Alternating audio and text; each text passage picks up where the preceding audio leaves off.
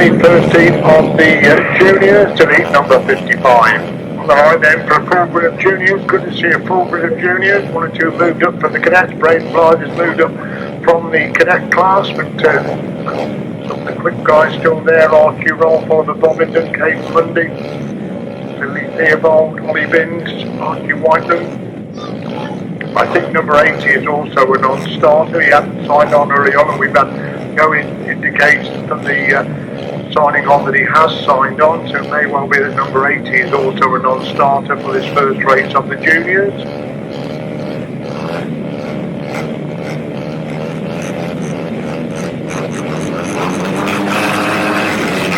Away we go then, everybody gets away to a pretty clean break. Who's going to have the advantage going down that back for the first time? Ollie Binns is starting to work his way through the pack. They're going to be three abreast. Archie Rope, I think, that is on the inside line, the real quick line, and Oliver Bovington's got there as well with Rolf the lead. Second, Bovington is in third, Theobald is in fourth, Mundy is in five. That's the top five. Down the back straight they go then. Rolf is the clear leader, being chased by Ollie Binns in second place. These two getting away from Oliver Bovington in third, and Binns again making a move around the outside of that top corner. Rolf holding the inside line, and it's Rolf the lead, and Binns holding second. Bovington has got the third. Theobald is in fourth. Fortune is in five. Caveman is up to sixth place. Already lapping the back markers, going down the back straight once again. It's still Rolf for the advantage. Binns again trying to close the gap, moving into that corner. Bovington's consolidating third place, and then moving on to that ball this time. Rolf still the leader. Binns holding second. Bovington is in third. They're well above the back markers now as the leading three. Going down the back straight, 30. One more time then. It's Rolf the leader. Binns can't seem to close the gap in second place at the moment. Into the top corner, 30. One more time. He looked impressive in practice. He's won the first in as well. Archie Rolf gets the one in line. Binns comes across the line in second. Bovington is in third. Theobald is in fourth. Mundy is in five. Juby in six. And that's the top six in the first heat of the junior action.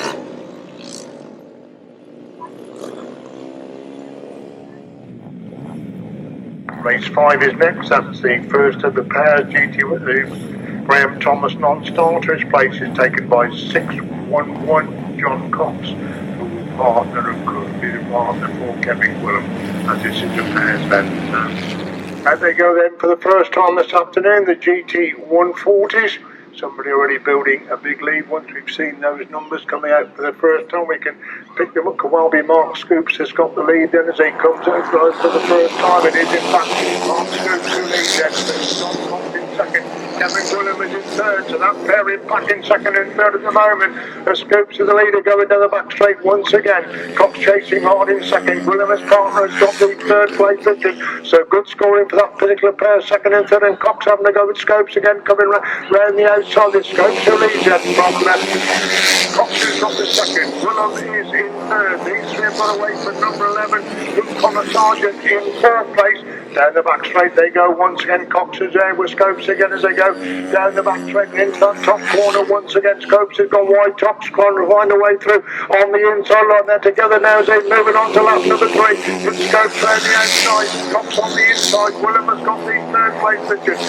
227 has now gone through into fourth. So they get number 11 to fifth. They go down the back straight once again. Cox trying everything he knows to get his Scopes now going into that top corner for the final time then. His yellow flag is out. We're racing on the yellows at the moment. And Scopes gets the winning right. Cox gets a second. Willem gets a third. So second and third for that pairing. 227 Luke Wicks is in fourth. Sargent is in 5. The other Sargent is in sixth place. That's the top six. Could be another cracking heat of junior action. Race number 12 then, settling on the line. Good to see full heats for this youth racing this afternoon. First meeting of the season for most of them, of course. We've had a few bike problems there, trying to get it sorted out at the back of the grid. Red flag is still being raised.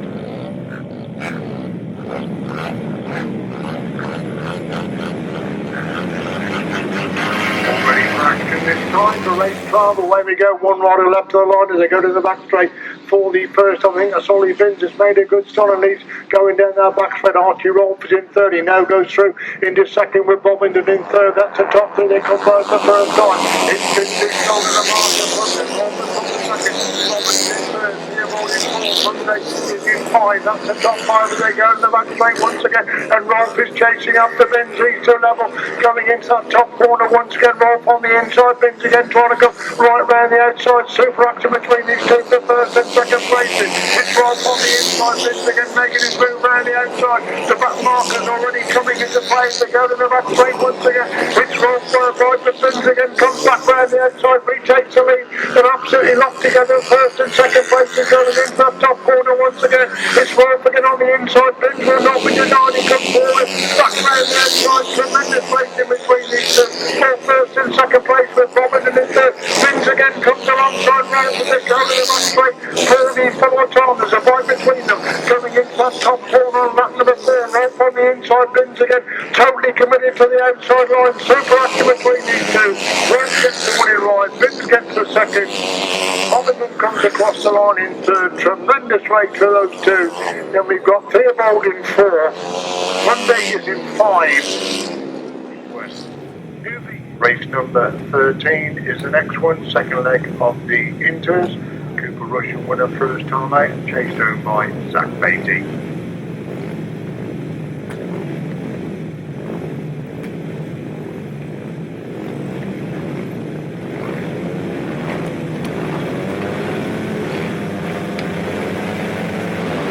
Oh, there we go then. Charge of that back straight for the first time. Cooper Rushton again hasn't made the best of start. Look at him go. He slipped through on the inside. He was in fourth. He's now gone through the front. Beatty again coming right round the outside. He challenges. They come right from the Beatty in second. Richard is in for the same for the previous team. They go down the back straight once again. It's Russian by a bike then for Beatty holding second place. Watts has got the third. Richards is in fourth place. Super action again between these two. And Cooper Russian again missed the start. The lead now as they go in up this corner once again. Russian leader. Beatty is second. Watts is in third. Richards is in fourth. Derek now moves his way through into that sixth place position. As we watch the leader again coming off that top corner about to start his last lap then. Russian looking to make it 2-2 in the heat of the Inters. Beatty holds that second place position. Watts has got the third. Richards is in fourth. One is in 5. Just the top 5 they go to the back straight. 40 follow time. Russian now in amongst the back markers, taking a wide line on the exit for that top corner. It's Cooper Russian superbly making it 2-2. Zach Beatty picks up another excellent second place. Tied for third and fourth. A race for line for third and fourth. Richards gets third. Watts is in 4. 111 Jesse James in 5. Derek is in 7th place. Super action again in the second heat of the Inters. Race number 22 should be equally as good. Another impressive action on intermediate action for leg number 3.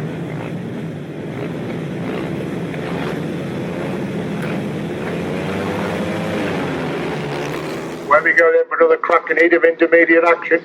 It's Hayden Watts who's made a good start. Where's Cooper Rush? And he's at the front already. He was second going down that back straight. He's already hit the front. Here comes that Beatty right round the outside of that top corner.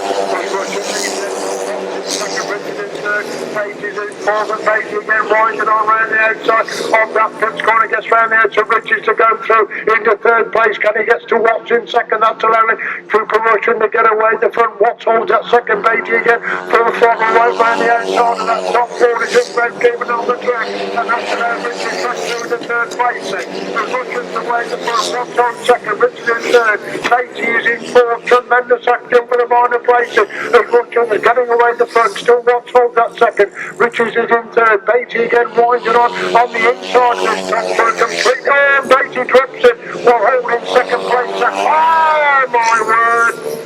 Somebody straight over the top there, straight over the top of Zach and the machine.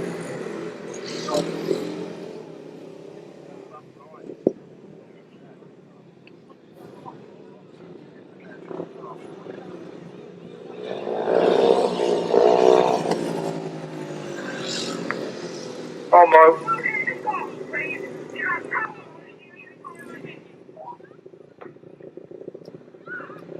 So let's hope they're going to be okay. That was exactly what we didn't want to happen there.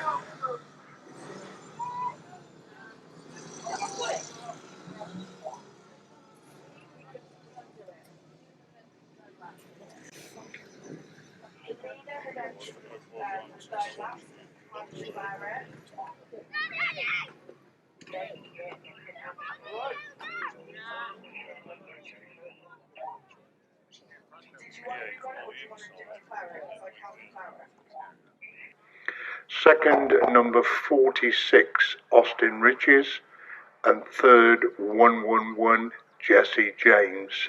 6, 9, 55, 67, and number 4. Rider number 41 was excluded for not adhering to the red flags, and rider number 48 was excluded as the primary cause of the stoppage. Mark Chesler had machine problems last time he was out. Steve Newsom has been going pretty well as well, so it could be in for another interesting heat of GT140 pairs action. Away we go. They all get away. Down the back straight they go for the first time. At the moment will be Mark Chesler. I think that's at the front there going in to that top corner. Lester Dillham's coming through on the inside to move through into a fourth place biscuit as they come past the first one. Is back in third and being led for the first time this afternoon. This could be interesting as Chesler leads in with Newsom in second. Scoops back in third. That's the first time he's not been at the front. They'll try and team ride him out of this one, I think, as they come out of that top corner once again. Still in Chesler leads in. Newsom's got by get through on the inside line. They can't find a way through at the moment. Luke Wicks is still there in fourth place. Down the back straight they go once again then. It's still Chesler with the advantage. Needs to score heavily, of course, had an engine failure last time out there. Still Newsom hold that second. Now Scoops is trying to come right round the outside. He's gone now. In the second place, Newsom trying to get back on the inside. Just go back on the inside. Scopes again back round the outside. And Scopes has gone round him and sets about chasing Chesler now as they go down the back straight once again. It's Chesler leads him and Scopes holding second place. Newsom's gone wide. He's now dropped back to fourth place. He's gone from second and third. So Scopes comes up like Chesler with his Scopes in second. Newsom is in third. Super action there in the grass corner of the GT140. Denham is in 5. And another cracking heat of GT140 action.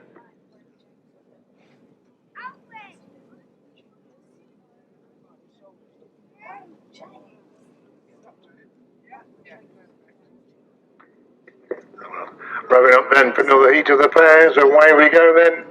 Ian Clark could well within one to catch in this one as they go to the back straight. The first of Ian Clark isn't quickly ways into third place, looking to get through into second with an inside move on that top corner.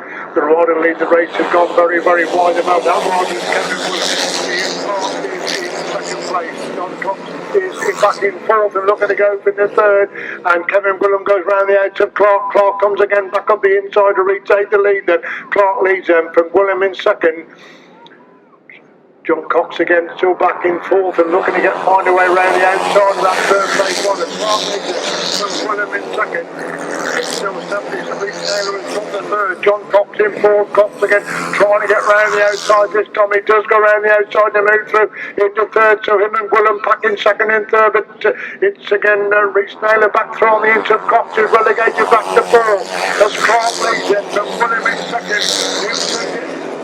Naylor is in third, Cox in fourth, Cox is inside Naylor, but Naylor again back round the outside to retake the third. You can put a blanket over second, third and fourth. This time Cox has gone through on the inside to link up with his partner in second place as Ian Clark gets the winning ride. It's Williams and Cox is back in second and third. Naylor is in fourth. Cotgrove in 5, Sargent in 6. Swaffer in 7th place.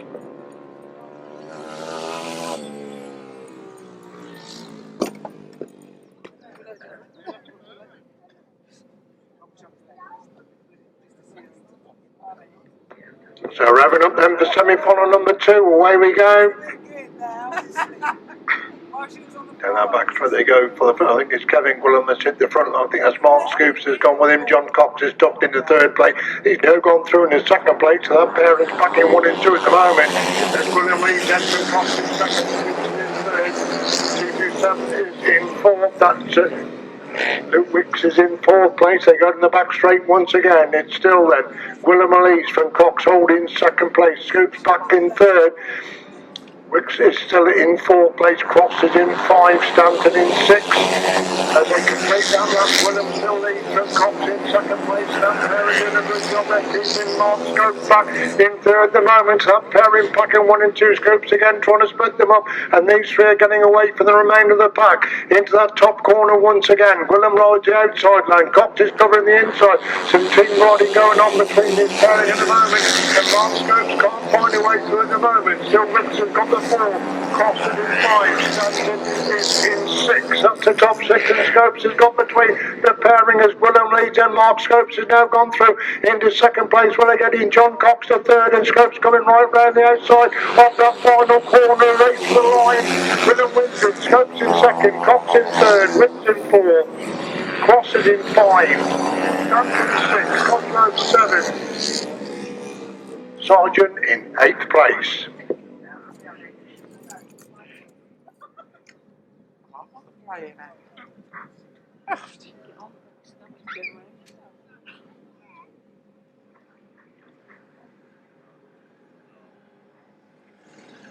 Right, looks like we're finally ready for the last race of the day. Away we go, they've all got away this time then. Who's going to have the advantage going? Mark Scoops, who made a cracking start, he's clear. Going down that back straight, Gwilym's got a good start as well, so is Ian Clark, and Kevin Gwilym is the front. Going into that top corner for the first time, he's got wide, he's left the gap up the inside, and Clark trying to get through that gap. As Gwilym leads it from Clark in second, Scopes is in third, Clark gets inside, Gwilym again, back round the outside, Clark in second, Scopes is in third place. They go down the back straight for the second time, Kevin Gwilym doing all he can to get through this on his own without partner John Cox. Clark again trying to come round the outside. Gwilym still holding the bay. Gwilym leads in Clark in second. Scopes is in third place. That's the top 3 as they go to the back straight once again. And Clark trying inside, trying outside, but Gwilym still holds with bay. There's a gap on the inside, and Clark has gone through that gap, forcing Gwilym wide, and Scopes is trying to follow him through on the inside line. As Clark leads him on the last lap, then Gwilym in second. With Scopes in third. Broadhurst is up to 4th place, Chessel is in 5, Max Broadhurst is in 6, that's the top 6 as they go to the back straight once again. It's Clark who leads in, from Gwilym holding second, Scopes has got the third, and Broadhurst coming again to try and link up with his partner as Clark wins it. Gwilym gets second, Scopes in third, Chessel in 4, Broadhurst 5, Newsom in 6. So we await then. Kevin Gwilym did everything he could to try and get enough points on his own. He was eventually forced wide on that top corner, picked up second place points. Will that be enough? Ian Clark has won the race, but of course it's all on what their various partners did in behind them to know who's taking this thing on aggregate. Of the 250 solos, 1 and 2 the lads moving up from the intermediate class, having their first outings on the 250 today. Be very interesting to see how they shape up against the experience of David Knowles and Ricky Scarborough. So that could be very, very interesting indeed to see how that goes during the course of the afternoon.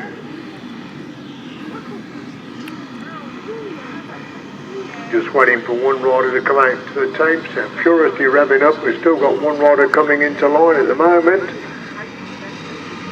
Up for the tapes, away we go in the first action of the day. David Knowles is there in third place. Somebody gone from the inside. David Knowles has gone between 2 riders to leave Ricky Scarborough making the move round the outside. Is that Kenzie Coffey on the inside line? They come round to Cleveland. Knowles leads them to Scarborough second with Kenzie Coffey. We've got the third off to Richards is in 4th place. That's the top 4. Knowles on the inside. Scarborough making the move round the outside. These two locked together for first and second place. Again David Knowles comes through on the inside. Forcing Ricky Scarborough very wide on that top corner. Scarborough winds and on, goes back alongside Knowles. Between these two very experienced wider. Knowles again has gone wide. Scarborough might come back to the inside. Now he keeps it going round the outside. A bite between them. Down that back straight once again. Knowles leads in, but Scarborough holding second place position. Good race, good on the third, fourth, and fifth as well. Everyone concentrated on the front this time. Scarborough's the line to the David Knowles. But Knowles is just quick around the outside. Scarborough comes again, back on the inside. Half a bite between them, going down the back straight. On the last lap, Scarborough's got inside Knowles. Knowles again comes back around the outside. Tremendous race in between these two. But Knowles has gone too wide and Scarborough gets it. Scarborough wins it. David Knowles is second. Kenzie Cossey third, Austin Richards in fourth. Jake Breeze is in 5, Adam Hawker is in 6. Followed by 25, 229 and number 6. But what a cracking way to start the day off. A brilliant race for first place there between Ricky Scarborough and David Knowles.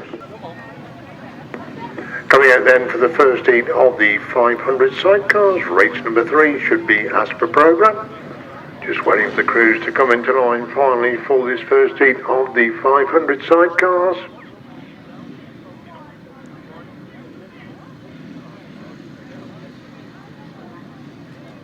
Crew right over on the outside, we're waiting for all to settle to get ready for this first heat. All crews seem ready now. Away we go, they've all got away. Looks like Paul White has made a good start over on that far side. He's the leader going down the back straight for the first time. Richard Jenner did make the best of start. Oh, he was just about to go third. He's on the back wheel of somebody. That's not good news. I know it's gone over again there. We're still racing, but we have red flags out, red flags out. Richard Jenner did not make the best of starts, was making tremendous progress. He'd gone through from 4th to 3rd, was looking at taking the 2nd place and seemed to clip the back wheel of the race leader there. Passenger thrown off the bike. Richard looks to be okay, but the passenger looks a little bit shaken there over on that far side of the track. So again, not the start we were looking for.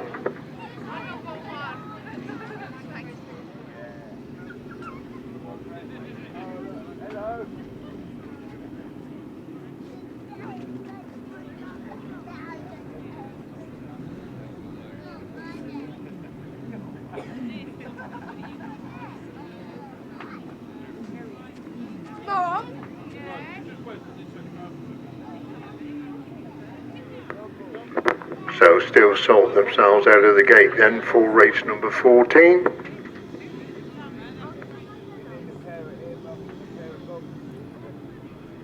Waiting for mixed stage to come into line, then we should be ready for this particular heat.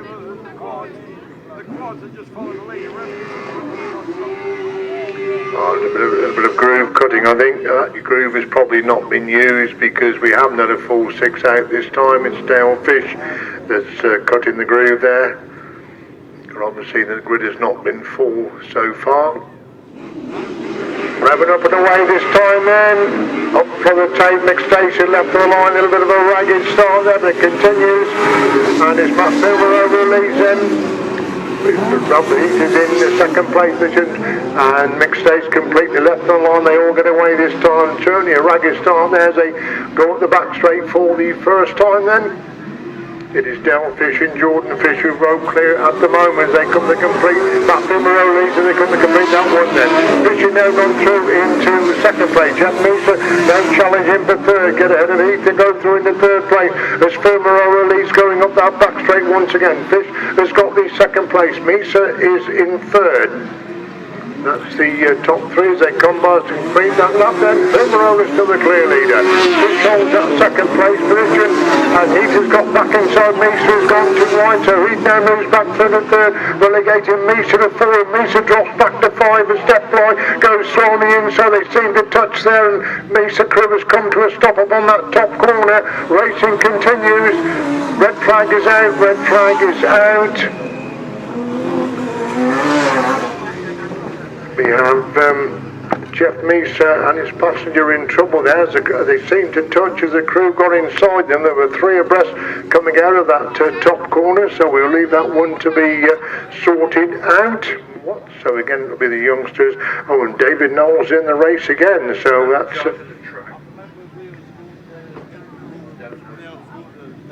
Silverstone got on this traffic jam.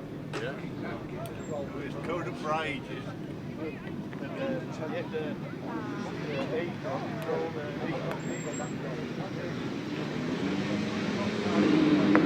Where we go then with another heat of the 250, David Knowles again, Megan a cracking start. Ricky Scarborough's got with him, but one of the youngsters is hit the front. Scarborough goes round the outside, and David Knowles goes round the outside of Scarborough. They're three abreast for first place off that top corner. There's Knowles leads in, and Scarborough in second, and Cossar in third, Watson in fourth, then in third in five, Derek in sixth off the top six. As they go to the back straight, once again it's Knowles who leads, and Scarborough's chasing him again then. Cossar still has dropped back to fourth, as Aidan Watts has gone through into that third place position. Knowles takes a tight corner on the exit from that corner to now Scarborough to close the gap. The two Northerners passing it out then as they get in one of the two fingers.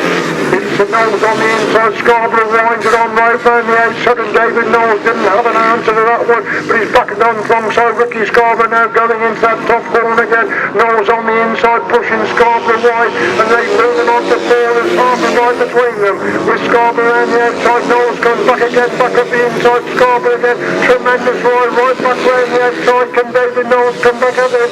It looks as if Ricky Scarborough is simply too quick on the outside line, but David Knowles has come again on the inside line. They're going to be a race for the line.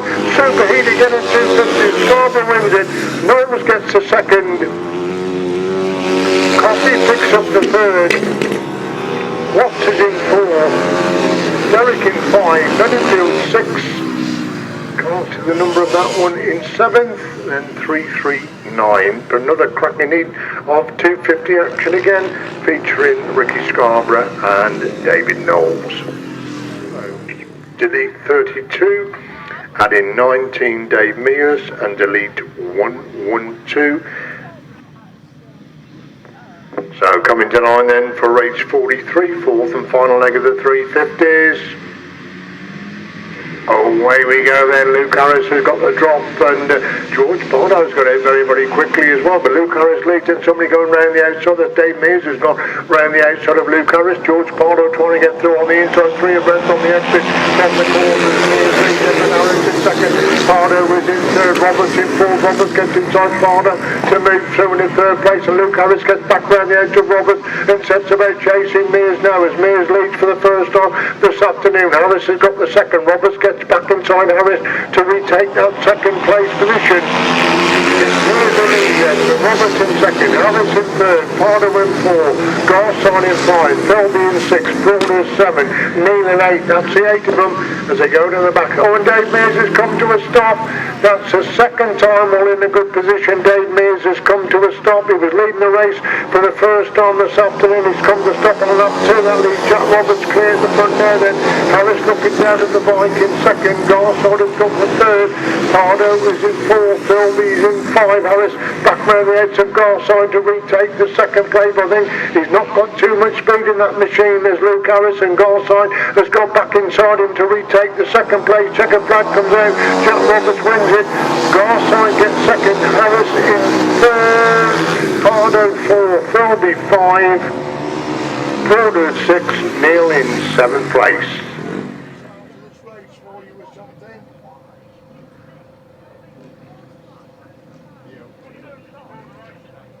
Okay, mate.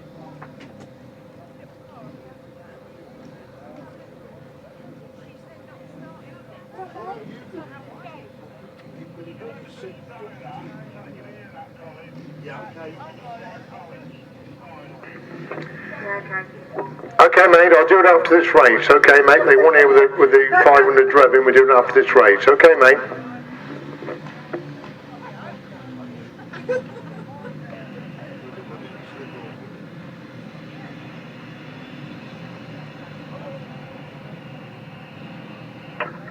So settling for the last race of the 500 Sidecar, Sean Hughes, Louis betting on beat, but it's a poor one who's made a good start. This can make it interesting. Hughes are betting a slow away, but my word, look at them go.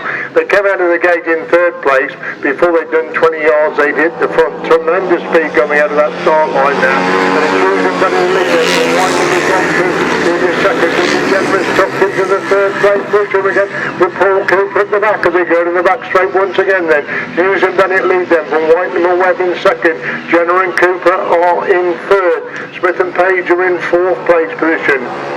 Coming through them to complete that lap then. Hughes and Bennett still leading them from Whiteman Road in second. Jenner has got the third. Smith is in fourth. Hillsley is in 5, that's the 5 as they race down the back straight once again, and Richard Jenner's coming under pressure now for that third place because Jordan Smith is definitely closing up, takes a wide berth around the outside of that corner as Hughes and Bennett continue to dominate in the front. Ryder has got the second, Jenner's got the third, they're starting to bunch up the third, fourth and second, third and fourth places as Whiteham's still hanging on the second and Smith has gone round it, Page Smith has gone round there, took Jenner to go to the third, Jenner comes back again, back up the inside to retake that third plate. Whiteham's in shot as well with three of them each in the second plate. Coming out of that final corner, it's going to be a race for the line. And Jenner's got it. Jenner has got it. Page is second and Paul Whiteman, the one in that corner in second place, has come out in fourth place. An amazing last corner there because Hughes and Bennett were a mile away at the front. It looked as if Paul Whiteman was going to hang on to second, but as they so 250 solo final is the next one we're looking for.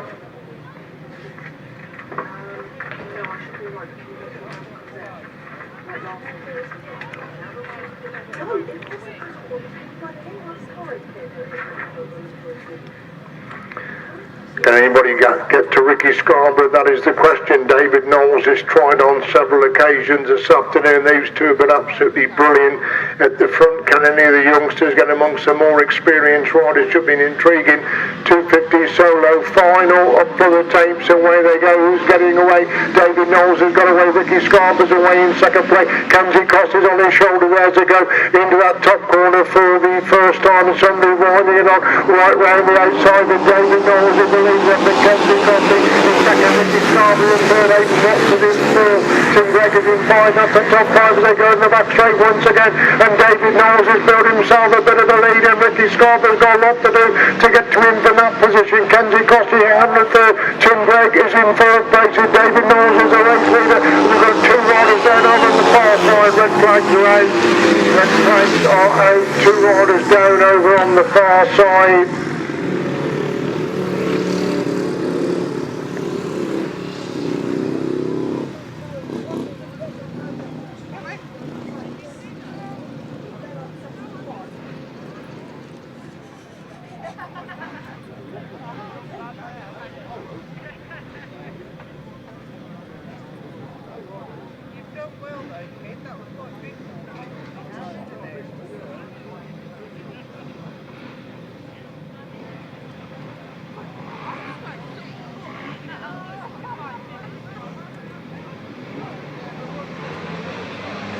On the line then for the restart of the 255 when there's Tim Gregg has made an absolutely flying start. David Knowles has completely missed him there, so is Ricky Scarborough as Gregg leads him in that first corner. Knowles coming round the outside, Scarborough trying to get through on the inside. Big sword in that first corner, Scarborough hits the front and Knowles trying to get round the outside. Tim Gregg has got the first, Kenzie Cossar in fourth, and Knowles will lead. Oh, and Scarborough's gone down. Ricky Scarborough's gone down in a big way. That is not good. That is not good at all. He was absolutely flat out there trying to get round the outside of David Knowles, and that is exactly what we did not want.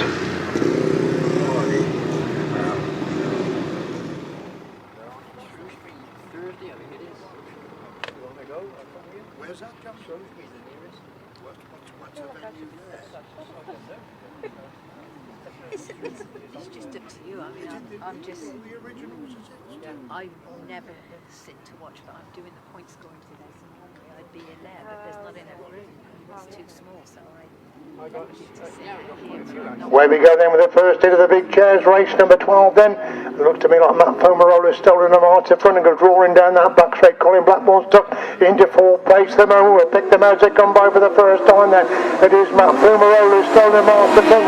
Richard comes in the second, takes in third. Colin Blackmore making a move around the outside to try and go through into that third place position. 21 pulls out with engine problem, and Colin Blackmore looks to be struggling back there in fourth place at the moment. And it's through Fumarola leads and Fish push them really hard there. Mixed States having a good ride in third place. Fumarola leads it then. The Fish holding second. States has got the third. Blackmore is in four. Menard is in five. Down the back straight they go once again, and coming under pressure is Matt Fumarola. Fish are getting very close now as they come down that bank and over on the far side of the track. Fumarola holding a tight line, no way through on the inside. There's Fumarola leads it then. The Fish holding second place. States has got the third. Blackburn is in four. Menard is in five as they race down the back straight once again. And Matt Fumarola slowly but surely starting to pull away from the Fish boys who hold that second place position. About to start his last lap this time there. Matt Fumarola clear. The Fish holding second place position. Stace has got the third. Blackburn is in four. Menard is in five. Pretty well spread out now, and this is the first heat of the big chair action. Impressive winning ride coming up for one of the informed crews for this 2023 season, and that crew is Matt Fumarola and Andy Wilson. This picks up the second. Mixed States is in third. Colin Blackburn in fourth. Menard's in fifth place.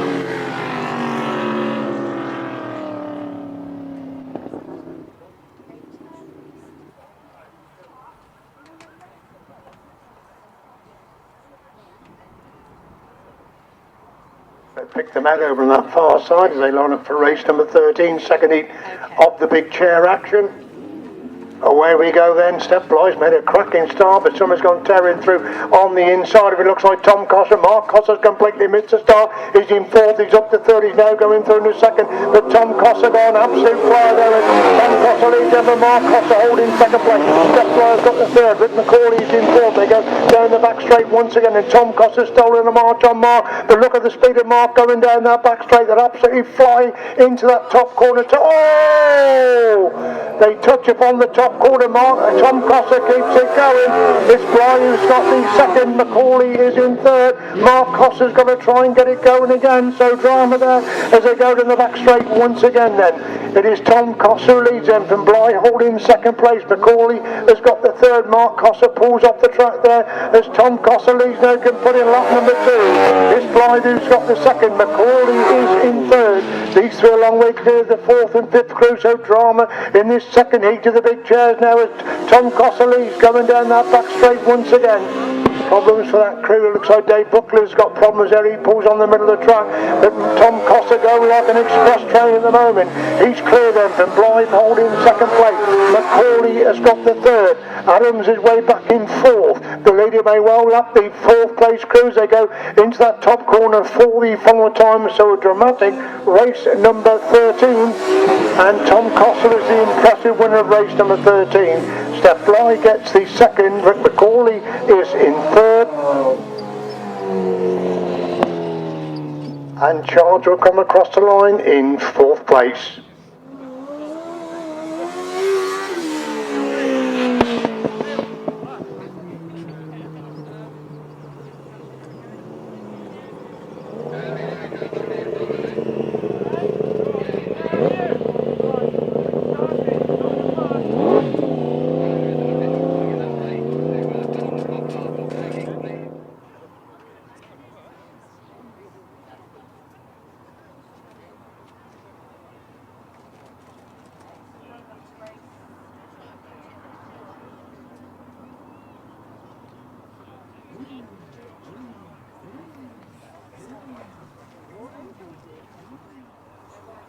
So coming out then for another heat of the big chairs, Kieran Hicks all the way up from Cornwall. We've got Will Off and Trevor Heath. So some good Mike Austin, some good crews again in action in this race number 14. Top quality big chair entry this afternoon. Away we go then. And it's Mike Austin from the inside. Oh, somebody's like Mike Austin lost his passenger there. He doesn't know. He dives into that corner. His passengers lay on the track. This will be interesting on that first corner. Yellow flags are out. We do need a red flag, I think. We need a red flag out. We need a red flag out.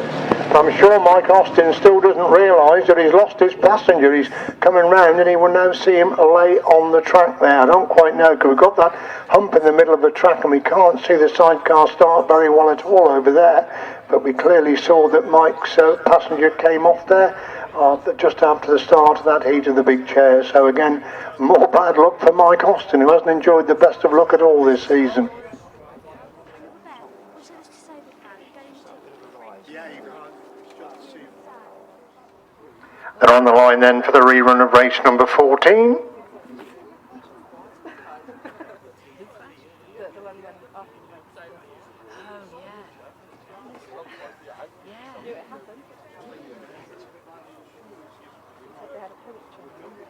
Yeah, and they couldn't turn the bike.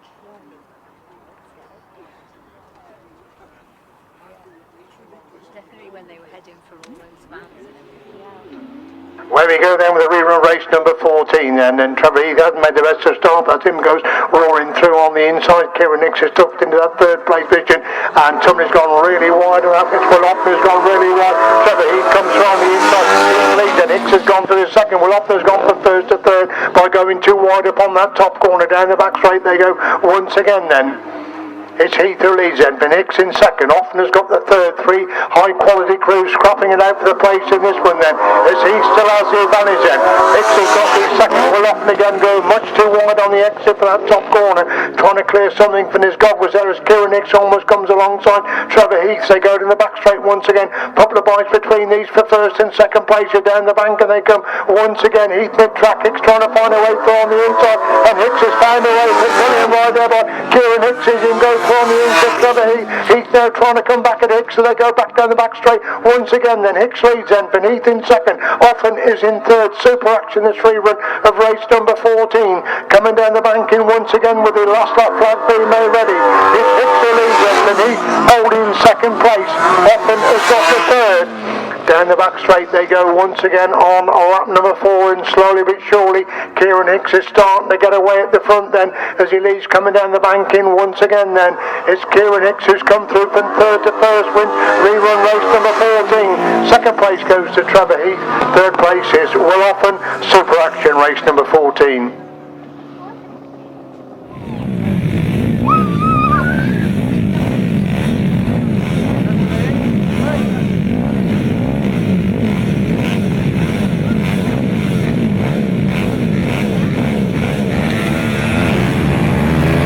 Where we go then with the heat of the GT140s. Ian Clark's in Mark Scope to lead. Ian Clark's in second. Wayne Broadhurst is in third. Wicks is in fourth place. That's the top four as they go up the back straight. Look at the speed of Clark making a move around the outside. He's gone from third to second. He's on the shoulder of Scopes now as these two lock together for first and second place.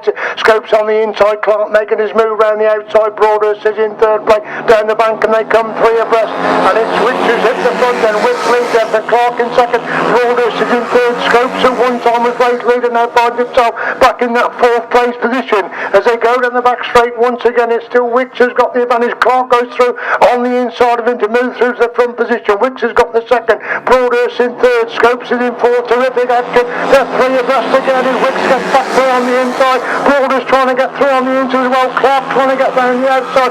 Three abreast to get over on that far side of the track. Clark had a bit of a moment that he's almost dropped back to fourth. He has gone back to fourth as Wicks still leads. Broadhurst trying to get through on the inside. Clark again coming back round the outside, and Scopes in the action as well. They're still four abreast for the front position, and this time Broadhurst is now at the front. Broadhurst leads and Clark has now gone through in his second. Wicks is now back up his second, trying to get round the outside. Broadhurst over on that far side of the track as Broadhurst leads in from Wicks in second. Clark has now gone through the second. Wicks is relegated to the third. Wicks comes again back round the outside of Clark. Three abreast coming down the bank in for the final time. Who's going to pick up the winning ride? It's Wicks. Broadhurst who gets the winning ride. Clark in second, Wicks in third, Scopes is in fourth place. Super GT140 action there, classing next across the line, followed by number 42. But what an absolutely brilliant race there, race number 18.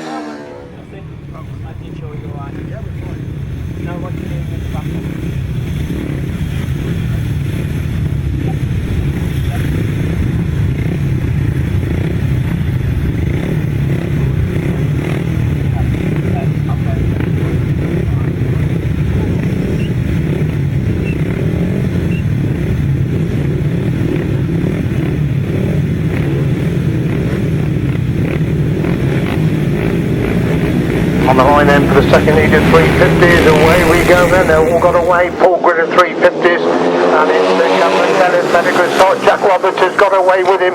Cameron Taylor gets a corner first. Jack Roberts winds it on round the outside. They're locked together going down the back straight for the first time. But it's Taylor leads and Roberts has got the second. Luke Harris has come from nowhere to go through into third place. Cossar, and Luke Harris drops it. Does everybody get round? Well done. They've all got past him. They've done very well. Red flag is out. Red flag is out. They all did very well to get past Luke Harris. That's the second time that Luke Harris has fallen on that pitch corner, so not the best of luck for Luke Harris this afternoon, but all credit to all the riders who managed to get by him, because he was in third place when he fell and there were a lot of riders behind him, so well done everybody for missing that fallen rider.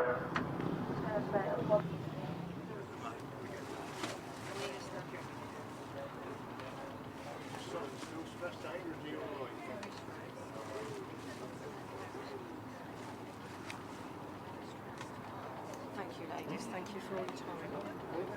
And you, Colin.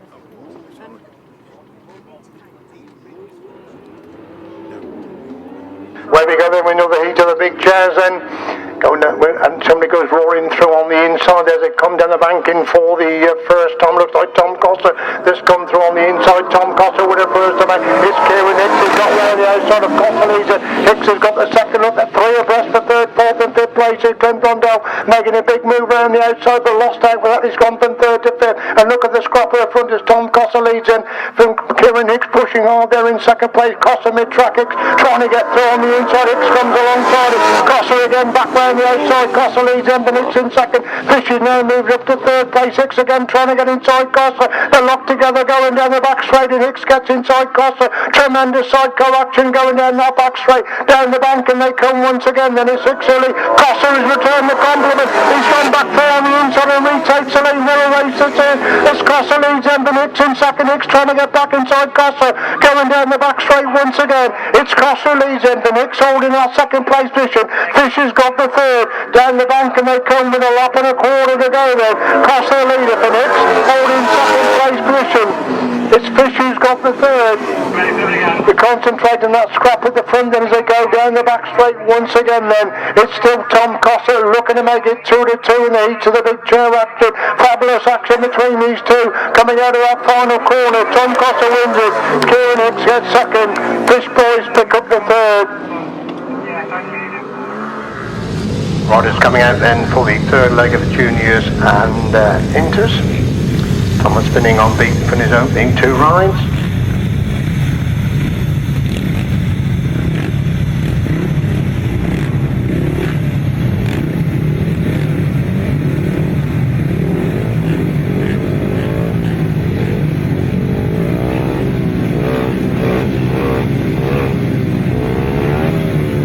So on the line then for the third leg of the juniors and inters.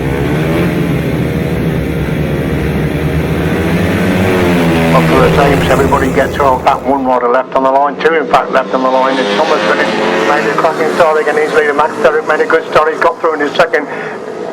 Dylan Amos is in third place. That's the top three up the back straight on the opener. Max Derrick having a go at Thomas Finning just a bite between these two. Derrick goes through on the into of Finning as they come down the bank, and on that pitch corner for the first start.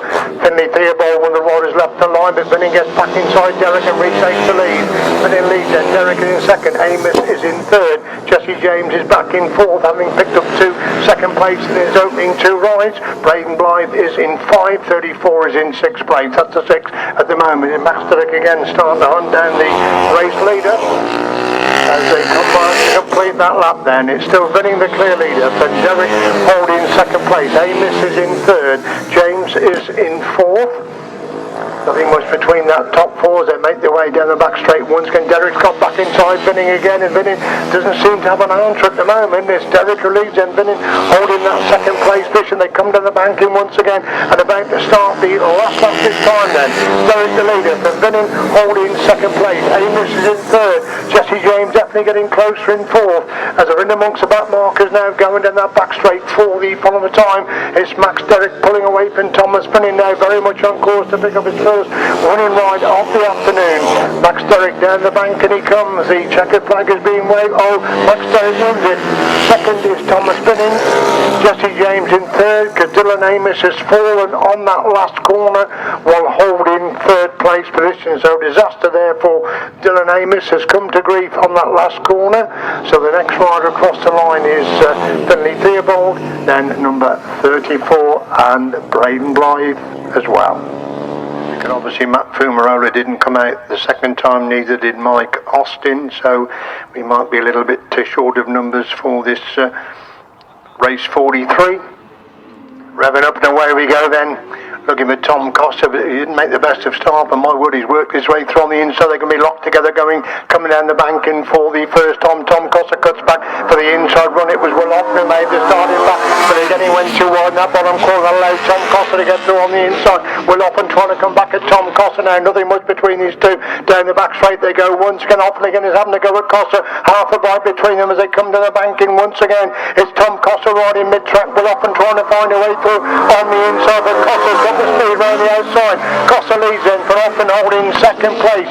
Good scrap between these two for first and second, still only a bite between them going down that back straight. Once again this is a real good ride by Willoffen. He's really making Tom Cossar work for this one. Tom of course unbeaten going into this particular heat, and it's Cossar leads then for Offen holding second place position. Menards are in third, Joe Mark is in fourth place. Two separate races, one for first and second, the other for third and fourth, but slowly but surely Tom Cossar's making it stick now again. One last effort by Willoffen coming down the bank in for the final time. Really through for Tom Cossar. Willoffen gets the second. Menards are in third with Joe Mark in fourth place. Colin? Yeah, mate. Thank you. She's perfect, gentlemen. There you go. You've got a radio now. Which one orange fat man can move? Away we go then with another heat to the big chair down the back straight. Looks like Trevor Heath has made a good start, but he's got company now as he goes with Paul Whiteham's his company. Mixed Aces in third place down the bank, and they come for the first time then. It's Trevor Heath who leads on the inside line. Paul Whiteham making a move around the outside. Mixed Aces got that third place. Good scrap going on for fourth and fifth as well, as Heath still leads, but Paul Whiteham's tucked in behind him now, going down that back straight and down the bank, and they come once again then. Two bites between first and second. Heath sticking to the inside line. Paul Whitelam riding mid-track as Heath leads them from Whitelam in second. Mixed Ace seems to be slowing up there in third place as Whitelam really having a go at Heath on the exit from that pitch corner. The leader pulls away a bit going down that back straight, but it's still Heath who leads him. Whitelam has got the second place position. Last lap flag comes out then. Heath on the inside. Paul Whitelam determined to get the drive right round the outside. Comes alongside here. Oh, and Heath has locked it up. Trevor Heath has turned around the complete circle up on that pitch corner. That leaves it clear now for Paul Whitelam. Drama on that pitch corner on lap number 4. And it's Paul Whitelam that's going to win a very eventful race number 44. Desperately bad luck there on Trevor Heath. Can he get it going, at least pick up some points? Mixed Ace comes across the line in second. 46 is in third. Adams is in fourth. And I can see Trevor Heath is coasting to pick up 5th place points, which could be the difference in making one of the either the A or the B final.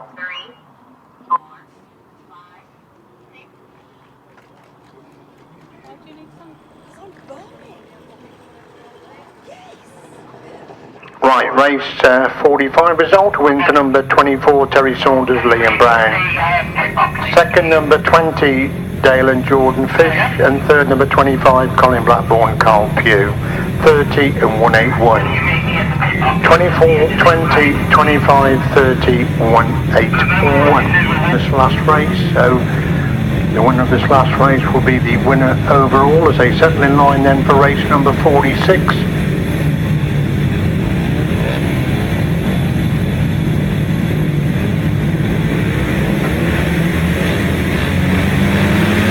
Picking up the revs, away we go, they've all got away then. And this Thomas Binning has made a good start. He's got away. Max Derrick has got with him. Jesse James also did a Amos up the top four.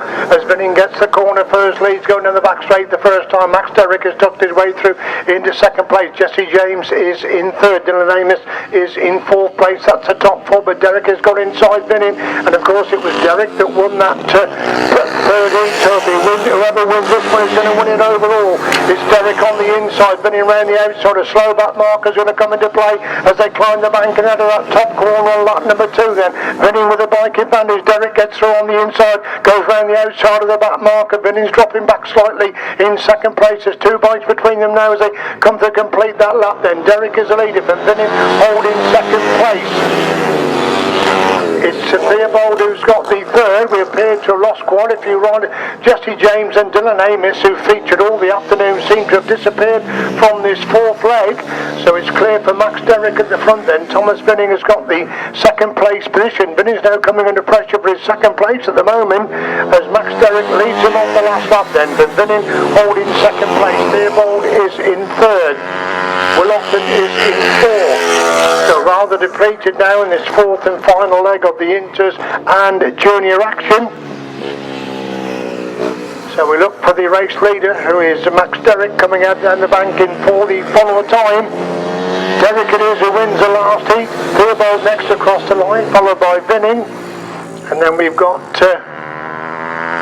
number 80 Willofton. I think some of these lads may well be a lap down. We'll get that to girls' point scoring, sort that out for us, but I'm sure 2 of those riders were a lap down. There's number 34 is next one across the line. And then, sorry, it's a B final of the sidecars first, I do apologise. Old and new sidecars have got away then. And who is it? Mark Courtney's got away. Where's Liam Brown? He's challenging now with Chris Tiller as they come down the bank, and they're going to be 3 abreast for the first 3 places. With Mark Courtney has stolen the mark to the front. Liam Brown has got round the outside. Chris Tiller to go through into second place. Can he get to Mark Courtney? It's all on this one to see who wins the old and new sidecars in this fourth and final leg. And Liam Brown's really having a go at Mark Courtney now as they come down the bank in once again. It's Courtney who leads. Brown in second. Tyrrell is in third. Mark Courtney holding the inside line. Forcing Liam Brown right round the outside if he wants a victory. Liam Brown has definitely closed the gap. And Mark Courtney, has he got the speed to get round the outside? He comes alongside him, but Courtney rides him and a bit. They're locked together going down the back straight. Half a bike between them as Courtney leads him. Liam Brown again trying to come back round the outside. Brown now cuts it back for the inside run, but Courtney's not leaving a gap on the inside. And as Courtney leads him on the last lap, Brown is in second. Tyrrell is in third. Now or never for Mark Courtney. He put for Liam Brown. He's back alongside Mark Courtney now. They're together going down the back straight, but Liam Brown just can't find enough horsepower to get round the outside of Mark Courtney. It's all in this last corner for the old and new sidecar, and Mark Courtney's going to get the winning ride. Mark Courtney wins it. Second place Liam Brown. Third place Chris Tyrrell. Herman comes across the line in 4, Kitchker in 5, Walford in 6th place. Super race there for it was all on that 4th leg for the old and new. That was an absolutely brilliant race there for the old and new, and it's Mark Courtney who's come out on top by 3 legs to 1. But my word, Liam Brown made it work for that one. Mark just got the drop. Chris Tyrrell again got away, so it meant that Liam Brown had got to get round Chris Tyrrell before he could get to Mark Courtney, and that just gave Mark Courtney the edge to win it overall by 3 legs to run. Cracking heat there in the old and new sidecars. Spike coming over the line here. He'd only done 2 laps, so he does not feature in the results. So race number 2 is now at the line. That's the second of these 250 races. So we are on to race number 2 here. We have got Adam Hawker, Russell Little, Charlie Wood, Lewis Duke, Bradley Phillips, Carl Bedingfield, Hayden Watts, Michael Parton and Smith Bridges. Takes go up. Away they go, and Carl Bedingfield's made an absolute flyer from the middle of the start. It is Carl Bedingfield that leads, but quickly they are all catching him as he goes into that turn. Russell Little is the rider that's there in second with him and going right round the outside. In a tremendous ride round the outside there is Charlie Wood. So Charlie Wood has got himself into second, and he's now hunting down Carl Bedingfield. Look at how wide he is there, Charlie Wood. He's right out on the outside. A few of the other riders are following him here, but Carl Bedingfield is quick on the inside. Russell Little has now got Austin Riches on his shoulder that's battling away from him, so you can see the two different styles here. The motocross engine machines on the inside and those speedway style engines on the outside. Two completely different styles, and it does serve up some brilliant racing. At the moment, Carl Bedingfield's got everything under control at the front, but Charlie Wood is looking determined in that second place.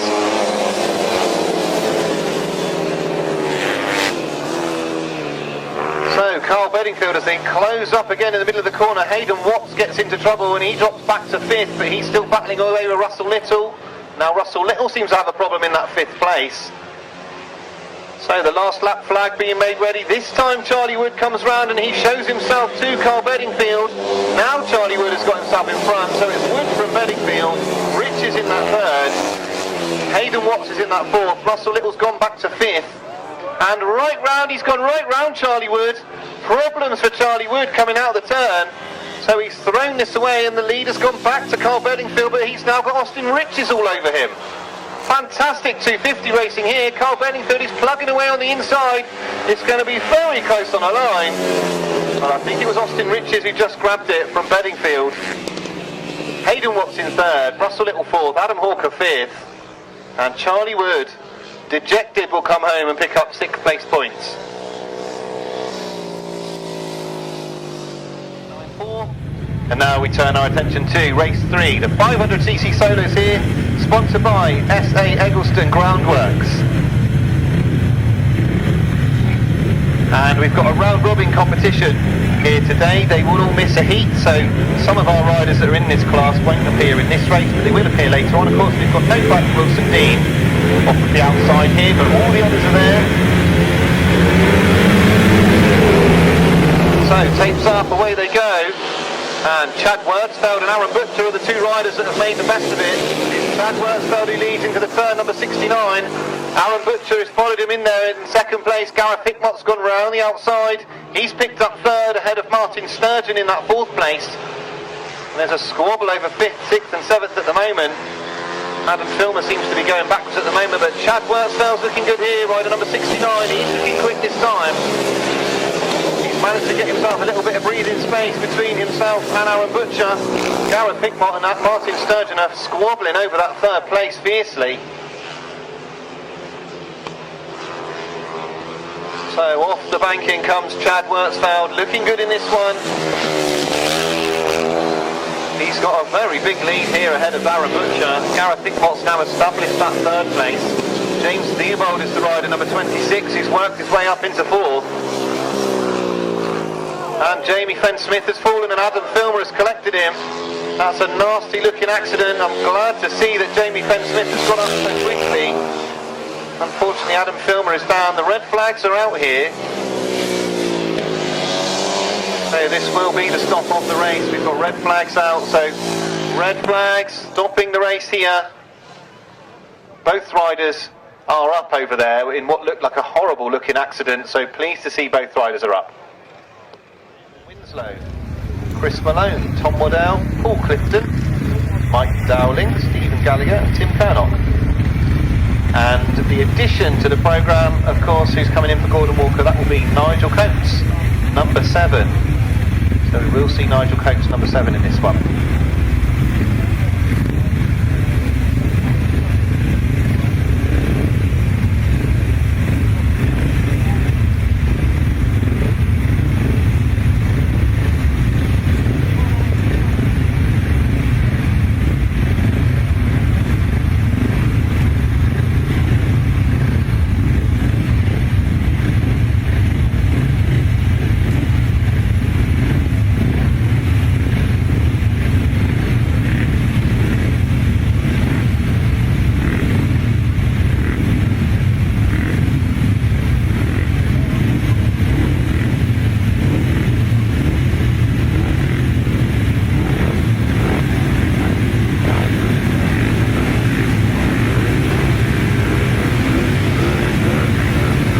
So here we go with race 9, the upright solos.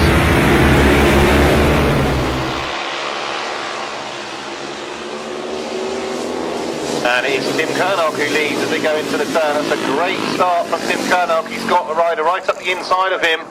Jason Prynne is the rider going right round the outside. very, very wide down the back straight, but it's Tim Kernock who's got this one under control at the moment. Tim Mount is the rider in that second place, number 17. And Jason Prynne is going incredibly wide off the banking in that third place. Mike Dowling in fourth, Martin Adams is fifth. Chris Malone has got himself into the sixth, and now you can see at the front that Tim Mount has put Tim Kernock under pressure. They are absolutely together as they go back up into this pit corner. Tim Kernock's having to go very, very wide to try and get himself some space to get round the outside of Tim Kernock. They are still locked together. So Tim Mount up the inside, Tim Kernock's going around the outside. And you can see now that Tim Kernock's got lots of speed in the middle of that corner, but Tim Mount's quick as well. They're still tied together as they go down that back straight. Now Tim Kernock has gone very, very wide once again. Tim Mount can see him out there, but he's got lots of speed, Tim Kernock. He's got one more lap to try and establish this lead. There is a back marker that they're coming up to at the front. Hopefully that won't play a part, because this is an excellent race between Tim Mount and Tim Kernock. They've got one more corner to sort this out. Tim Kernock goes round the back marker. Tim Mount goes up the inside. They are still absolutely locked together here as they come off this turn. It's going to be very close on the line. And it's just about Tim Mount and Tim Kernock. Brilliant racing there. Jason Prynne is the rider that finishes third. Chris Malone comes home in fourth there to Martin Adams and Mike Dowling. Tom Waddell finishes next. And we're expecting to see here Rick McCauley and Alan Hoskin, number 51. We are also expecting to see Will Offen and Ricky Pay.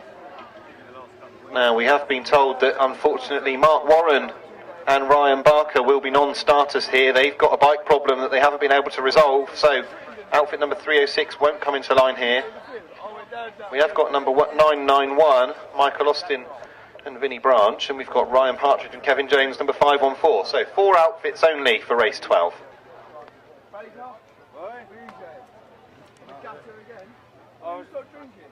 No, I was over in last night. Oh, there in the place off. Oh, Paul. How you doing? Not too bad. Right, Paul, catch up with you. See you later.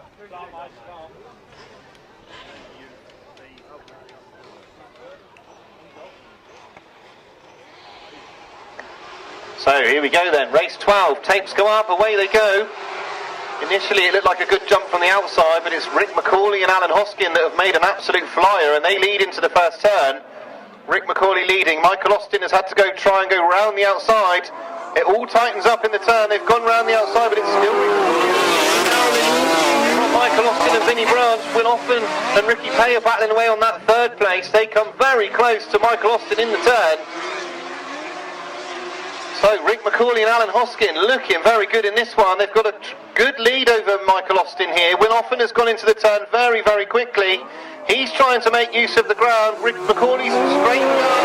He's allowed Michael Austin up the inside of him. They are going very wide off this turn. Rick McCauley's lost that lead to Michael Austin and Vinnie Branch.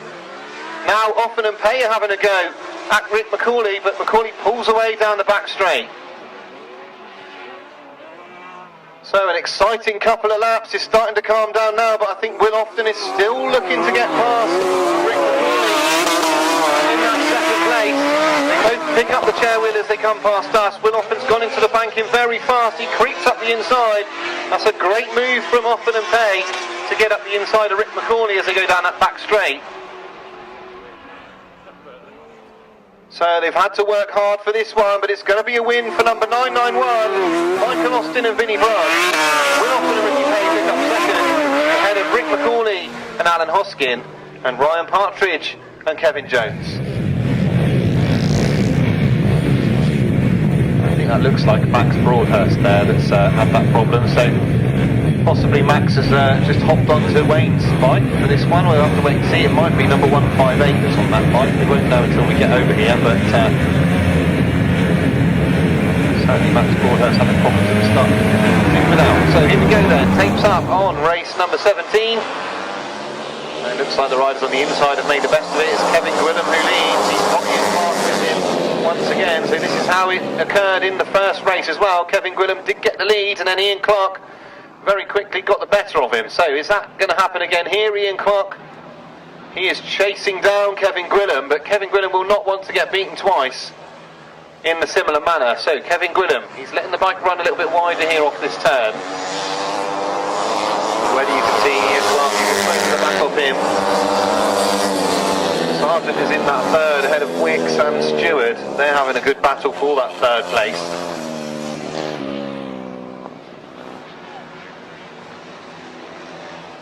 So it looks as though, despite all of that drama at the start, Max Broadhurst has had even more problems over the back of the circuit. So Kevin Gwilym this time looking good ahead of Ian Clark.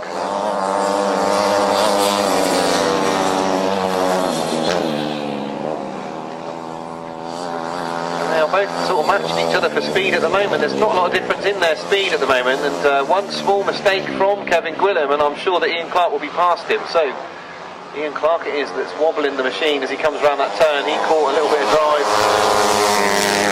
So one more lap then for Kevin Gwilym to hold on. Now Ian Clark goes roaring into that turn. He's got the bike length right over. And he is absolutely on his exhaust pipe as they go down that back straight. Kevin Gwilym has got to try and keep things tidy on this final turn. The pressure is on here for rider number 66. He runs the machine wide. Ian Clark's come up the inside. It's going to be close on the line. Just about Kevin Gwilym ahead of Ian Clark in that second place. Darren Sargent will finish third ahead of Luke Wicks in fourth. Ronnie Stewart comes home in fifth. And then we've got a bit of a gap before we get to Thomas Wilding.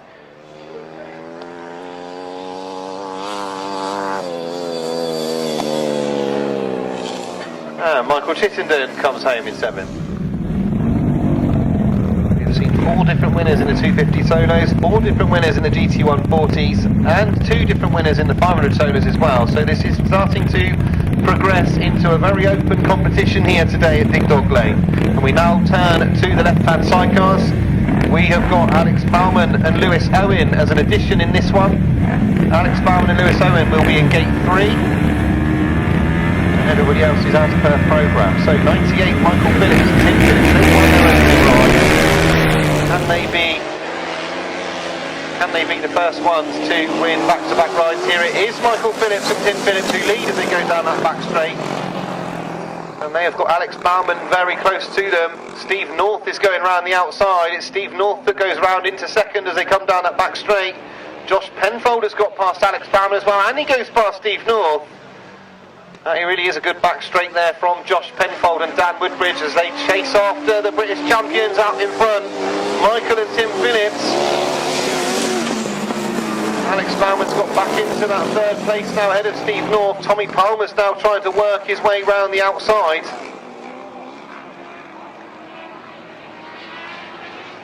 So a real battle there for third, fourth and fifth.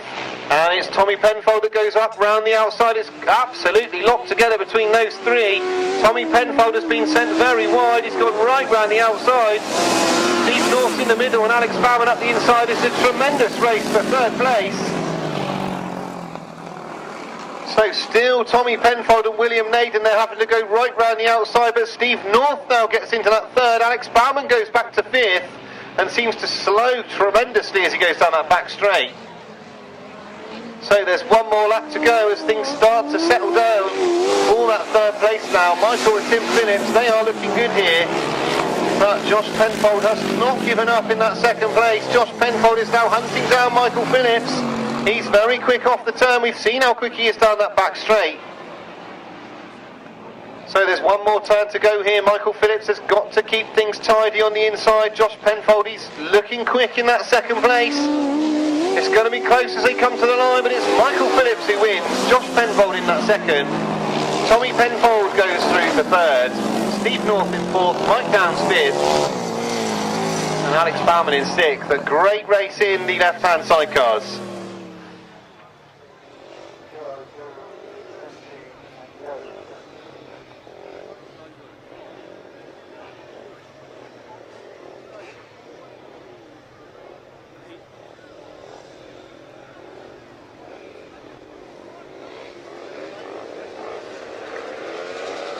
So here we go then with the 250 solos as they leave the line. Richie Knight's made a great start. It's Richie Knight that leads going into this turn. He's got Tim Grigg there with him. Hayden Watts has gone in there in third. Quickly Hayden Watts goes around the outside. He almost loses the machine. He does well to hold on there. Hayden Watts, he has got himself back on the bike and he does seem to be okay again now. He's being hunted by Stuart Bridges as he goes into the top turn. Richie Knight leads. This is a comfortable lead at the moment for Richie Knight. Tim Grigg's in that second. Lewis Duke's having a much better ride this time. He's in third, but he has got Hayden Watts all over the back of him as they go into that turn. Hayden Watts has been forced very, very wide. They are squabbling over that third place. Lewis Duke is looking good this time. At the front though, Tim Grigg is getting close to Richie Knight as they go towards the third lap of this race. Richie Knight still leads, Tim Grigg in second, Hayden Watts is now third, Lewis Duke fourth, Stuart Bridges fifth, Max Derrick is in sixth, but they are very close between those last few riders. So Tim Grigg once again closing in on Richie Knight. He's now gone up the inside as they go into that turn. Richie Knight's got to keep the power on the outside if he wants to stay ahead. He tries to cut across the front of Tim Grigg. They've got one more lap here to fight it out, and as that's going on, Hayden Watts has drawn very, very close to the front too. He can see them squabbling on the inside, and Hayden Watts now attacks on the outside. So down the back straight, could Hayden Watts manage a sweep right round the outside of both of them here as they go into this final turn? Richie Knight's trying to control things on the inside, but Hayden Watts is going round the outside. This is going to be very close to the finish. It's just about Richie Knight ahead of Hayden Watts and Tim Grigg. Max Derrick comes through for a brilliant fourth ahead of Lewis Duke and Stuart Bridges. Great racing from the 250s, and our fifth winner this afternoon. So if you want to keep your programmes absolutely 100%, number 47 did pick up 6th spot in race number 3. So race 28 is the 250 solos. Away they go from the line. And it's Austin Riches this time that leads. Luke Harris is there too. Russell Little's gone across the front of them. It's Russell Little that leads going into the turn. Luke Harris is now picking up lots of speed, and Austin Riches has gone round as well. They're absolutely together on the back straight. It's Russell Little with his nose in front. Austin Riches is in that second place. You'll see that Austin Riches will try to go round the outside of Russell Little. That's exactly what he's done, and Luke Harris has gone round him as well. So Austin Riches now leads, but Russell Little's very quick into the turns. Russell Little, he comes up alongside Austin Riches. Luke Harris is on the outside. They are absolutely locked together as they come off the turn. Once again, Russell Little gets his nose in front going up into the pit corner. So round comes Austin Riches, and round comes Luke Harris once again, but Russell Little's got lots of speed down the straights, and he dives into that turn once again. This really is a ding-dong battle here. Russell Little, Austin Riches and Luke Harris absolutely locked in battle here. Austin Riches has now got his nose in front. Russell Little once again climbs into the bank-in and goes up the inside of Austin Riches. So once again Austin Riches is going round the outside, Luke Harris is on the inside, Russell Little's even tighter than him. There's one more lap to sort this all out. Russell Little dives up the inside of Austin Riches once again. They all come together in the middle of the corner. This time it looks like Austin Riches and Luke Harris have got the better of Russell Little as they go back into that pit corner. The checker flag's being made ready. Luke Harris has now come on terms, and they get very close as they come out the turn. Austin Riches takes the win, Luke Harris second, Russell Little third. Fantastic racing from those three. Jake Breeze fourth, Adam Hawker fifth, Carl Bedingfield in sixth, Bradley Phillips finishes seventh, and Shane Knight in eighth. There's no Glyn Stanton, number 811, but we have got Mark Scopes, who won his last ride. We've also got Kevin Gwillam, who won his last ride. We've also got Wayne Broadhurst, who's won a race today as well. So we've got 3 heat winners in this one. That is at the line.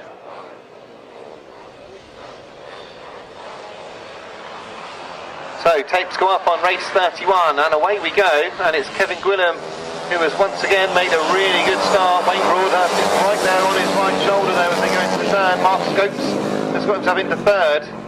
Luke Wicks is in that 4th place at the moment, keenly looking on to see what is going on in front of him. So Kevin Gwillam is the rider that took it to Ian Clark in both of the opening 2 rides. And now we can see that Wayne Broadhurst is coming under attack here from Mark Scopes. So the three of these riders are attacking each other here, and it's gone right up the inside. Wayne Broadhurst, he's gone right up the inside. They get very close in the middle of the corner. Wayne Broadhurst is absolutely locked together with Kevin Gwilym, but Kevin Gwilym has still got his nose in front as they go back into this pit corner. So this is a determined ride from Kevin Gwilym. He will not give up this lead easily. Mark Scopes has now been seeing what's going on, and he's now got himself back involved in this battle for the lead. Wayne Broadhurst just loses the back wheel a little bit coming off the turn, and Mark Scopes is now in battle with Wayne Broadhurst. Kevin Gwilym, having got himself a little bit of space in front. So there's one more lap to go for Kevin Gwilym. Mark Scopes is working hard on that outside. He's working hard to try and get himself round Wayne Broadhurst. He's quick in the middle of the corner, Mark Scopes, but Wayne Broadhurst seems to have too much. They are absolutely neck and neck as they go down that back straight. So into this final turn, there's no doubt that Kevin Gwilym is going to win this one, but the second and third is still being sorted out even as they come towards us here. It's very close on the line. It's just about Mark Scopes ahead of Wayne Broadhurst. Luke Wicks and Darren Sargent are very close as they come over the line as well. And then we've got Alex Kettering. And we're going to have a brand new heat winner here because none of these riders have managed to win a heat so far this afternoon.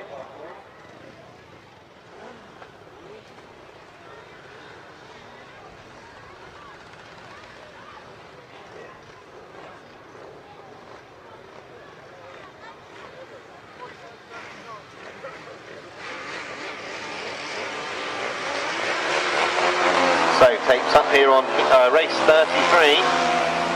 And it's very even from the inside. It's 4 or 5 outfits that are getting there together. Josh Penfold is the rider in the middle. They get together as they go into the turn. Josh Penfold is up the inside. Coming round the outside though is Danny Hill and Harry Hill. They get in front. It's close at the back as well between Tony Penfold and Billy Penfold. So Danny Hill and Harry Hill, they've led a couple of races so far this afternoon, but haven't led them to the checker flag, and at the moment they have got themselves in front, but they've got Josh Penfold and Dan Woodbridge giving them a really hard time. Joe and Jordan Holland are also all over the back of this crew as well, but now they seem to have missed the corner a little bit in that third place. So Danny Hill and Harry Hill ahead of Josh Penfold and Dan Woodbridge. Two young crews in this class. Joe Holland as well, another good young upcoming crew there in that third place. So Josh Penfold's got himself past Danny Hill. He comes across the front of him. That was a great move from Josh Penfold as they came past us. He built momentum off the banking, and now Josh Penfold leads. Danny Hill once again has lost the lead, and he doesn't seem to have an answer for Josh Penfold, who looks very, very quick in that first place. So there's one more lap to go here. Danny Hill, he's allowed the bike to run wide, he's allowed the bike to try and go round the outside of Josh Penfold.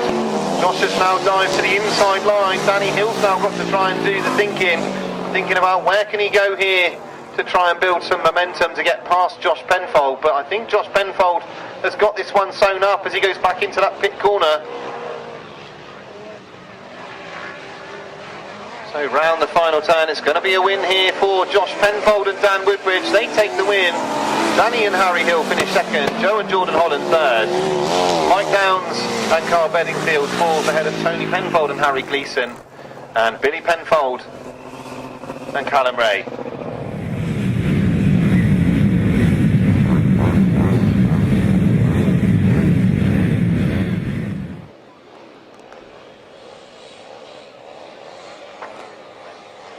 So the last rider comes into line then for race 44, the GT140 Solo Gold Cup final. The rerun and taped up, away they go, and once again Darren Sargent's made a good start. He made a good start the first time. Kevin Gwilym's made an even better one. Here's Kevin Gwilym who leads once again, and he will certainly be nervous after leading for 2 laps in the first running of this race. That is one of the Broadhursts that's got themselves into that second place. They're all together and squabbling over the minor placings. I can see Ian Clark going up the inside. He's in 5th at the moment, Ian Clark, so he's a way back. He's got a lot of work to do. It is Kevin Gwilym who leads. And they are together as they come past us. It is Max Broadhurst, Wayne Broadhurst and Ian Clark. Ian Clark dives up the inside of Wayne Broadhurst. He's now attacking Max Broadhurst. They get very close on the exit of the turn. Now Ian Clark gets himself into that second. He's left Max Broadhurst in that third, ahead of Wayne Broadhurst and Mark Scopes. So once again they are all together for that fourth and fifth. Kevin Gwilym is under tremendous pressure now from Ian Clark as they go into this third lap. Ian Clark's going round the outside. Kevin Gwilym loses the bike a little bit. That's lost him a little bit of momentum. Now Ian Clark leads. He's hanging off the back of that machine. So now Ian Clark gets himself in front. He straightens up a little bit in the turn. There's one more lap to go. He's had to fight really hard to get through Ian Clark. He's got Kevin Gwilym though still very close to him. Wayne Broadhurst and Mark Scopes are battling for that fourth place. And Mark Scopes has been forced wider than he really wants to be riding there. So into the cut turn for the final time. You've got to take your hat off to Ian Clark. He was well down the order in the opening lap. He's worked his way through. It's going to be a win for Ian Clark. He takes the win. Gwilym second. Max Broadhurst third. Wayne Broadhurst fourth. Scopes fifth. Sargent sixth. Sargent seventh. And Burton eighth. So a great ride there from Ian Clark, who had to work his way through the field to get himself up to the lead. Spare a thought for Kevin Gwilym, who had the race in his back pocket in the first running of the race, and he had it in his back pocket again for the second running of the race, but he didn't bank on the speed of Ian Clark. Ian Clark, the British champion, once again wins the GT140 class. He now adds the Gold Cup to his British Championship for 2023.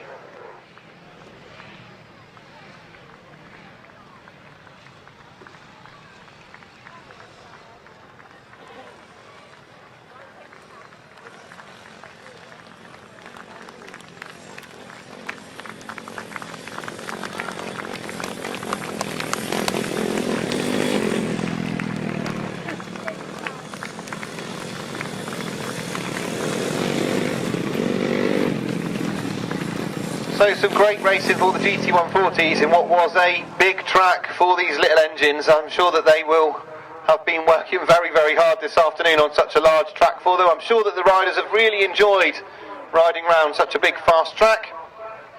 Give them a round of applause as they come past you. They've all ridden very hard this afternoon, but Ian Clark absolutely flying in that final, so determined to get himself to the front. Tim Kernock ought to be able to win this one. Jason Prynne is also on 34 points, so he's got a 6-point lead here, Tim Kernock, going into this one.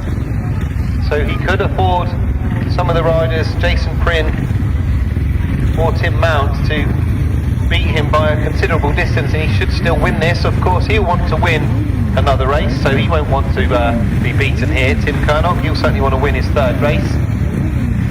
Jason Prynne and Tim Mount, they're tied at the moment for second, so whoever is the one that comes out in front this time will be second overall.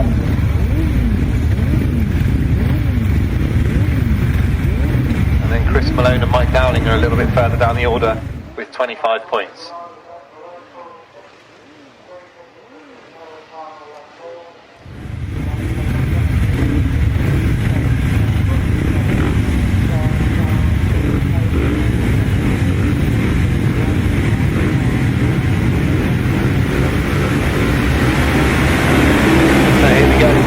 Leg of the upright solos, and Tim Mount's made a good start from the inside. Tim Kernock's made a good start from the outside. Jason Prynne's there as well. So all the main protagonists are there in that first turn. Jason Prynne's gone very wide. He's gone to go round the outside of Tim Mount, but again he's run out of space and he's allowed Tim Kernock up the inside of him. So these three are locked in battle as they go into that turn. Tim Mount's decided to go on the inside. Tim Kernock's just a little bit wider than him. Jason Prynne is really wide, and they are absolutely neck and neck as they go past us. After the first lap, they are completely tied together, and look at these three go for it. Tim Mount's now allowed Jason Prynne and Tim Kernock to go away from him a little bit. Tim Kernock's come up the inside. So tremendous racing here from the uprights once again. Jason Prynne on that wide line with the leg trailing action that we know him for. They are still neck and neck. Tim Mount's now been dropped off, but Tim Kernock and Jason Prynne, they're still neck and neck after 2 laps.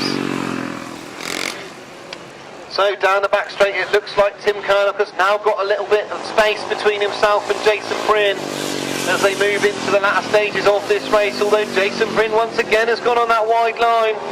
He's very quick off the banking on that wide line. There's one more lap to go here for Tim Kernock. Either way here, Tim Kernock is going to be the winner of today's competition, but he will want to win this one. He's now got a nice gap between himself and Jason Bryn. I think Jason has now settled for that second place.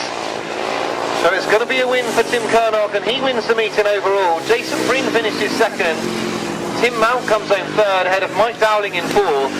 Chris Malone finishes fifth. Martin Adams in sixth. And Tom Waddell comes home in seventh.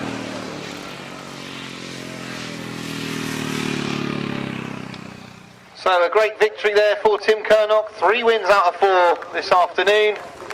He certainly made sure that his trip down from Worcester has been well worth his effort this afternoon. Tim Mount's been riding very well. Of course, he had that win earlier on, so a great day's racing for him. Some brilliant racing from the uprights once again.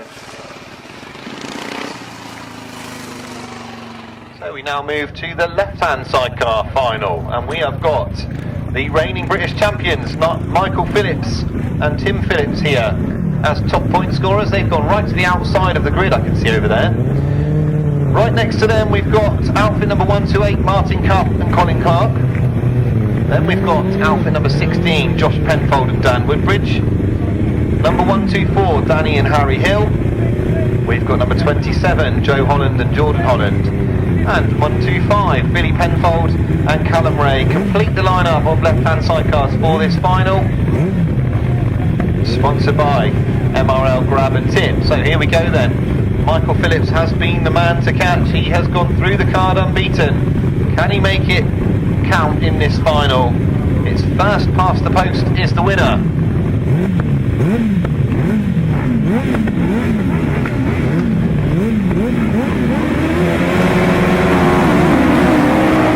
Tapes up, away they go, and Michael Phillips has made a good start, but Martin Cuff and Colin Clark have made an even better one. It's Martin Cuff and Colin Clark and Michael Phillips are heading to that turn together. Joe Holland's gone across the corner, it's got very close in the turn. Josh Penfold's tucked up the inside, it's Martin Cuff who leads. Josh Penfold's got up the inside of Michael Phillips, who slows in the back straight and allows Joe Holland past him. So Michael Phillips has got a lot of work to do from this point, and he's tipped the chair up and dropped his passenger. So problems for Michael Phillips. He does get the bike stopped in the catch fence. The red flags are out. His passenger fell very awkwardly. So red flags are out. We all slow down.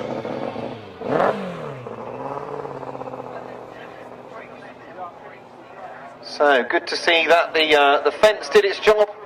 Fence has stopped. Hopefully Tim on the back of Michael Phillips. I can see that he's up, so that's good news. He looks like he had a really awkward fall there. Just picked the chair. Outfit number 24, Terry Saunters and Carl Pugh. Outfit number 15, Matt Fumarola and Andy Wilson. Outfit number 991, Michael Austin and Vinnie Branch. Outfit number 92, Paul Whitelam and Richard Webb. And outfit number 20, via the B final, Dale Fish and Jordan Fish. So this right-hand sidecar final, certainly Mark Cossar and Gareth Williams are going to be the ones to stop here. The tapes go up, away they go, and Terry Saunters has made a good start. Mark Cossar has made a good start too. It's Terry Saunters and Carl Pugh who lead it to the turn. Mark Cossar immediately is going round the outside. He stopped quickly. It's Terry Saunters who leads. Mike Cossar up in the back as well. So it's Terry Saunters who leads, and Mark Cossar's gone up the inside of him in the banking. It's getting close. It's very close. They come on that turn. Terry Saunters and Carl Pugh. They've got a narrow lead ahead of Mark Cossar at the moment. They've got to try and make themselves as wide as they possibly can.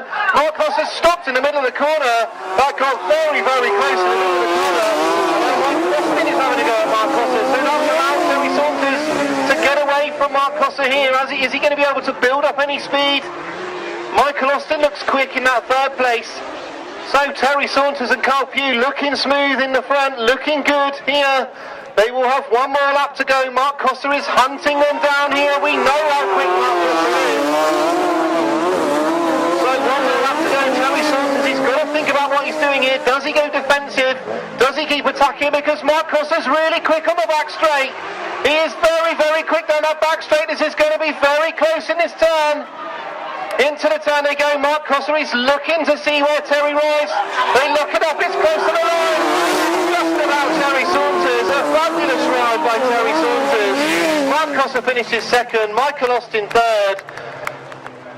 Well, we don't see it very often. The all-conquering Mark Cossar. Things went wrong in the race, and Terry Saunters, a brilliant start. Terry Saunters and Carl Blyth, they take the win. They take the scalp of Mark Cossar and Gareth Williams. A fantastic right-hand sidecar final. Give them a round of applause as they go past. Some brilliant racing this afternoon.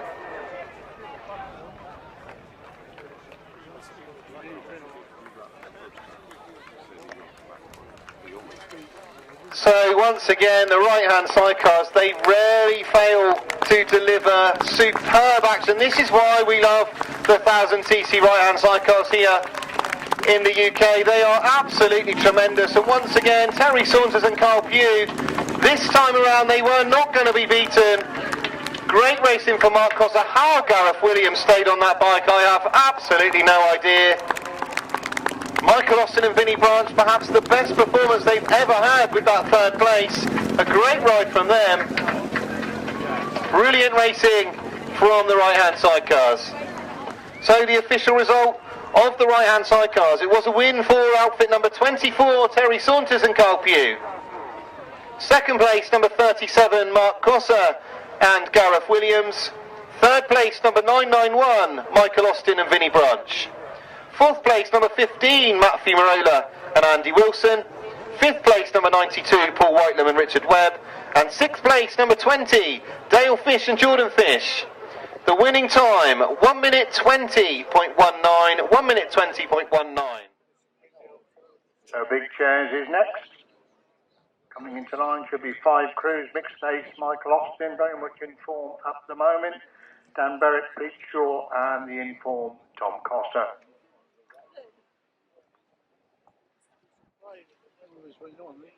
Mixed stage on the inside, Michael Austin next to him, then the gap. And we got Dan Berwick in gate 4, Pete Shaw gate 5 and Tom Cossar on the outside of the 5 crews for race number 2.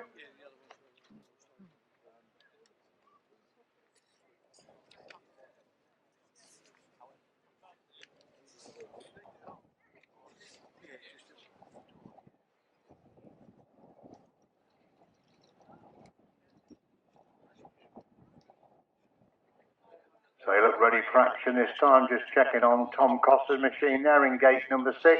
That looks to be okay.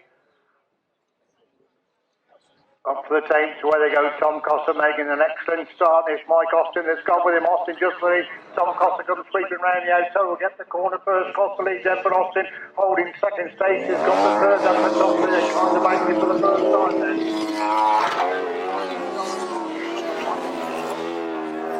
Banking on the pitch corner on lap number 1, Cossar riding mid-track. Austin's gone a little bit wider there in second place as Cossar leads it, but Austin holding second place. Dan Berwick's gone through in the third, mixed stage stock back to 4, Pete Shaw in 5, that's the 5. Cossar's getting away with the man in 4, that's the moment. Closing up there in second place, Richard. So they complete that lap then. Tom Cossar leads it, but a wide riding Mike Austin has got all that. It's gone completely over there. Pete Shaw has gone completely over while in 5th place. Number 5. And Pete Shaw has turned it completely over there on that fifth corner. 2, putting number 66, Kevin Williams. And delete 25. And putting number 20, Bradley Phillips.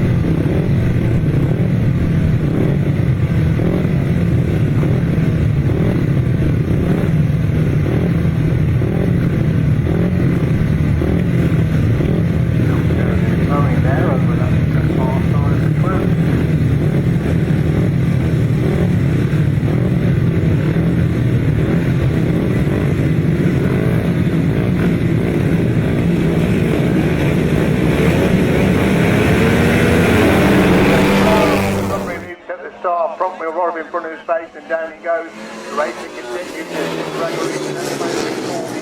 First time as a red flag as they come to the bank.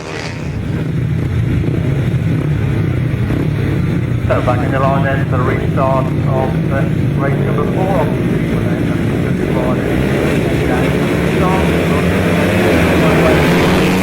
Away we go this time. Tim Greg again has made a good start, starting to work his way to the back. He goes and the bank in 4 the first time.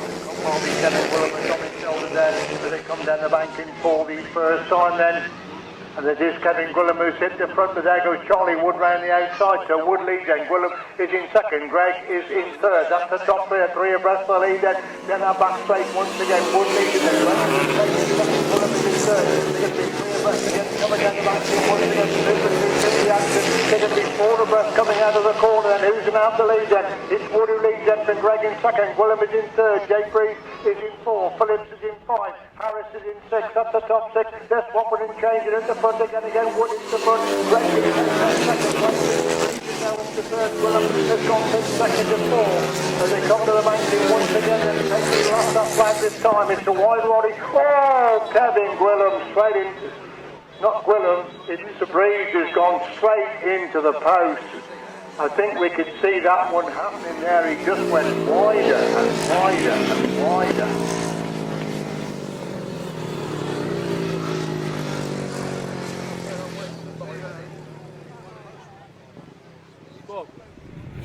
Alright, they come there for race number 5. Another good heat of 250 action.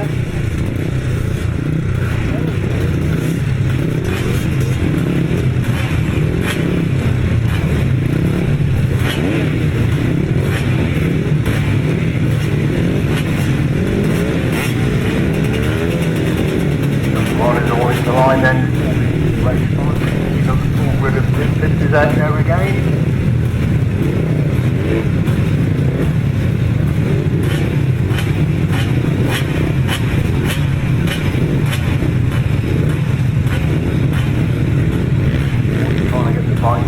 Trying to get the bike started, he's pulling back off the line, the little one breaks ranks over there.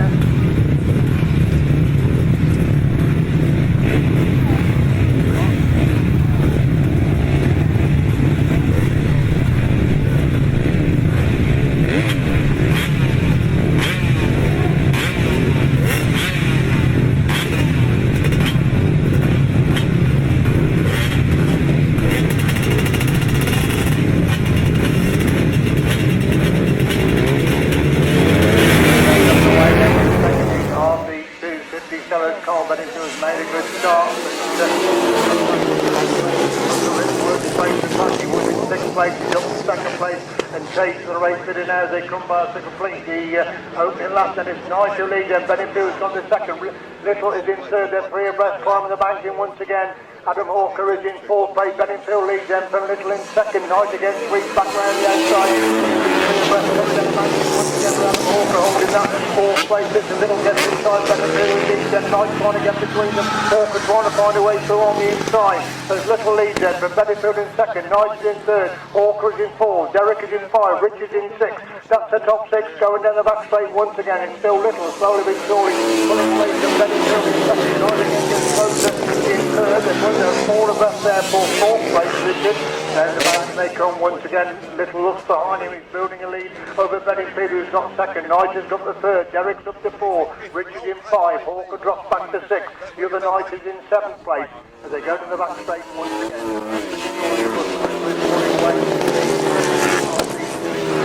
Benningfield having a good ride, holding that 2nd place position. 2nd flag down. Little wins it. Benningfield gets 2nd. Knight in 3rd. Derek in 4, Richard in 5, Hawker in 6, Harrison in 7, and Knight in 8th place. 26, 33, 41, 34, 247, 108, and 229. The lead of the 57, Kevin Gwilym is for Kenzie Cossy, and Bradley Phillips is for Lewis Hughes. The lead number 3 up to race number 18 on the drive SA 18 Grand. So where we go. looking for Tim Gregg to make his customary quick start. That's exactly what he's going to get. Second place, Walker's trying to get round the outside to go through into that third place. Richmond all bunched up for all the places coming off the bank for the first time. It's Tim Gregg leads him. Bedingfield has got the second. Russell Little didn't make the best of starts. He's worked his way up to fourth and looking to improve upon that fourth. Kept the third place, and Russell Little goes between two riders to make that third place. His own sense about chasing Bedingfield. They're fourth for second place at the moment. As Gregg leads them, and Bedingfield in second. Richards is now gone for the third. Little gets back through on the inside, and Gwilym follows him through. Richards again back round the outside, goes back to fifth to third. Super action from on the place. As Gregg leads them, Bedingfield in second. Richards got the third. Little gets back inside Richards to move back through the third place. And almost clear abreast for second place now. As Gregg still leads them. Bedingfield in second. Little's in third. Richards in fourth. Gwilym in five. Hawker in sixth. Derrick and Little has caught the back wheel of Tim Gregg, and he's come down. That's interfered with Tim Gregg. They're under yellow flags. Look, the Richards is in the front. Gregg trying to come again. Gets back through on the inside. Another Ventress is the heat of the 250 solos. Gregg on the inside. Richards on the outside. Richards wins it. Gregg gets second. Bedingfield is in third. Hawker in fourth. Derrick in five. Gwilym in sixth. And the final rider across the line is number 65. It all happened there with Russell Little catching the back wheel of Gregg. That brought him down and slowed Gregg up, and that gave Richards his chance to get round the outside. But some super action there in that heat of the 250 solo.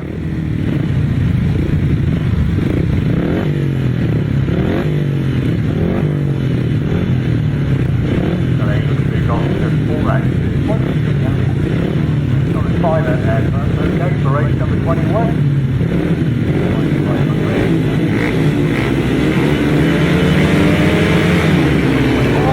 Somebody's gone put down again and got it down very quickly. The rest of them have got away then.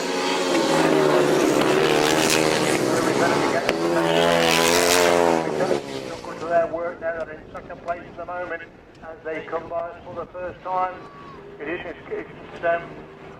Let's get this right. It's Sean Hughes and Louis Bennett who completely missed the start. That's the second time they've done it. Now they've really got to work overtime now. In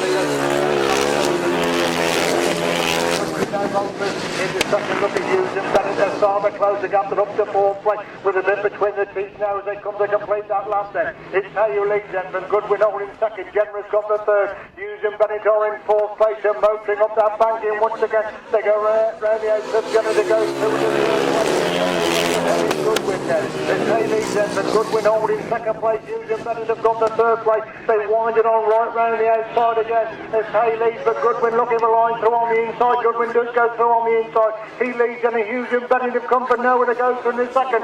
Can they get to Goodwin after giving everybody birds to left? Once again there with a second place. Goodwin's gone wide. Hughes trying to come back through up the inside. A race for the line. Who's going to get it? And Hughes, I thought Hughes had got it, but Goodwin came late, and I really couldn't separate them as they came across the line. It looked as Hughes had got it just enough, but the speed of Goodwin round the outside. But what a fabulous effort again there by Hughes and Bennett. Next race, another heat of the 350 solos.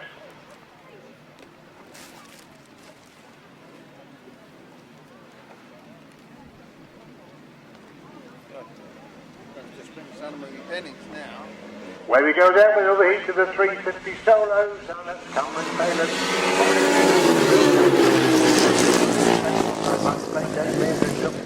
To the second place Richard. And a bit of a moment then again for Cameron Taylor, who leads then from Mears in second. It's Andrew Whittaker gone for the third. Gareth Williams is in fourth. Whittaker looking for more this time after engine Taylor first place. Taylor leads and Whittaker in second. Mears in third. He's got in fourth. Whittaker's really wide again. Has he got problems? Again, now he's rejoined the race but lost two places. Looks to be struggling coming out banking on the far side then. As Taylor's clear at the front then for Mears holding second. It's got in third but Whittaker back down again. But that's two of the places. Taylor looking to make it 2 to 2 and 8 to 350. Taylor clear them. The Mears holding second. Hitmon in third. Whitney again trying to come back round the outside. These two locked together for third and fourth places. This is where the main accident is for third and fourth. Whitney again winds it on. Comes back inside. Hitmon to move through in the third. As Cameron Taylor's got it completely thrown up to the front. Taylor makes it 2-2. Mears picks up the second place. It's still on to third place. Hitmon comes again. Whitney gets third. Hitmon is in fourth.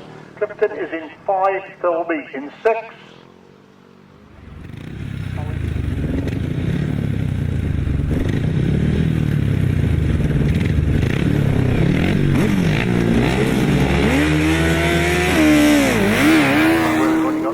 This time, so they're falling like flies in the seats of the left-handers. Start, and then the race leader over on that far side. It is Tommy Penfold who leads then for number 25, Tony Penfold. So Tommy Penfold leads it. Tony Penfold is in second. It's a good match race between them. Tony Penfold trying to get through on the inside, but Tommy just avoided back. Tommy trying to get back through again, but actually this match race between the two left-hand sidecars down the bank, and they come once again then. It's Tommy Penfold. There's a little bit of a gap on the inside, but Tony decides to go for the outside line. Watley trying on the fifth corner again. Tommy Penfold on the inside. Tony Penfold's going right round the outside. He's come alongside him. They're locked together the first and second, but Tommy comes again. Tony still holding that second place, just a couple of points between them. Down the bank, and they come once again. And this time Tony's trying to squeeze through on the inside, but Tommy just a little bit too quick round the outside. They're still locked together. Super action between these two in the match race for the left-hander. Tommy's gone wide and Tony gets through this time. Tommy went left a gap there and Tony was clever enough to get through it. So Tommy Penfold holding that second place. Only two of them in super action this seat on the left-hand side cars, and they race for the line then. It's Tony Penfold who picks up the winning ride. Tommy Penfold in second place. 25, sponsored by SA Eggleston Groundworks.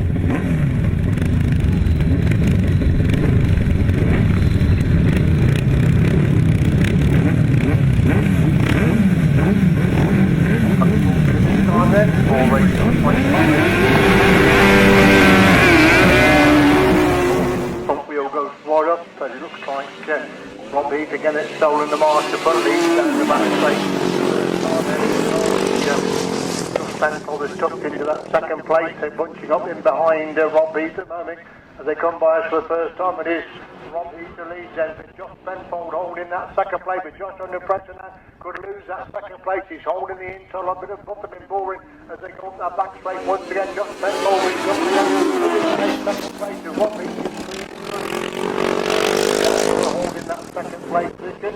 We'll pick them out again as they come to complete that lap then. Heath is the lead for Penfold holding second place. It's 98 Michael Phillips in back who's got the third, with Downs back in fourth, along with Steve North. As they race down the back straight once again. Rob Heath looking to make it to this two and these. Well, at the front, still Josh Penfold. Second one, trying to make a move to go through in his second. Penfold's gone wide. A chance for Phillips to get through on the inside, and Phillips does go through on the inside. They're on the last lap this time then, with Heath the clear leader then. Phillips holding second place. Penfold is in third and trying to come back into that second place. There's a little gap on the inside of Penfold, trying to get through that gap as they go down the back straight for the full time. Robbie's going to make it through this two and they hit up the left-handers. The race is still on for second and third. Phillips is going to hang on to second. Third. North is in 4. Downs in 5. Kelly Booth in 6th place.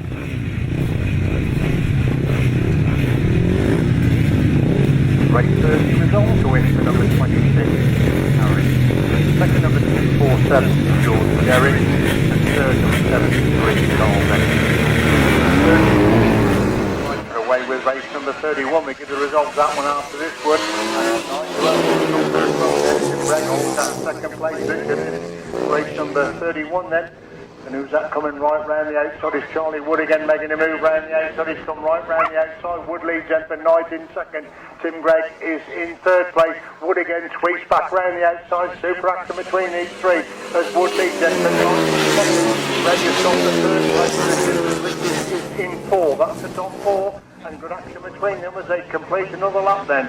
Wood the clear leader then, for Knight holding second, Greg trying to get through on the inside to move through into third. Richards is in fourth place. And again they swap places for second, third and fourth. That's 11 Wood well clear the front then. Knight's got back front Greg to move back to the second. Greg again will come back through on the inside as they come to the banking once again. Wood is now cleared the front onto his last lap then.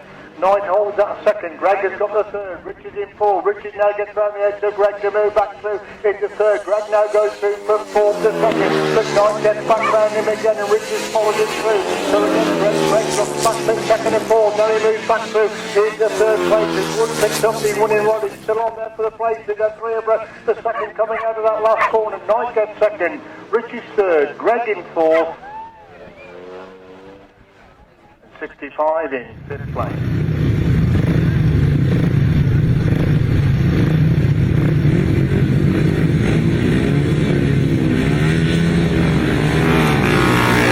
Much cleaner start this time then, because Smith has got a cracking start leading down the back straight. Scrapper on for second and third place. They're going to be three abreast coming out down the bank and then coming through to complete the opening lap then. But it is Smith who has the advantage then. Hogg who's gone through in his second. Goodwin is in third. Hooker next come off the back of Hay there, so he's quickly on his knees there. Looks like the race is going to continue with this water. Red flag is out. Red flag is out again. We've got Hooker next on the middle of the track now, slowly but surely getting to his feet. It looks as if he's okay.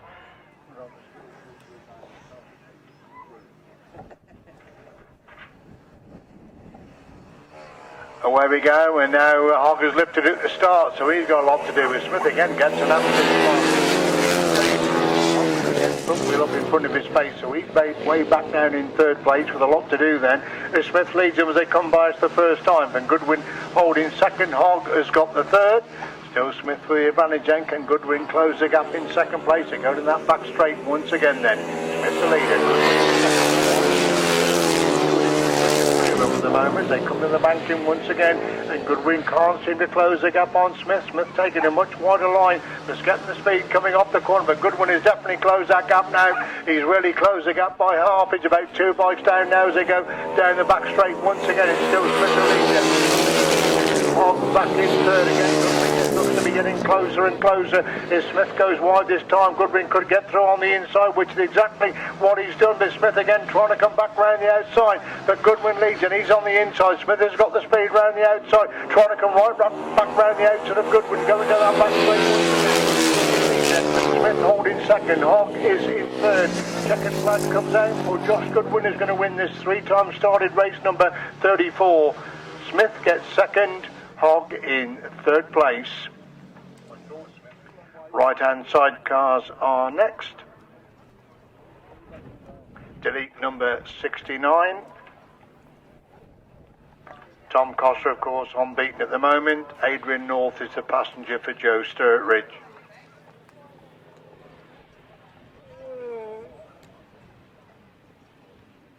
Four crews on the line for race 40.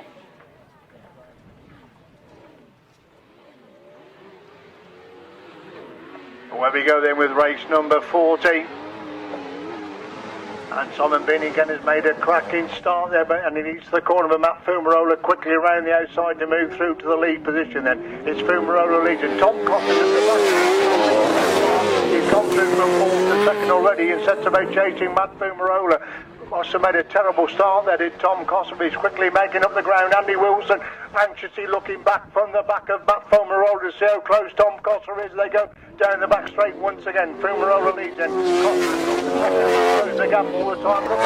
That's the trap going down that back straight and into that pits corner. But still Fumarola with the advantage. And Tom Cossar taking a much tighter line. Can he maintain the speed as he chases up to Fumarola once again? He's 2 bikes down now as they climb the bank and over on that far side down the back straight. They go.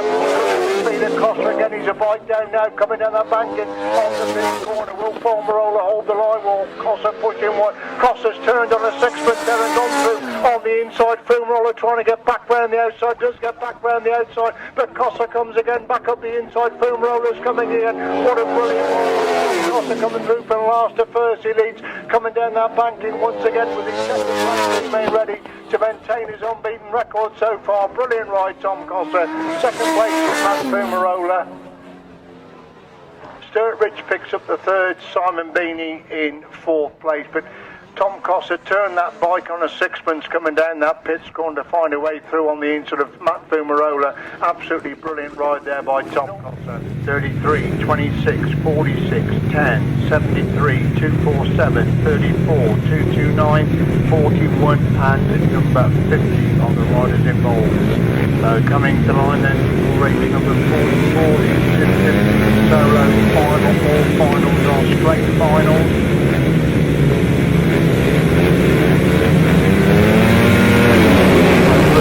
Away they go, then who's going to get the drop?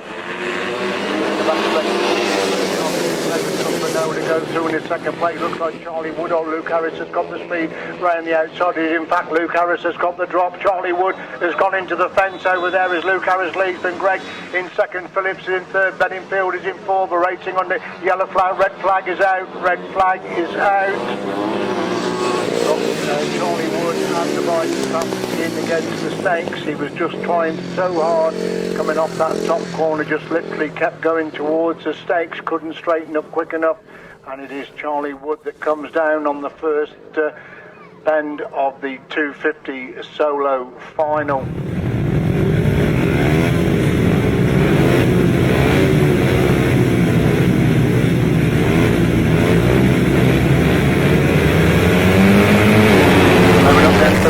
Of this 250 solo final, and it's Luke Harris against medical start.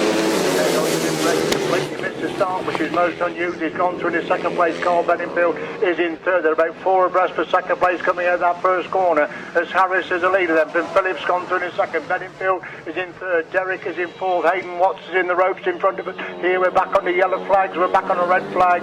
We are back on a red flag again. Hayden Watts, again, one of the youngsters out of intermediates, first year in the 250s, has gone into the ropes almost in exactly the same place, just simply trying too hard in these finals. They are last year's inters. They're desperate to impress in the 250.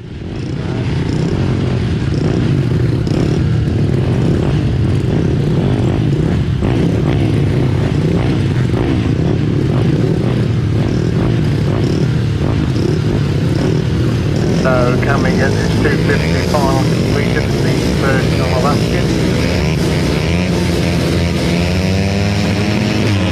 Off the rotation, so where we go then. And again, it's Luke Harris has made a good start there. Well, he's back into third place. Looks like Knight has gone through on the inside to move through in second place, but Harris is his sweeps round the outside of that top corner. Harris leads then for Knight, who's gone through in the second. Phillips is in third, Derek is in fourth, Bedingfield in five, Greg in six. That's the top six. They go to the back straight once again then. Harris has stolen the march up the front then.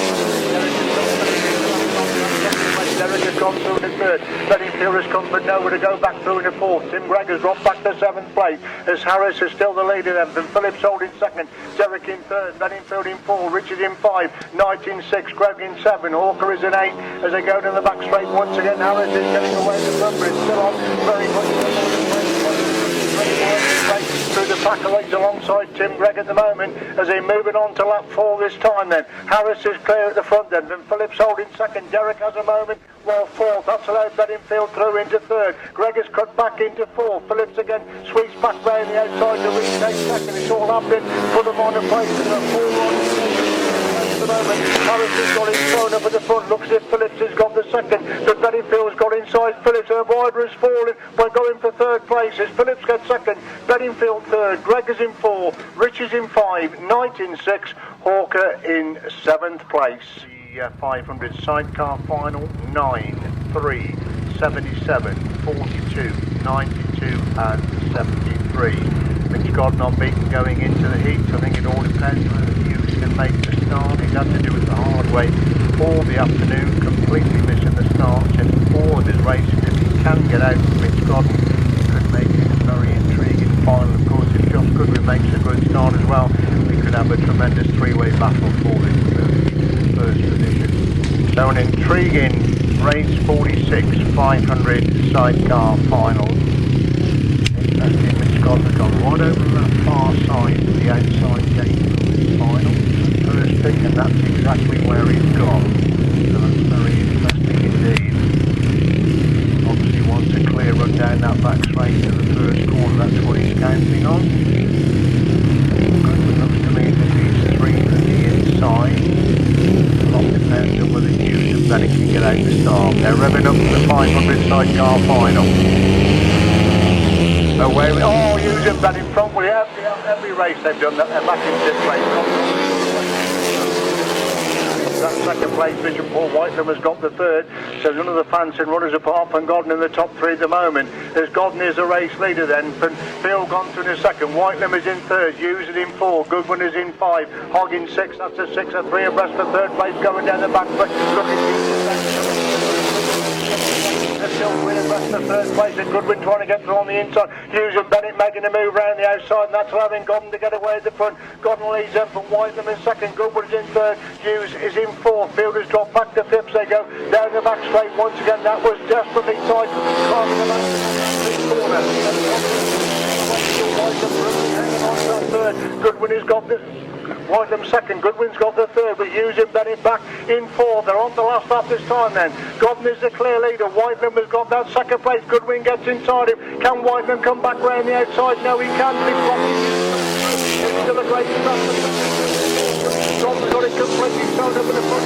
Speed of Hughes and Bennett again. Right round the outside of that top corner as Mitch Godden gets a winning ride. Goodwin gets the second. A race for line. Whitelam is third. Hughes and Bennett 4. Field in 5, Hogg in 6th place. So an unbeaten performance by Mitch Godden. He's won the heats, he's won the final as well. But Hughes and Bennett again, right up in the air at the start. They got away in 5th place, and you cannot give somebody like Mitch Godden a big start like that. They battled through, but they just left themselves too much to do after another dreadful start. So race 47, 500 solo, final 669, 202, 26, 17, 20, 45 and 47.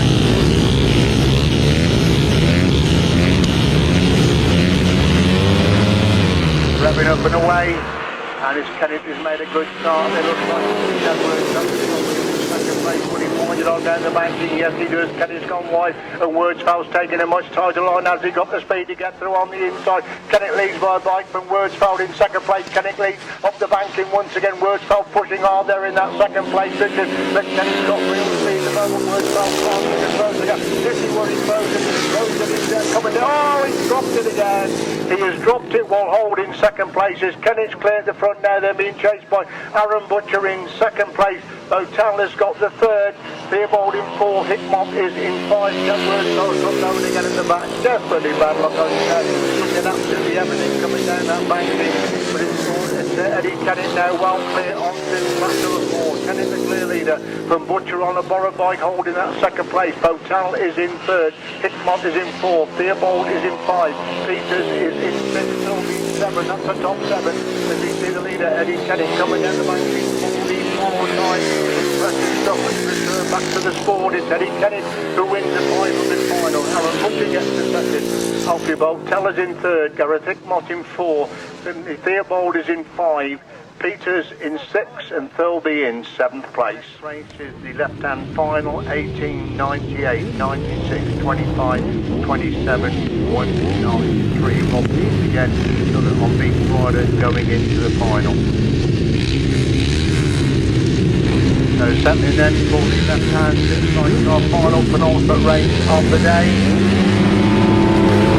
Off the tapes, so where they go, looks at me that Peters got away and Penfold's gone away with him. That's the top 2 as they go down the back straight. 41st time Penfold going for drive round the outside of that bank and cutting back for the inside run, but it's Heath that leads in from Penfold holding second. Phillips has got the 3rd place position. That's the top 3. Heath leads them from Penfold in second. Phillips trying to find a way through on the inside, almost got through on the inside.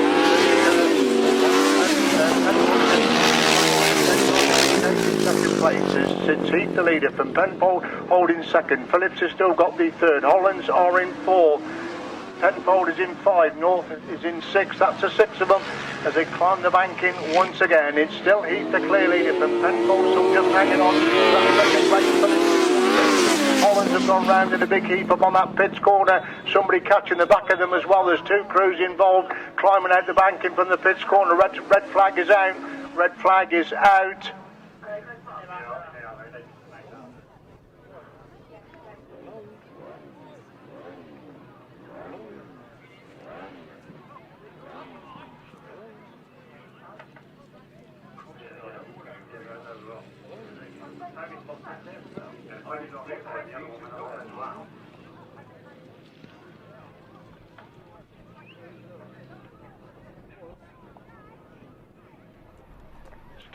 So it looks if they're starting to reassemble then to get this big sidecar final away at the second time of asking.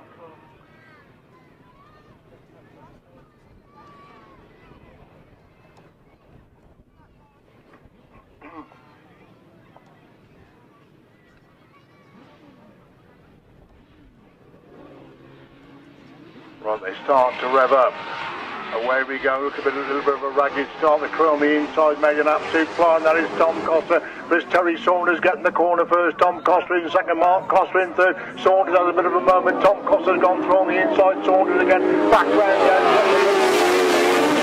They're going to be three abreast coming down the bank in with the first on the two Cossar with Terry Saunters tucked into third place. Saunters cuts back for the inside run to try and get inside. He gets inside Mark, but he can't get inside Tom. The Saunters now gets inside Tom. Tom again squeezes back round the outside then. It's Tom Cossar leads it. Saunters trying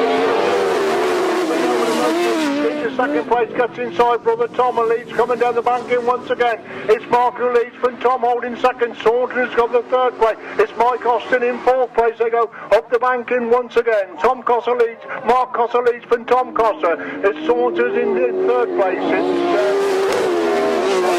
back in fourth. It's come to the bank in once again with the last lap flag being made ready. It's Mark Cossar leads a big chair final from brother Tom, who has got the second place. Terry Saunters is there in third. Dale Fisher's now gone through in the fourth. Mike Austin relegated to 5, and Tom Cossar inside. Never coming down Yes, Thomas stolen a march on Mark. He's pushed Mark White coming out of the corner, and Tom Cossar wins it. Tom Cossar wins it. Mark Cossar gets the second. Terry Saunters is in third. Dale Fish in 4. Mike Austin in 5, Matt Fumarola in 6th place, and Tom Cossar came from absolutely nowhere there. It looks as if Mark had got it sewn up, then suddenly going up the back straight for the full time. Tom gave it absolutely everything. He managed to squeeze inside Mark. He held his line on the inside of that pits corner. He pushed Mark wider and wider and wider coming down the banking, and it's Tom Cossar who's stolen a march and won the big 1000cc sidecar final this afternoon. So show your appreciation. As always, an absolutely brilliant final for the 1000cc sidecars. But it's younger brother Tom that's stolen the honours today with a superb move on the final corner. Tom Cossar was standing passenger Carl Blyth around on their lap of honour. We've got Tom Cossar who has won the event. He's delighted about that. Dale Fish, another tremendous performance again from the Fish lads. Terry Saunters there or thereabouts in that final along with Liam Brown and Matt Fumarola and Andy Wilson. But what a brilliant final that was, and what an absolutely super. Mike Austin has welcomed round on his lap of honour. He's lost his sidecar spoiler wheel there, but an absolutely superb 1000cc sidecar final. And we are just waiting, I think, for one more rider who is coming out now, making their way over. So we've got Adam Hawker, Stuart Bridges, Kevin Gwillam is the rider that's coming into line at the moment, Carl Bedingfield, Luke Harris, Jeff Urban, Jordan Derrick, Shane Knight and Chris Simmons.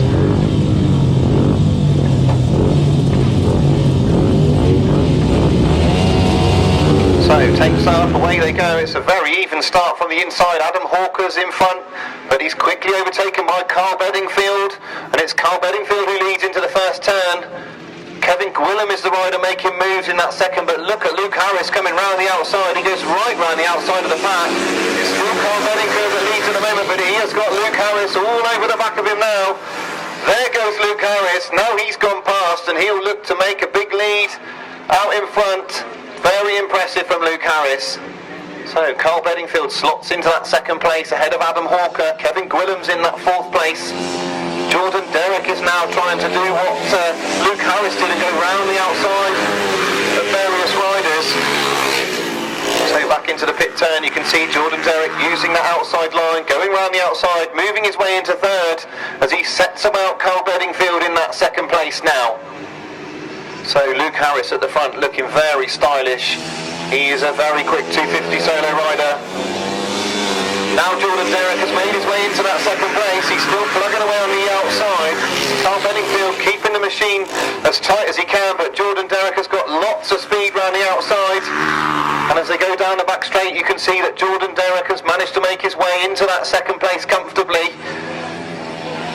So this race 2 is a win for Luke Harris, number 26. Jordan Derrick finishes second, ahead of Carl Bedingfield in third. Kevin Gwilliams just takes Adam Hawker on the line for fourth. Richie Knight finishes sixth, and Stuart Bridges in seventh. Right, of course, this competition here, the 250s, will come down to a winner-take-all final at the end of the day. So it's all about getting yourself into the top 8 to get into the final. So away we go here with race 16. Tim Grigg has made a good start. Carl Bedingfield and Adam Hawker are there too, looking for Luke Harris. He's right in the back in the traffic at the moment. And he's going to have to pick his way through. It's Tim Grigg who leads. Max Derrick has come round the outside. A good first turn from Max Derrick, who continues to ride wide. He's now gone round the outside of Tim Grigg. It's Max Derrick who leads, but Luke Harris goes round a lot of them. So Luke Harris has gone round the entire pack there, and he now leads down the back straight. Max Derrick's in that second, Tim Grigg's plugging around the inside. There's real action for this second place. Now Max Derrick has got himself a little bit of space between himself and Tim Grigg, although Tim Grigg is still plugging away on the inside. Adam Hawker's there with him, rider number 50. So some great racing for the first couple of laps here in the 250s, but look at the speed of Luke Harris. He is looking very, very good. He's got one more lap to go here. Max Derrick has secured that second place, and Tim Grigg's looking good in third, but Carl Bedingfield and Adam Hawker are battling for that fourth place at the moment.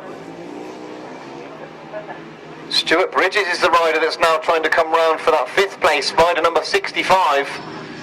So all sorts of changes lower down the field, but at the front there's absolutely no doubt about it. It's 26 Luke Harris who takes the win.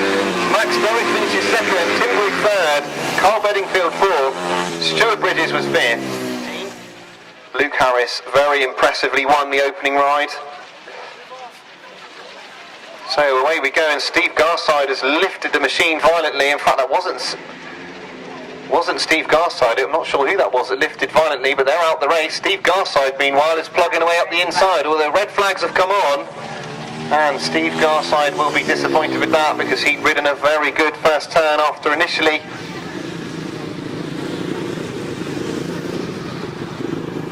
I decided to make sure that he'd fallen off, but it wasn't him, it was David Hollingsby that fell from the machine at the start. So, race 25, the right-hand sidecars, the 1000cc right-hand sidecars. And we have got Trevor Heath and Sam Heath, first heat winners, coming into this one in gate number 4.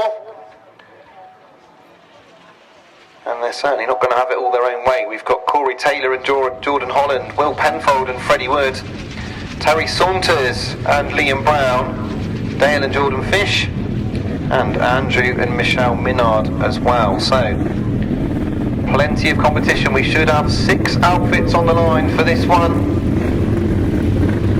Just having a look, we're just waiting for Trevor Heath. So that is the 6th rider, or the 6th crew coming to the line for race number 25.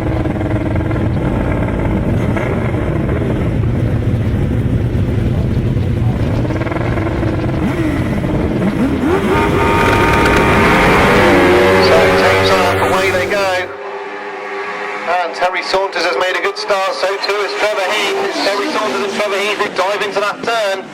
Trevor Heath is up the inside of Terry Saunters as they get into the middle of the corner. But it's Terry Saunters who leads as they go down the back straight. Trevor Heath in that second place. Dale Fish is the rider in third, ahead of Will Penfold in fourth. So Terry Saunters and Liam Brown looking good in this one. Of course, they were second in their opening ride. Heath has gone very, very wide in the turn, and he's allowed Dale Fish up the inside. He hit a bump going into the turn and completely missed the corner, but he's now got himself back into that second place. It has allowed Terry Saunters and Liam Brown a little bit of breathing space at the front. As they come down this straight, Dale and Jordan Fish getting filled in as they come past us. Andrew Minard goes past Corey Taylor for that 5th place in a really good move at the back. Right at the back, they are fighting over that 5th place. But at the front, Terry Saunters and Liam Brown looking very, very good here. Trevor Heath has got Dale Fish all over the back of him for that 2nd place. I think Terry Saunters has got the win sewn up here, but Dale Fish is really looking determined in that 3rd place. Is he going to have a go at Trevor Heath on this final corner? He knows that Trevor Heath knows how to ride the tight lines. He's backed off a little bit to try and come up the inside of him. He's turned hard as well. It's close in that 2nd place. Terry Saunters takes the win. Trevor Heath just clings onto that 2nd. Dale Fish in 3rd.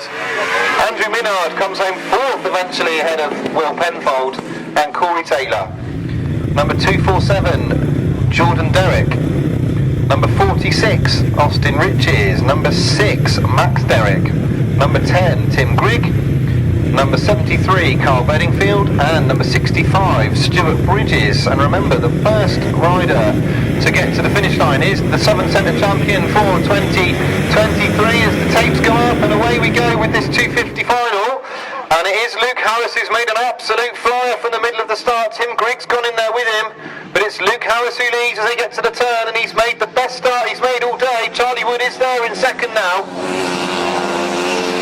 Austin Riches is the rider who's goes into the 3rd ahead of Jordan Derrick. Tim Grigg and Carl Bedingfield are plugging away up the inside.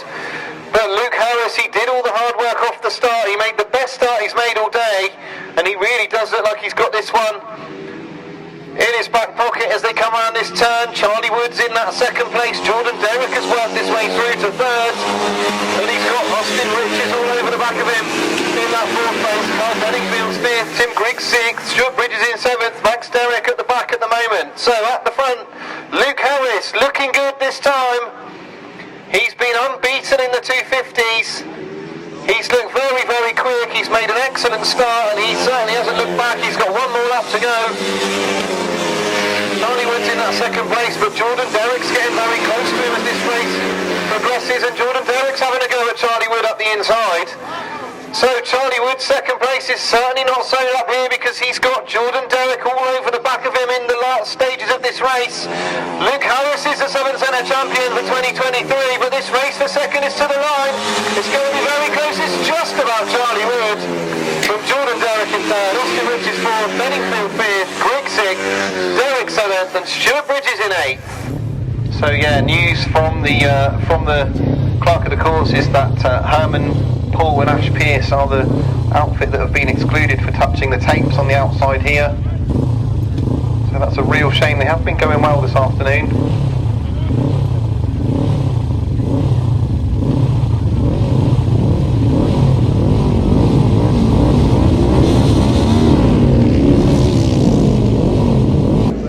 And it's going to be a very important start for all of these riders. Mark Courtney's made the start. Brian Hatch is in there in 2nd.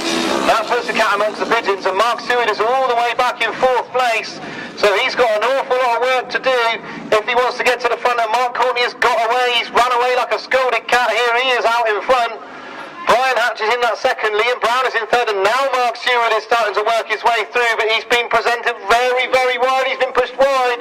He's had to turn up the inside. This is going on. Mark Courtney and Leon Torres are able to get away from the pack. Brian Hatch is causing all sorts of problems on that inside. People just cannot get past him now that Mark Stewart goes up the inside. That's a great ride from outfit number 71. And they set about chasing Mark Courtney and Leon Torres. They haven't got long left to do it though. Brian Hatch is still working hard on the inside of Liam Brown and Frankie Courtney. A great race here for this 2nd, 3rd and 4th. And now Liam Brown is attacking Mark Stewart for that 2nd place. They get close on the back straight. So Mark Stewart and Terry Saunters in that 2nd, but they've got Liam Brown and Frankie Courtney working very, very hard behind them to try and get past them. They are absolutely locked together as they get back down onto that bottom corner. Mark Courtney and Leon Torres have only got one more lap to go. Once again, Liam Brown's up the inside. He's going to have a look up the inside of Mark Stewart. They're going to be very close going into this final corner. There's absolutely no doubt about the winner. It's going to be Mark Courtney and Leon Torres. They're going to take another win. But Mark Stewart and Terry Saunders have had to work really hard and they take second. Liam Brown in third. Brian Hatch fourth. Fabulous racing in the final of the old and new sidecars. But what a victory for Mark Courtney and Leon Torres. They made the step line on gate 1, Rob Bradley on gate 2, McStates gate 3, for Whiteman 4th, Delfish 5, Terry Saunders on the outside then, for this second of the big chair action.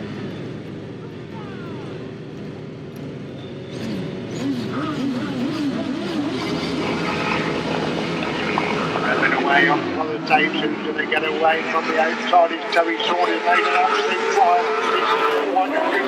They're in second place. These boys have gone through in the third. Rob Bradley trying to find a way through to go to the third. The Fisher trying to get round the outer wide. Them good scrapping off the second and third. But Terry Saunders has stolen a march to the front. He leads then from Whiteman holding second. Fisher got the third. Bradley trying to find a way through on the inside to go through into that third place. But Saunders still leads. Fisher's got the third. Bradley again making a move on the inside. Can he drop it inside the pitch to go through into third place? No, he can't at the moment. And Whitelam's closing the gap on Terry Saunders going down that back straight once again. Still Saunders leads him from Whitelam holding second place. Fish in third. Bradley is in fourth. Whitelam looking for the inside of Terry Saunders and Terry Saunders. Outside line, and Bradley's got inside Fish to move from the third. Super move there by Rob Bradley, chasing after Whitelam now as they go down the back straight once again. Saunders getting away the front, then Whitelam holds second. Bradley in third. Fish is dropping back slightly in fourth. They go into that pitch corner once again. It's Terry Saunders going to lead them on the last lap. Bradley has got inside well, the best in there. Bradley has come through from fourth to second. Whitelam goes back round the outside. Bradley comes again back up the inside. Super action between these two as they go in the back straight once again. And Bradley's hunting down Saunders now as they go into that pitch corner for the final time. It's Saunders who leads them, but Bradley holding second place position. Terry Saunders gets in line. Bradley is in second. Whitelam is in third. Fish in fourth. Bly is in 5, Stace in 6th place. Super action there, and Rob Bradley's shown he's lost none of his skill there, battling through from 4th to be a super second in that race. Super action there in race number 5. Excellent win there, number 24, Terry Saunders, Liam Brown. Second with a magnificent ride there, number 87, Rob Bradley and Robbie Simmons. And third, number 92, Paul Whitelam and Richard Webb. 20. 30 and 18. So 24, 87, 92, 20, 30 and 18.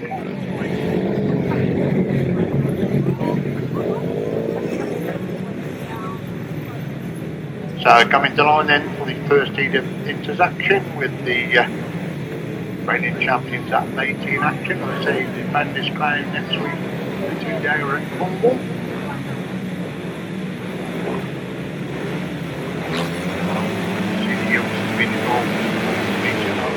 On the tape, who's going to get away. They've got the back straight the first. I think that late is completely missed the start. Looks to me he's got to battle his way through. Yes, he has. There's going to be a big sword out coming up on that top corner that they come into for the first time. They're 2 abreast on the exit from the corner. Pick them out. They come by us for the first time. In third, Max Derrick is in 4th place. That's the top 4. They go up the back straight. Could be a change to lead for the super scrap at the front. Ashton Bell now coming under pressure from Hayden Watts. They go into that top corner once again. Watts again winding on right round the outside. Bale holding on to the inside line. Watts got round the outside. Yes, he has.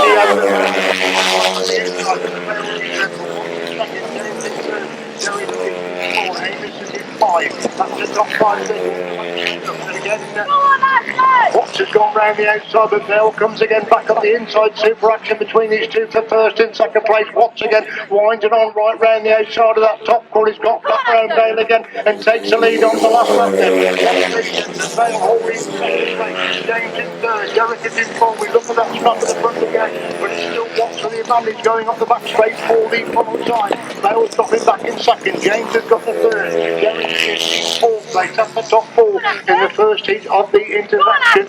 Looks if Bales out, looks if Watts is going to take the victory in his first heat of intermediate. Watts it is.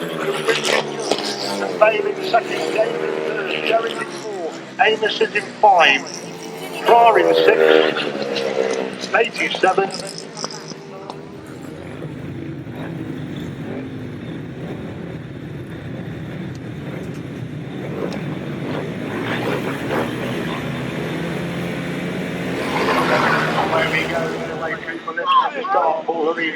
The quickest he's the leader. Cameron Tenner's got away in second. Jack Roberts is working his way to the back. So Scubaman coming through into fourth place. This is Paul Hurry impressive winner. First time out, he's still in the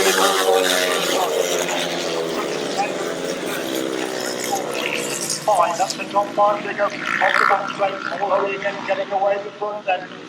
It's still Taylor having a good ride there in second. Roberts has got the third. Cooper in four. Winston is in five. That's still the top five here, but it's between that 5 second lead.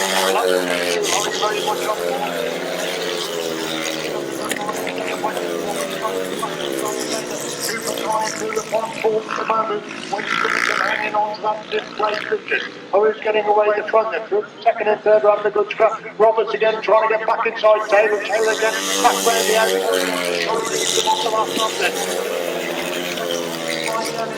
Roberts again to the back inside Taylor. Back round the outside. To retake second place. Roberts going to get the third. Cooper getting a little bit close in fourth. He needs to score more heavily in fourth place this time again. Roberts gets inside Taylor. Can Taylor come back round the outside? Hurry wins the place to make it 2-2 a race. Roberts gets second, Taylor in third, Cooper is in four, Winterton in five, Scott in sixth, Laker in seventh place. Interesting, some of the passengers there clearing the groove. You see young Robbie Simmons clearing the groove there for Rob Bradley, and Fisher clearing the groove there for his driver. So is Carl Blyth for Colin Blackburn. So another intriguing heat to the big chairs, race number 13.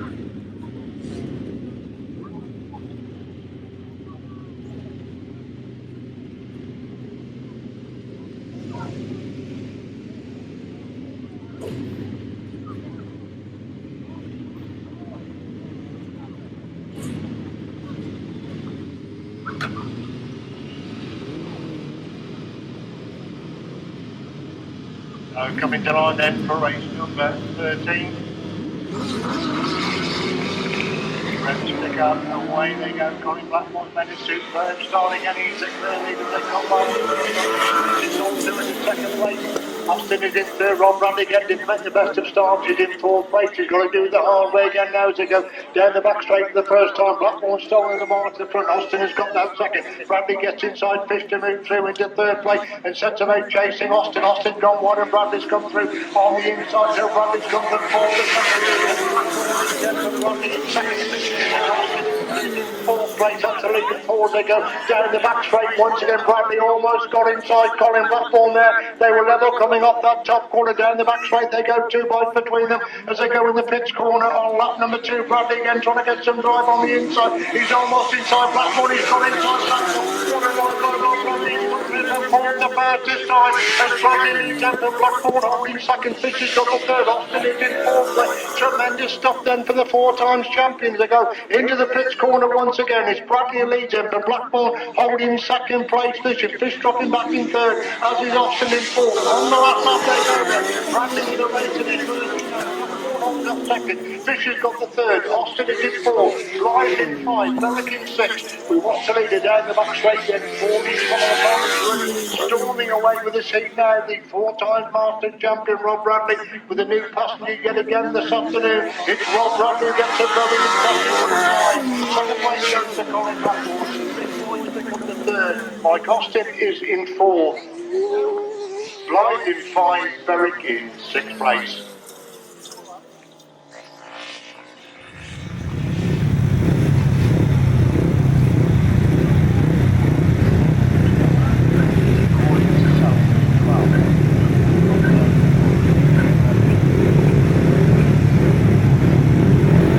Combination races 4 and 5, 250 solos.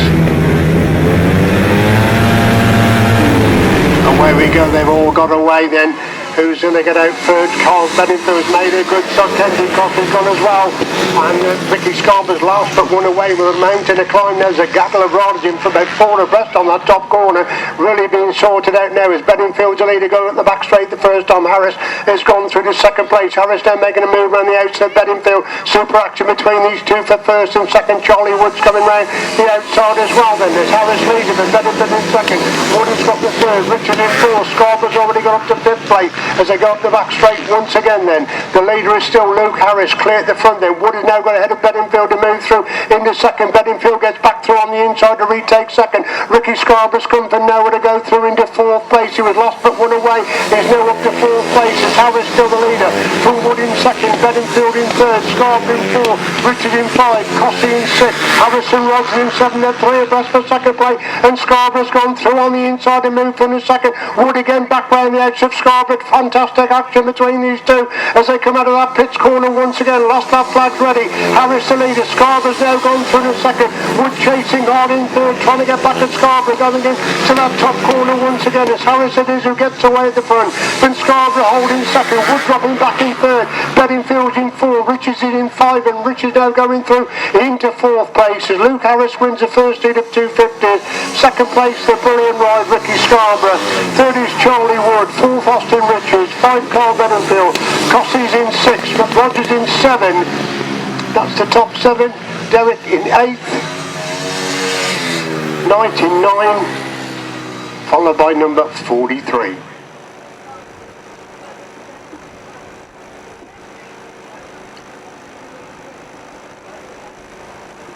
We appear to be ready then for race number 17. Clean break, they've all got away. Mixed states have got an absolute fire. Adams been left on the lines. They go in the back straight for the first time.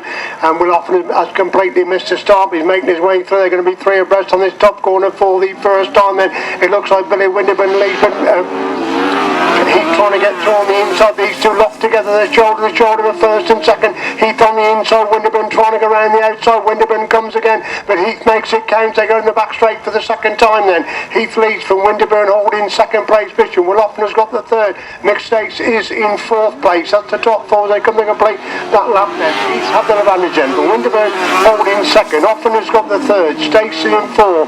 Pickard is in 5. Adams in 6. Down the back straight they go. Billy Winterburn had a bit of a go there for the lead, but now he's being chased by Will Often, who's definitely closing the gap there in that third place position, looking for the second place of Billy Winterburn as Heath had the advantage then on the last lap then. Winterburn holds that second. Will Often again trying to find a way through on the inside, does go through on the inside. Winterburn cuts back to retake the second place. Super move by Billy Winterburn, sees him retake that second. Will Often comes again. There could be a good race going on for second place coming into that top corner for the final time. Heath has got it sewn up at the front. It's all on for second and third. Oh, Winterburn almost turned it over there. Richard Webber's come up at the back. He was trying to cover the move of Will Often, was Billy Winterburn trying to cover that move, and he turned the bike inside, which threw Richard Webb off.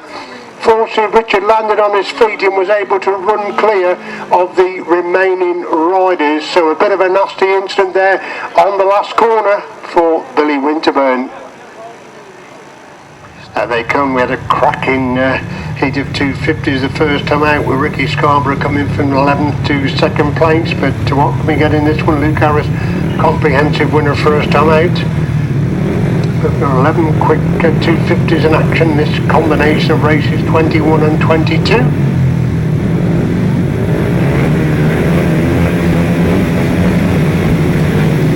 Somebody just pulling back from the tape's got a problem there. Still holding back from the line. Looks we may be going without that one. Yes, we are. We're going without that one. Luke Harris makes a good start. And so is Carl Blyth. Charlie Wood's got away. Where's Ricky Scarborough? Completely lost away. He is completely lost away, Ricky Scarborough. What can he do this time then? As Luke Harris leads him going up the back straight the first time. Carl Blyth has got the second. Charlie Wood is in third. Austin Richards is in 4. There goes Scarborough. He's 7th. He's going through into 6th. He'll pick 2 more up on the exit from the corners. Harris leads it. Wood in second. Blyth in third. Richard in 4. Cossey in 5. And Scarborough's gone on through the 6, it'll get inside another one on the exit from that corner then. As Harris has got away the front, Wood still holds that second, Bedingfield in third, Richards in 4, Scarborough in 5, and looking to improve upon that 5th place. Hayden Watts also working his way through the pack. As Harris still leads then from Woods in second, Bedingfield in third, they're going to be 3 abreast for third going in to that top corner once again. Scarborough goes between 2 riders to move through into third, Bedingfield comes again to retake third, Scarborough comes back at him, Bedingfield comes again, Scarborough again back round the outside to pick up that 3rd place and sets of HAC. Charlie Wood as Harris is the race leader then. From Ricky Scarborough's come from no one again to go from the 2nd. Wood has got the 3rd, Bedingfield in 4, Richard in 5, Watson in 6, Crossy in 7, Derrick in 8. That's the top 8 as a leader into that pits corner for the final time then. And that is going to be Luke Harris who's going to make it 2-2 in the heats of the 250s. Luke Harris wins it. What a ride again by Ricky Scarborough from last to second again. Woods gets third, Richards 4, Bedingfield 5, Watts 6, Crossy 7, Derrick 8, Rogers 9. That's the top 9 and another.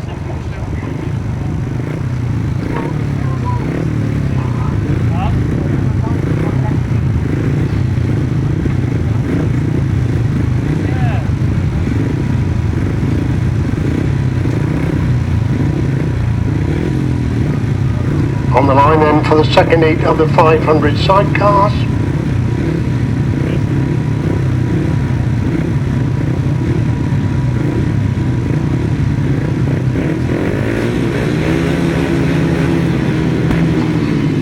Been out a long time there. Back in the line they come.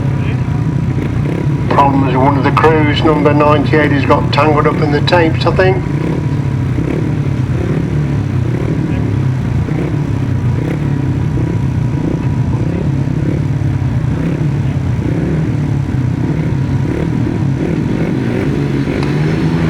Again up for the tapes, away we go then. That crew is very slow away then. It's Jordan Smith leads it, but Phil's gone round the outside. Chris Hare won the opening rod, is back in 3rd place a moment. 3 abreast upon that top corner. Smith going through on the inside, Field on the outside. Hay gets between them, goes through in his second and Jake the leader. Jordan Smith knows they go. They were almost airborne halfway up that back straight, and Hay again cuts back inside Smith. Smith again back round the outside. Super action between these two for 1st and 2nd. It's Smith who leads it, and Hay holding 2nd. Field has got the 3rd. Smith is back in 4th place, going up that back straight once again, and Smith slowly but surely still in a march on Chris Hay, but here comes Chris Hay again. Again they're airborne half in that back straight, and Hay goes through into the lead. Smith again winds it on right round the outside, trying to go back round the outside of Hay. Hay's gone wide to block it. Smith cuts back to the inside, going in that top corner once again then. It's Hay who leads then from Smith. Oh, Hay's turned it over. Chris Hay has completely turned that over. Oh my God, that does not look good.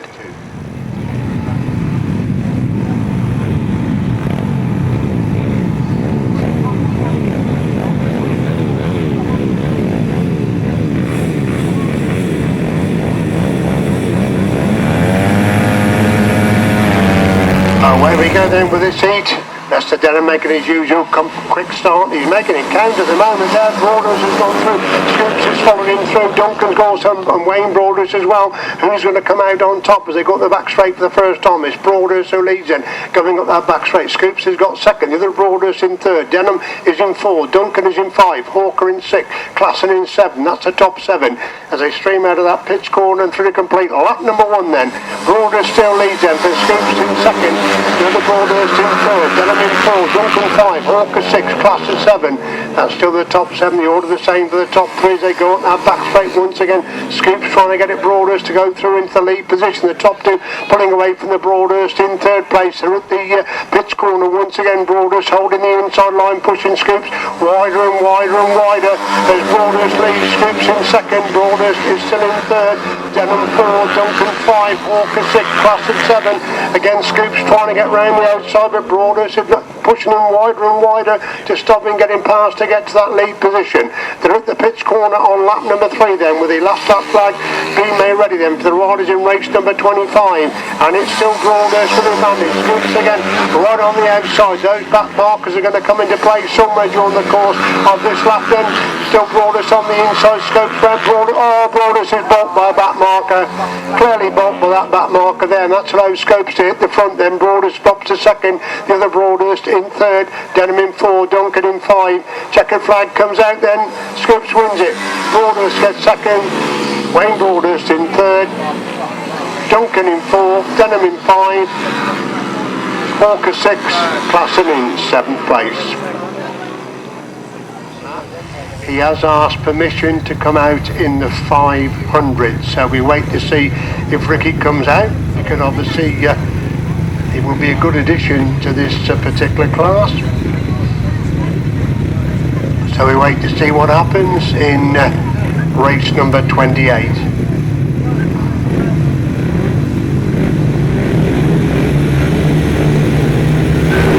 There we go then, we're starting the heat of the 5, and Scarborough is out there, and Scarborough in fact is at the front. Wilson Dean's gone there with him. Wilson Dean gets the corner first. Ricky Scarborough holds the second place. Fensmith is in third. They go up the back straight for the first time then. Wilson Dean leads it. Scarborough's doing the chasing in second. Fensmith has got the third place position, so proving his worth by coming out into this 500s is Ricky Scarborough then, as Wilson Dean leads complete in the opener, but Scarborough holding second place. Fensmith has got the third. 287 is in 4. Heading is in 5.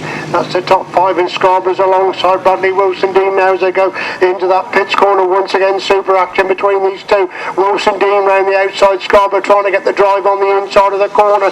2 bikes between them as they complete that lap then. Still Wilson Dean leads. Scarborough has got the second. Fensmith is still in third. We look at that scrap of the front, it's slowly but surely Bradley Wilson Dean's getting away from Scarborough. But having said that, Scarborough again closes the gap going into that pits corner once again. Wilson Dean goes wide, Scarborough taking a much tighter line, but he can't close the gap on the race leader then. It's Wilson Dean who leads them, but Scarborough holding second place position. Fensmith a long way back in third. 2 bikes between first and second. Up the back straight they go for the follow time, and it's Wilson Dean just ahead then of Scarborough in second. They both throw it into that pits corner on lap number 4. It's Bradley Wilson Dean who gets the winning ride. Ricky Scarborough gets the second. A long way back for Jamie Fensmith to come across the line in third, and it's all on for 4th, 5th and 6th place. So there's 4 riders chasing that 4th place. Coming out the corner, Thirlby gets 4th, Meadows is in 5, 281 and then number 65. Should be a very, very interesting final. Kevin Gwilym, Mark Scopes, Wayne Broadhurst, Connor Sargent, Max Broadhurst have all put together some good results this afternoon.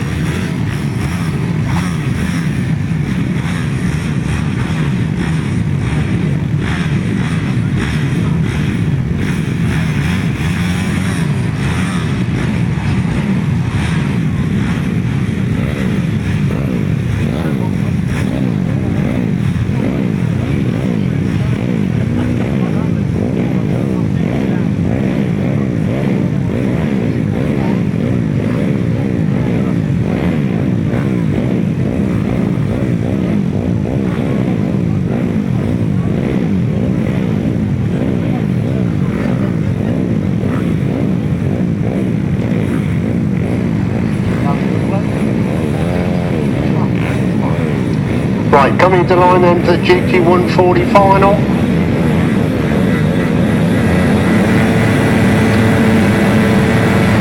And when we go to a clean break, who's going to get out? There's 12 of them on the grid. Ian Clark hasn't made the best of start. It's Kevin Gwilym, Lee Mark Scopes in second. Ian Clark is in third place. We've got the inside run to get to the corner. He gets to that corner in third place. He pushed back to 4th place as Gwilym Lee's going up the back straight. Scopes has got second place. Clark has got the third. Broadhurst in 4. Broadhurst in 5. That's the top 5 as they race into the pits corner once again. It's Gwilym leads them with Scopes in the chasing in second place. Clark again trying to get the throw on the inside. He does go through on the the inside of neutral. Into second place is Willem Reed, Anton Clark in second. Scoops is still in third there. The two Broaders is back 4 and 5 position. That's the top 5. And Broaders swap places for 4th and 5th. And Clark's getting very close to Willem now as they go into the pits corner once again. Willem's holding the line, forcing Clark right round the outside. Can he hold him at bay? Half a boat between them in that top corner once again. Willem still leads them, but Clark holding second place. Scopes has got the third. Willem's gone wide to block Clark, and Clark has cut it back for run back up the inside. Can Willem get back to Clark as they race into the pits corner once again? It's Clark who leads them, from Willem holding second place position. Super final this is for the GT1 Forders. Clark the leader, Willem in second, Scopes in third.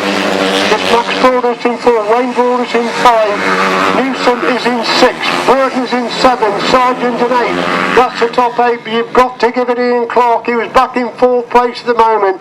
At one time it looks as if Kevin Willem would hold him back, but Ian Clark, he's won all the heats, he's won the final as well. Ian Clark wins it, Willem gets second, Scopes in third, Broaders 4, Broaders 5, Newsom 6, Sargent 7, Burton 8, Hawker 9, Stewart 10, Denham 11, Stanton in 12th place. Another superb GT 140 final, and you've got to give it to Ian Clark. He's come out of it unbeaten all day.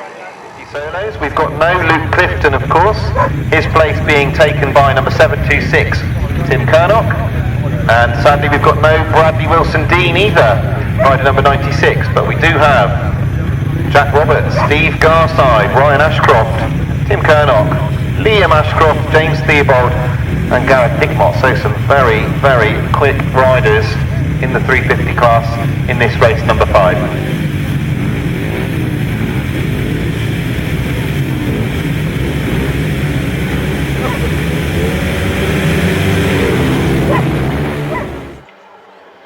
So here we go with race number 5, and I can see that rider number 111, Steve Garside, has made a good start, but not as good as Gareth Hickmott from the outside. It is those two that lead into the turn. Hickmott has just got his nose in front as they come to the middle of the bend. Steve Garside's in that second place. It's Tim Kernock who's working hard on the outside in that third, and Hickmott's much slower into the turn than Garside. Garside comes up the inside. Gareth Hickmott knows he's there. He's trying to block him. This is getting very close at the front between Gareth Hickmott and Steve Garside. He tried to go up the inside, and again he tries to go up the inside of Gareth Hickmott. But Gareth Hickmott is blocking him off on that inside. Ryan Ashcroft has got himself into third, ahead of Jack Roberts in fourth. But at the moment, Gareth Hickmott is having to ride very defensively on that inside because Steve Garside is sniffing around the inside. He's trying to find a way through. Jack Roberts has now pushed his way through into that third. But I think this battle is still raging at the front here, Jim. Well, I totally agree. I was certainly enjoying it. Gareth Hickmott on second place, but you're right. And Steve Garside really is determined, but he's already got a rider now coming around the outside of him. As they come down past us, it looks as if it's all going to change because Gareth Hickmott has got the lead on Jack Roberts, who's got into that second place, and Jack has already closed up on Gareth. Steve Garside can only let them go away from him. You can see that Jack Roberts is now making an attack on the inside.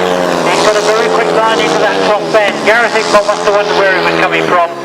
And as they come towards the checkered flag, it is going to be a win for number 474, Jack Roberts. A terrific ride from him. He certainly let the ball go in the early part of the race and then made a challenge at the end, and Gareth must have wondered where he was coming from. Yeah, fantastic 350 racing there. I think we had Gareth Hickmott thought that Steve Garside was his problem, but Jack Roberts straight through the pack to take a brilliant win, and you can see he's absolutely delighted with himself. Travelled a long way for this meeting, and that is a great ride to get his day started.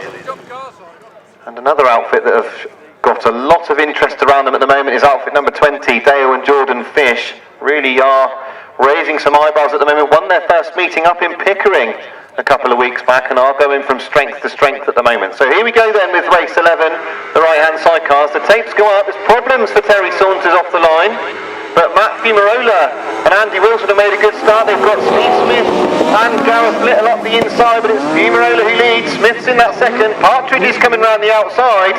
They've gone very, very wide, but it's Matt Fumarola and Andy Wilson who lead. They have got Steve Smith and Gareth Little breathing down their exhaust pipe as they go into the banking. Dale Fish is now got up the inside for that third, and Steve Smith got close to Matt Fumarolo. They are absolutely neck and neck into the turn. Now Steve Smith attacks. Fumarolo will look to switch back and get up at the inside, and that's exactly what he's done, but Smith's got plenty of speed. Oh, a tremendous start to this afternoon's 1000cc racing. Steve Smith, we've talked about the many championships he's won, but what a terrific line in with that front bend. He saw the gap. Matt, you can see, was thinking, well, I'll let him go, I'll go wider, I'll cut back, and he's doing the same again, looking to cut back on the inside, but he's not got the speed. Steve Smith getting away from them. But the other thing I've been watching in this race is the one that missed the start, that is, of course, Terry Saunters. He missed the start completely. He was behind the whole of the field, and he's already got himself up into third place, closing the gap quickly on that second of Matt Van Rollers. But as we see him come round and take the checker flag this time, a terrific start to the afternoon for Steve Smith. Matt Van Roller finishes in second, and Terry Saunders, after a very disappointing start, does get third place. Tremendous start to the sidecar competition this afternoon. Fourth place, number 41, Hayden Watts. Fifth place, number 46, Austin Riches. And sixth place, number 6, Max Derrick. The winning time, 109.37. 109.37.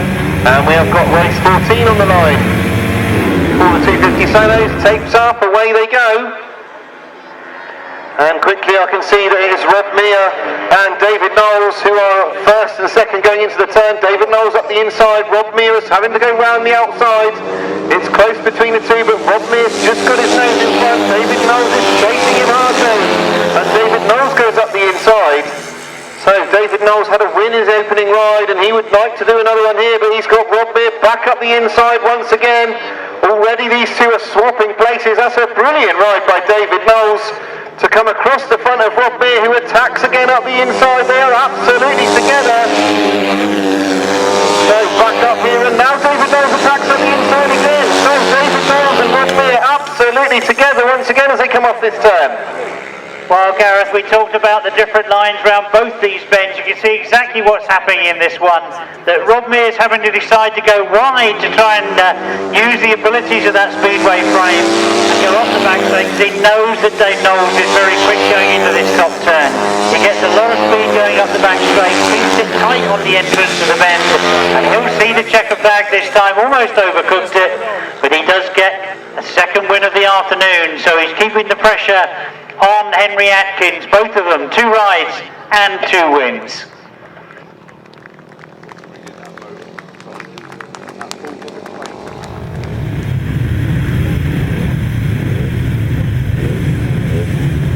So the 350 solos are now on the line, race 16, and we have got, coming to the line, we've got Charlie Powell, who had a win in his opening ride, Cameron Taylor, who had that good second place behind Paul Hurry, of course.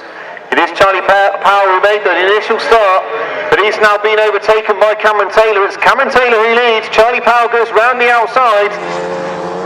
So Cameron Taylor has got to keep Charlie Powell out there. Charlie Powell is very fast on that one line. He now knows, Cameron Taylor knows that Charlie Powell's with him, and they are absolutely together as they come round this turn.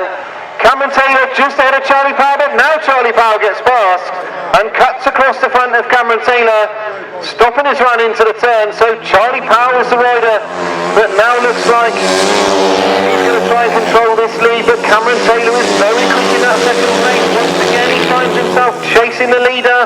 He's turned hard up the inside. He's got the better of Charlie Powell as they come round. One more lap to go. A tremendous scrap between these two. You can see exactly what's happening. They're chopping and changing the lines. They go round both bends. Charlie this time has got to go wide. You can see that Cameron's got to set the pace. He's got to set the turn. Charlie has decided to cut back and follow him home. And the checker flag is going to go to Cameron Taylor. A brilliant ride from Cameron and a great fight from Charlie Powell. Gareth Hickmott finishes in third. He can only watch to see what the action has gone on ahead of him. But that really was about the... Well, I know we've been saying it all day, but there are some different lines around this circuit, and we're really seeing the benefit of that.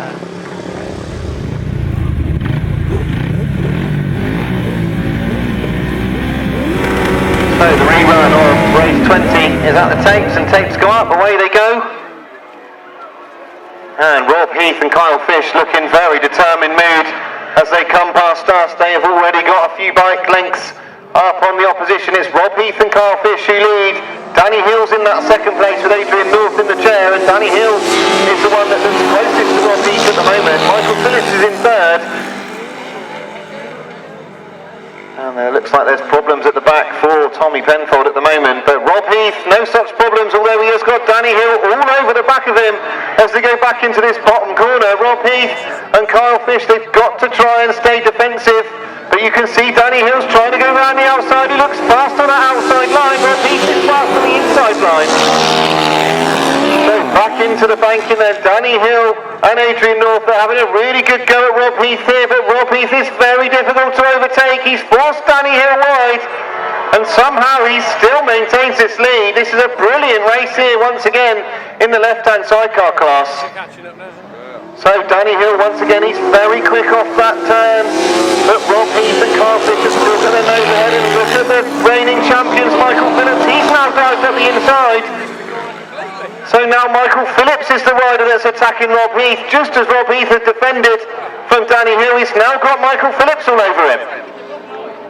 Well, he certainly has, Gareth, and I wouldn't want to predict this one as they get into that last lap, because you can see that the reigning champions, I said earlier, perhaps disappointing they had a second first line out, determined to do something about it. As they go in tight into that top corner, they've decided to go wide. They're going to cut across, I would imagine. No, they're going to settle for second.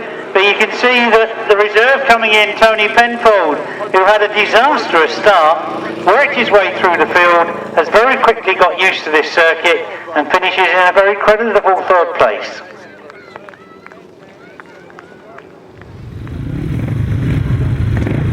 So Jordan Smith and Joe Page, I think they're moving themselves over there. I'm not sure what's going on at the start line. They're trying to put themselves into gate 2, and they're not actually listed to be in gate 2, they're listed to be in gate 5, so not sure if the start marshal is going to allow that to happen. It looks like it's okay for Jordan to go into a different gate slot there. He's in gate 3 rather than gate 5. So tapes up, away they go, and Simon Field and Shane Freeman have made a good start. James Hogg and Scott Goodwin are there with them into the first turn. It is James Hogg and Simon Field absolutely together. James Hogg gets himself in front. Simon Field now plugs away up the inside. Jordan Smith's in that third place ahead of Ben Ilsley and Luke Russell. So James Hogg and Scott Goodwin getting themselves in the lead. Simon Field has taken a very tight line coming off that turn, a completely different line. We've not seen that so far today. He did get closer to James Hogg coming down this back straight. He's also got to defend from Jordan Smith, who looks quick in that third place.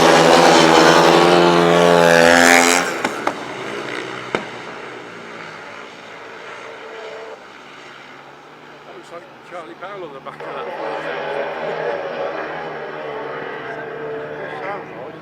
Well, certainly defending that early lead is what James Hogg and Scott Goodwin are all about at the moment. You can see that there is pressure coming from that second place. As they go into this top bend, which lines will they take? They've got a very good line, fairly tight, but they've drifted out a little bit wide. And you can see once again that the outfit of Simon Field and Shane Freeman do get a quicker line down this finishing straight, but as it all closes up, this is the last lap as they come round past us this time. And all three of them. Well, you can see the challenge coming once again from Jordan Smith. He's gone very, very wide, but you can see that Simon Field has gone through on the inside. He's been trying that every single lap, and it finally worked for him. A brilliant ride from Simon Field and Shane Freeman. They get the win.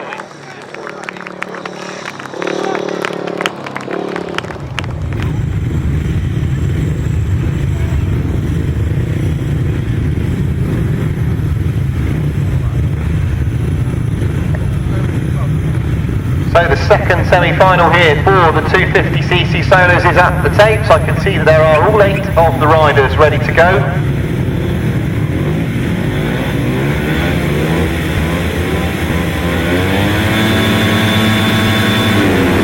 So So tapes up, away they go, and we look for someone to break from the pack. Max Derrick on the inside made a good start, but it's Charlie Wood who's led going into the turn. David Knowles goes up the inside, and Graham Thomas is there. Graham Thomas has fallen. In fact, Graham Thomas and David Knowles look like they're completely knocked together. So what a top corner. There's red flags up on this top corner. So the red flags are out, and Charlie Wood will be bitterly disappointed that there are red flags. But as you can see, David Knowles and Graham Thomas got hooked together in the middle of that corner. So good to see that we've got all 8 riders back to the start line for the rerun of this semi-final. Charlie Wood will want to repeat what he did. He let the others get in a mess in the middle of the corner, and he rode round the outside, and he led coming back up towards the pits.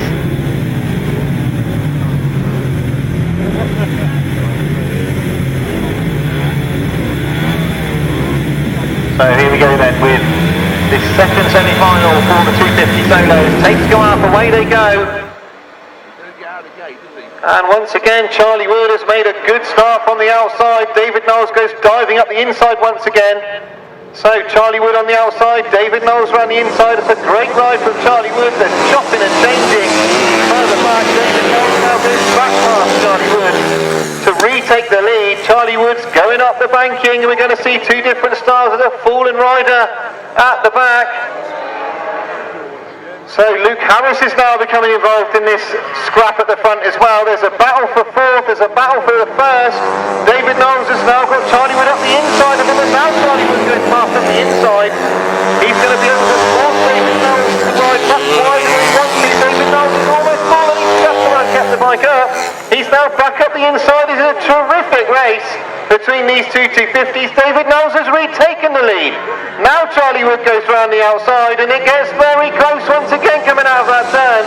They are absolutely neck and neck. They go down that back straight and into this last turn. Charlie Wood on the outside, David Knowles on the inside. You've best experience here. It's going to be a chase to the line. It's just about Charlie Wood. Fantastic racing from Charlie Wood and David Knowles. A tremendous race. Race of the day in the 250s. But for my money, it was Charlie Wood.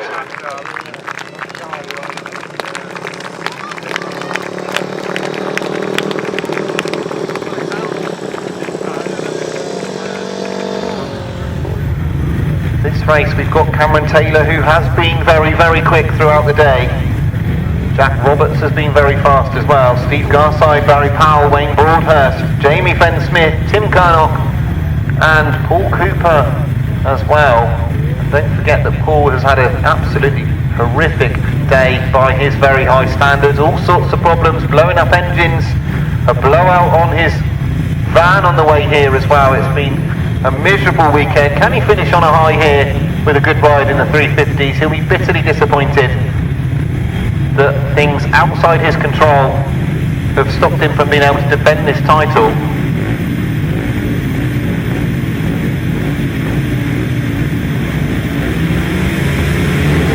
So here we go then with the 350s. Tapes up, away they go.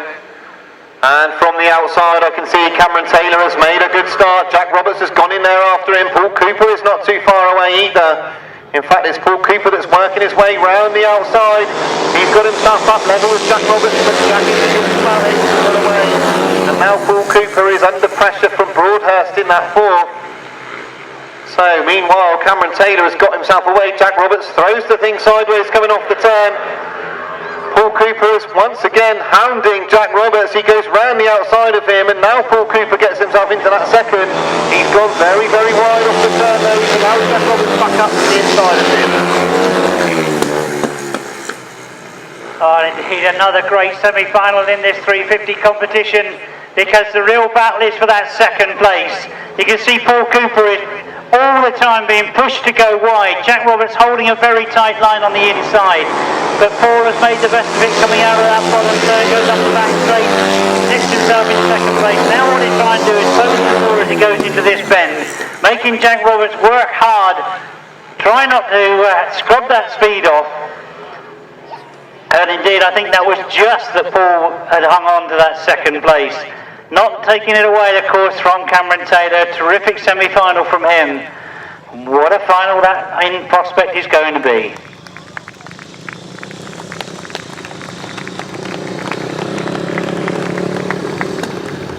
At the tapes, choosing a start at the moment. They've gone straight to the outside. They are, of course, 2 times British champions. They will make it 3rd if they manage to win this one. We've got Josh Goodwin and Liam Brown here lining up next to them. So Mitch Godden and Paul Smith, Josh Goodwin and Liam Brown, 2 of Europe's very best 500cc sidecar crews.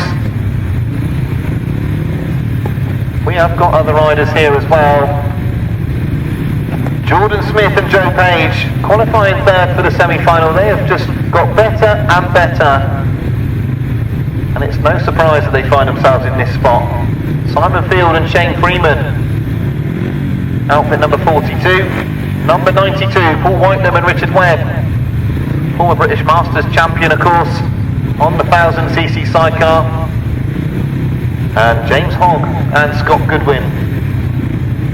They've gone in between Josh Goodwin and Mitch Godden. Well, I was just thinking back then, Gareth, that we should say that Jordan Smith, Simon Field, they've both been making very good starts, so they could be an upset here as we go into this big final for the 500 sidecars. So tapes up, away they go. Paul Whitelam gets into trouble on the start line, but away they go, and it's Mitch Godden and Paul Smith that have made a good start. Josh Goodwin and Liam Brown are there as well. Jordan Smith and Joe Page are the outfit that have gone with Mitch Godden, but it's Mitch Godden and Paul Smith that lead. Josh Goodwin and Liam Brown have got the racing to do. Into the banking, Mitch Godden and Paul Smith on the inside line, allowing the bike to drift wide. Josh Goodwin's a little bit tighter off the turn. Both of the bikes bucking as they come past us. So Mitch Godden and Paul Smith, they lead the way. Josh Goodwin and Liam Brown, they've got to think, what can they do from here? They'll watch the lines of Mitch Godden, they'll see if they can find any sort of advantage. And Mitch Godden's gone wide and Josh Goodwin's come up the inside. They've got very close as they come past us. Josh Goodwin's found a very quick inside line, it's getting very close.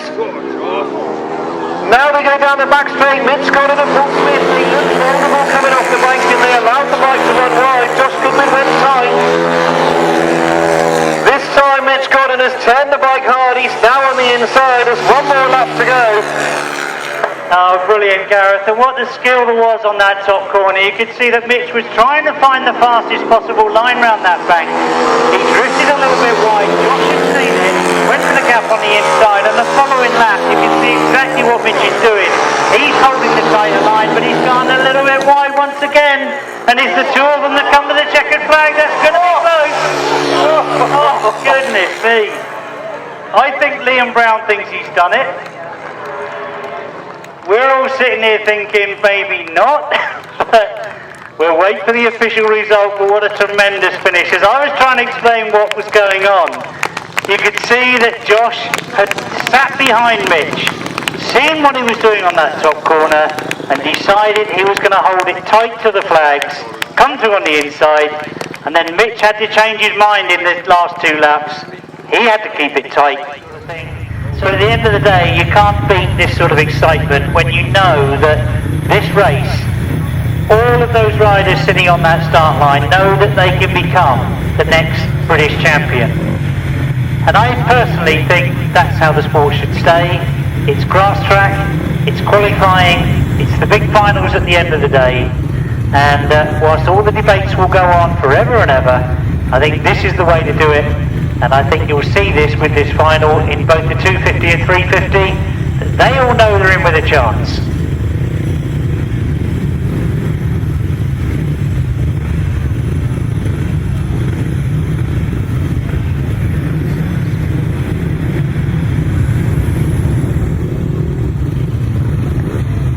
So the 250cc solo final has come to the line. And who can stop Henry Atkins? He is a 4 times British champion. This will be number 5 if he can bring it home. Or will it be David Knowles? He's been in tremendous form. It's been a long, long time since David Knowles won the British Championship. Could this be the year where a motocross engine wins the 250 title? Or could it be one of the others? We've got 4 laps to decide. Tapes go up, away they go. And Tim Grigg has made a flying start once again. The rest are all together as they go into that turn. It's Henry Atkins who leads. Rob Meir has followed him round there as well. Charlie Wood's in the it as well. Right towards the back. That's David Knowles. But Henry Atkins leads once again. He's gone very wide on this turn. And Rob Meir has seen it. He's tried to react to it. Luke Harris is in there third ahead of Graham Thomas. And then they're still battling over this 5th, 6th and 7th. So Henry Atkins, the Oxford cheater, looking good in this one. He throws the machine sideways into the banking. At the moment, Rob Meir, he's got no answer to the speed of Henry Atkins in front of him. Luke Harris is in that third. Charlie Wood and Graham Thomas still battling, and David Knowles in amongst that as well, still battling over 4th place.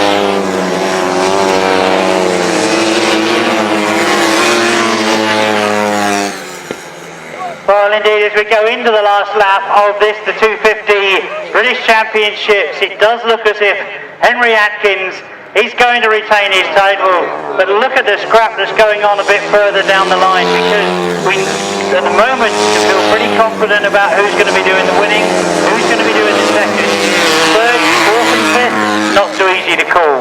As they go to the checker flag, it is number 29, Henry Atkins, pleased with that one. Rob Mears finishes in second. Luke Harris finishes in third. And I'm waiting to see. I think that was David Knowles that got the 4th just in front of the youngster Charlie Wood. Well, you can see as they come out of the pits, it is Paul Hurry that's been top scoring this afternoon. He is of course unbeaten so far. He gets first choice of gate, and interesting that he's come on this far side of the gate, not quite to the outside gate. He's gone at least 3 bikes in. Well, he's had trouble earlier on this afternoon with Cameron Taylor. Cameron has got faster and faster as the afternoon has gone on. Jack Roberts has had some tremendous rides this afternoon. Has he saved a little bit for the final? Charlie Powell, of course, number 92, we'll be looking for him.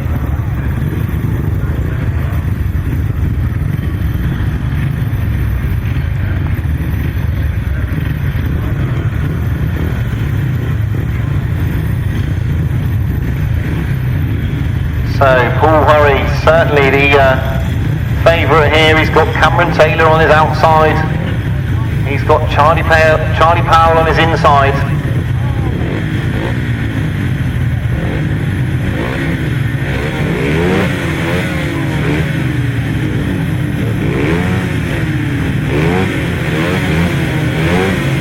So the rev rise for this 350 solo final. Tapes go up, away they go. And it is the riders from the outside that make the most of it. Cameron Taylor's made a good start. Paul Hurry immediately goes to the outside to try and go round him. He's gone right round the outside of Cameron Taylor. That's a terrific ride from Paul Hurry there. Neck to neck down the back straight. Cameron Taylor's just empty it. Paul Hurry goes in deep into that turn. He tries to turn the bike hard, and Paul Hurry has got himself in front. That's a terrific first lap from Paul Hurry. Charlie Powell is now attacking on the outside of Cameron Taylor. Perhaps Charlie Powell can take up this challenge. He's gone very wide, and Cameron Taylor's allowed him to come out on the outside of him. So Paul Hurry, he's in front here. The other two behind him are locked in battle, and while they're battling, Paul Hurry's allowed to get away from them. Cameron Taylor and Charlie Powell are absolutely together as they go into that turn. So down the back straight, Charlie Powell himself got himself back in front of Cameron Taylor, but surely Cameron Taylor will come again. And the last lap flag is being made ready for Paul Hurry. Well, it is indeed, Gareth. They go into the last lap with Paul Hurry leader, but there's still this scrap going on for second place because Charlie Powell has just got it from Cameron Taylor, but Cameron's not losing any ground.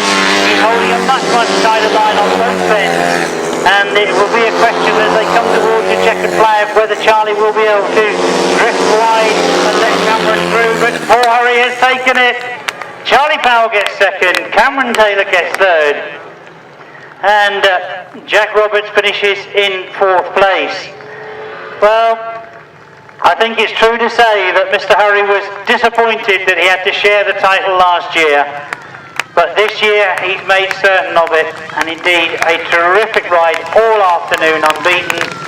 The new 350 British champion for 2023 is indeed Mr. Paul Hurry.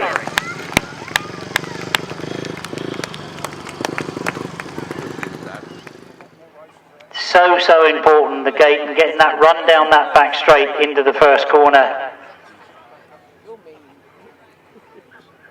And so I'm sure you've all got your own thoughts, but we cannot deny that Mark Cossar and Carl Blyth have been in tremendous form this afternoon. It's going to take a valiant effort to beat them. Have they made the starts? We look to the far side. I don't think they have. Together with them, and it's Terry Saunders that gets into the front as they go into that first corner. Mark is in second place at the moment. He tries to pull it tight on the inside to get a line up on the inside of him, but Terry Saunders has got away. Mark Cossar has decided to go wide. The third rider, fourth rider, they all get close to them as they come into that top bend. And Mark Cossar chases after Terry Saunders as he goes down the back straight. Well, this is exactly what we were saying. He's done tremendously well all afternoon. Could somebody else do it in the final?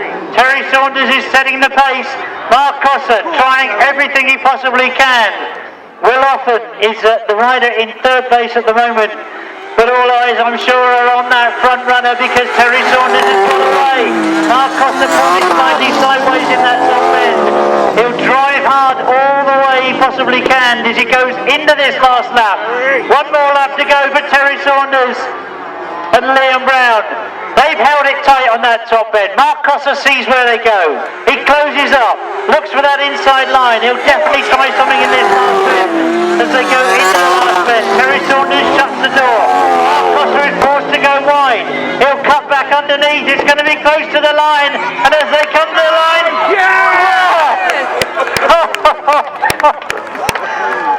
well, I'm going to chicken out. I'm not going to call it. What a tremendous final. And well done indeed to the crew of number 24. Well, let's not predict it for you. Let's get the official result.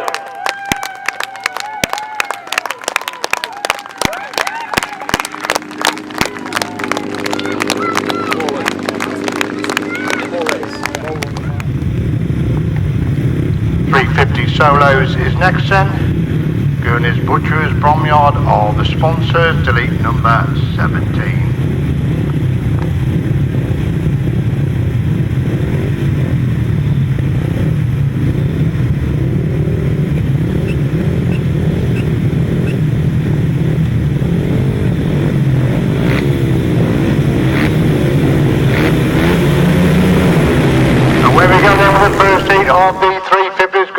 Made a good start. Get difficult to see them with the rain, but somebody's gone roaring through on the inside. We'll pick that number as they come to the bank. I think it's gone through on the inside. It is Barry Powell who leads in from Garstrack in second. Cameron Taylor is in third. Clifton is in fourth. Taylor sets about chasing Powell now as they go in the back straight for the second time. Powell leads in from Taylor holding second. Garstrack is in third. He looks across the line upon that top corner, racing on the yellow. So we have a red now, not at the moment as they come down the banking once again. It's still Powell with his advantage then. From Taylor holding second. Garstrack is in third. It was Clifton we lost while holding the fourth position. Ashcroft is in 5, Ben Smith is in 6, Pardew is in 7. That's the 7 of them. As we watch the leader, Barry Powell again, red flag is out. We've lost Cameron Taylor, I think, over on that far side. We've got a red flag out. Red flag is out. 2 riders down upon that top corner on different laps.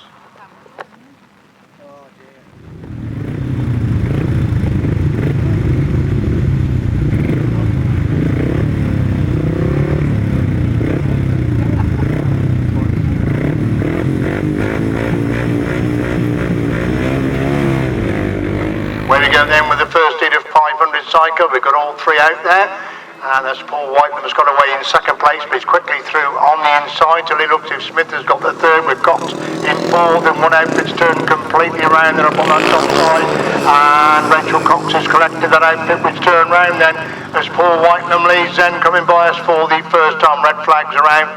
Red flags are out. That outfit of Paul Smith turned completely around. It looked if Rachel Cox collected him coming down the banking. Difficult to see over on that far side. Heat number 1 of the big chairs.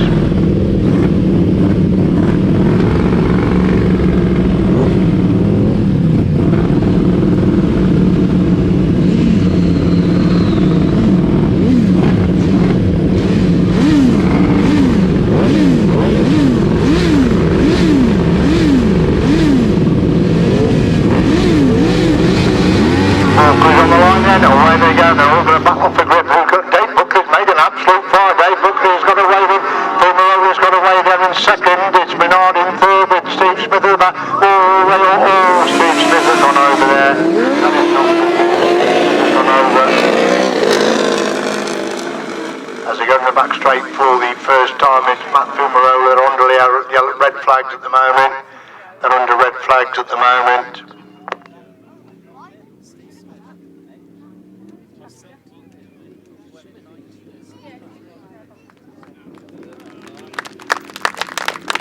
Thankfully still this passenger up okay, that's good news, but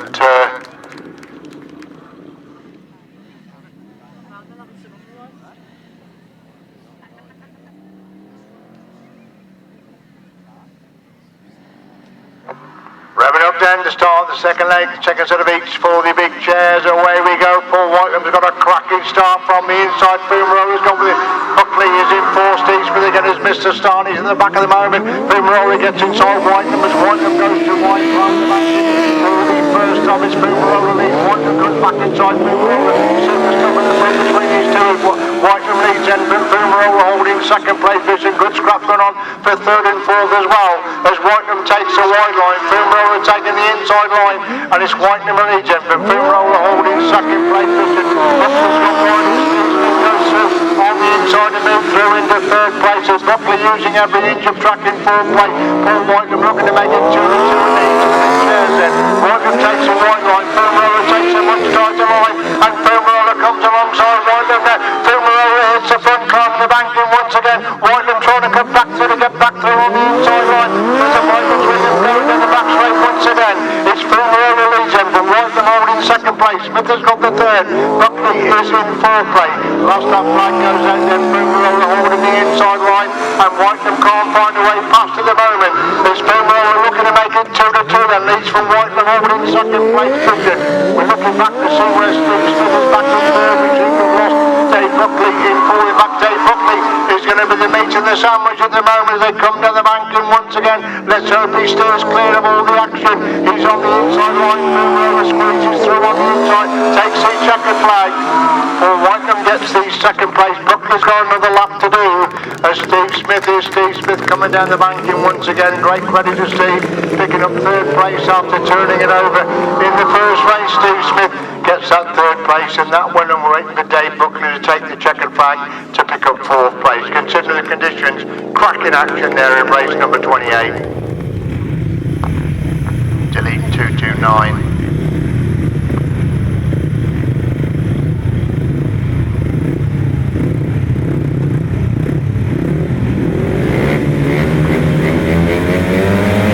Revving up and away with another heat of the 250. They're getting him out thick and fast at the moment then. And if Carl Blyth has made a good start at the Walkers, has gone with him in the second place. This is something winding it on. Phillips is winding on right round the outside in first place. There's still Bennyfield leads it. Walker is in second, Woods is in third, Phillips is in fourth, Reeves in five, Derrick in six. That's the six of them. Look at Woods winding it on round the outside again. He's gone through into second place. Sets away lead. Chasing lead at Bennyfield. Phillips surprisingly back in fourth after being on lead. Woods again trying to come round the outside. But Bennyfield is a good racing line developing at the moment. There's Bennyfield leads then from Wood in second. Phillips has now gone through into third. Hawker retakes that third place. Phillips again back round the outside as Wood has gone through from fourth to first, and Wood leads down the back straight once again. Bennyfield has got the second. It's Phillips in third with Hawker in third. out then. Charlie Wood's looking to pick up his first race win of the afternoon. He's still Bedingfield hanging on to that second place. Phillips again winds it on round the outside of the pit corner, goes round the outside to move through into second place. Cracking action there from Phillips. He's come from fourth to second. The race leader has come from fourth to first. Now race leader is Charlie Wood, who takes the checkered flag. Second place is Ben Phillips. Third place goes to Carl Bedingfield, and Walker is in fourth. Breeze is in 5. Derek in 6th place. So we finally come in. This could be interesting. There's only 2, but it could be a cracking match race between these two. Fumarole unbeaten. Whiteham's got to win in the second, lost only to Fumarole. They get away virtually together. This could be good now. Whiteham's stolen a march on the inside line. He's the leader then. From Fumarole holding that second place position. Whiteham's slides in White. Fumarole coming back so almost gets inside, but Whiteham away again. Back round the outside, retakes the lead, coming down the bank in once again. It's Whiteham leads them from Fumarole holding second place position. About 3 bikes between them. Fumarole trying to squeeze the inches again, but taking the inside line, but Whiteham just a little bit quicker around the outside, and you can see the track is definitely drying. There's a good line on the inside and a good line round the outside now. Fumarole really motoring up to Whiteham. There's a bike between them coming down the bank in once again. Fumarole on the inside, Whiteham again going round the outside, but Whiteham has slowly but surely stolen the mark to the front then. Whiteham leads them, and Fumarole holding second place. Excellent conditions out there now. And they're really showing their worth now, going down that back straight once again. Again, Fumarole closes the gap on Whiteham as they come to the bank in to start the last lap this time then. Whiteham leads by 3 bikes from Fumarole, who's got the second place position. Whiteham leads in, Fumarole looks I think he's got to be content with second time this time. Paul Whiteham was going to make 2 winning rides out of 3 starts. Down the bank and he comes for the final time then. Paul Whiteham wins a good match race there with Matt Fumarole.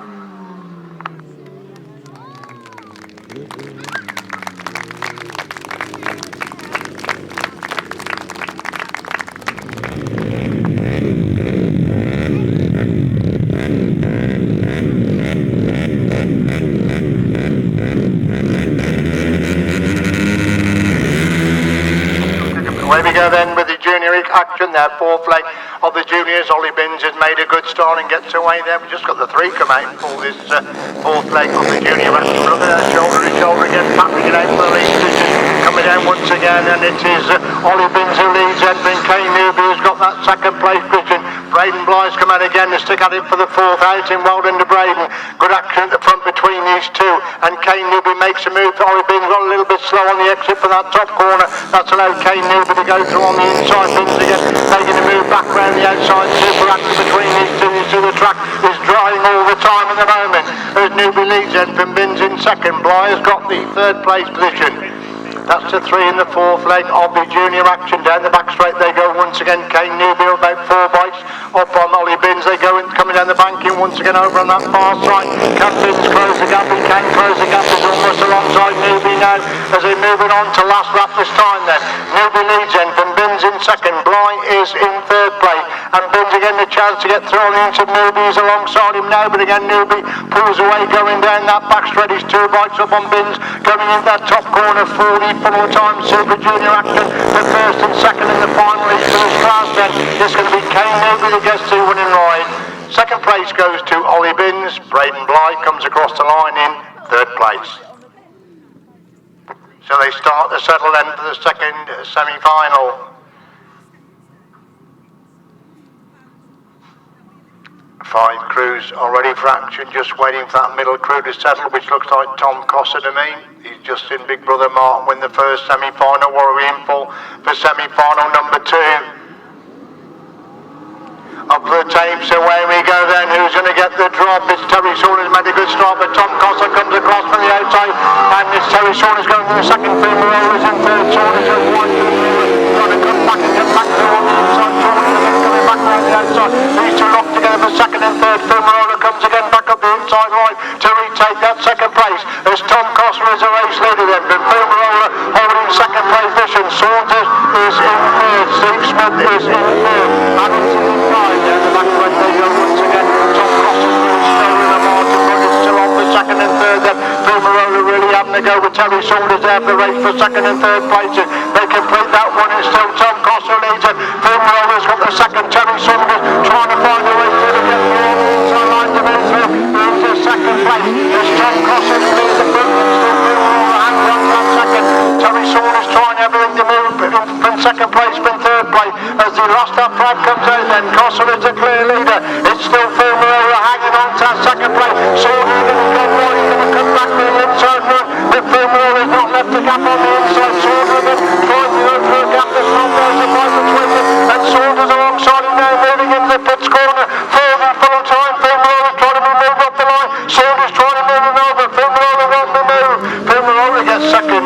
Saunders gets third.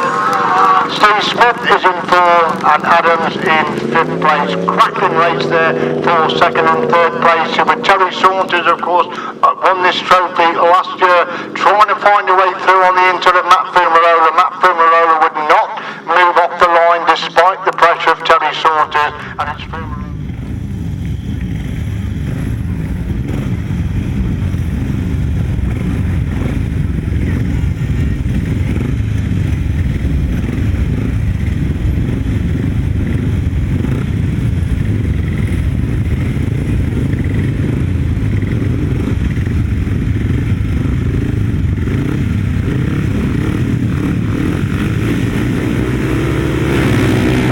We're looking away then with the final leg of the upright solos, and it looks to me as if Tim Curnock stole the march with Tony Atkin on his shoulders, and he comes out the back end for the first lap of the fourth leg of the uprights. It's Tim Curnock who leads them, and Tony Atkin in second. It's 2-1 in Atkin at the moment, so it's all on this final leg, and Tim Curnock is pulling away from Tony Atkin at the moment. If they go in to get level and 2 wins each, it's whoever wins the final leg that wins it overall. Atkin has got a little bit to do now. Tim Curnock is a race leader, can put in lap number 2. Atkins holds that second place. Atkin has now closed the gap, but Curnock's taking the line that Atkins looking for. Curnock by 2 bikes, going up the back straight once again then. Curnock cleared the front, and Atkins can't seem to close the gap at the moment. Never closing the gap, coming down that bank and over on the far side of the track. Still about 2 bikes race between them. Curnock riding the track. Atkins has nowhere to go at the moment to get by Tim Curnock. Tim Curnock still stuck in the middle of the track, and Atkins can't find a way past at the moment. There's a bike between them going up the back straight for the follow time. It's all on this last corner, so wins the uprights this afternoon. Curnock a bike up and Atkins. Curnock's gone right. Atkins gets a run for the inside, a race for line. Tim Curnock wins it. Tony Atkin gets second, and I see it, that's 2 legs apiece, so Tim wins the decided leg. Hammersley comes across the line in third, 72 is in fourth place, so a dramatic fourth leg there for the upright solos. 66, 158, 227, 140, 611, 62, 758, 11 and 58. Ian Clark unbeaten going into this final as British champion, of course.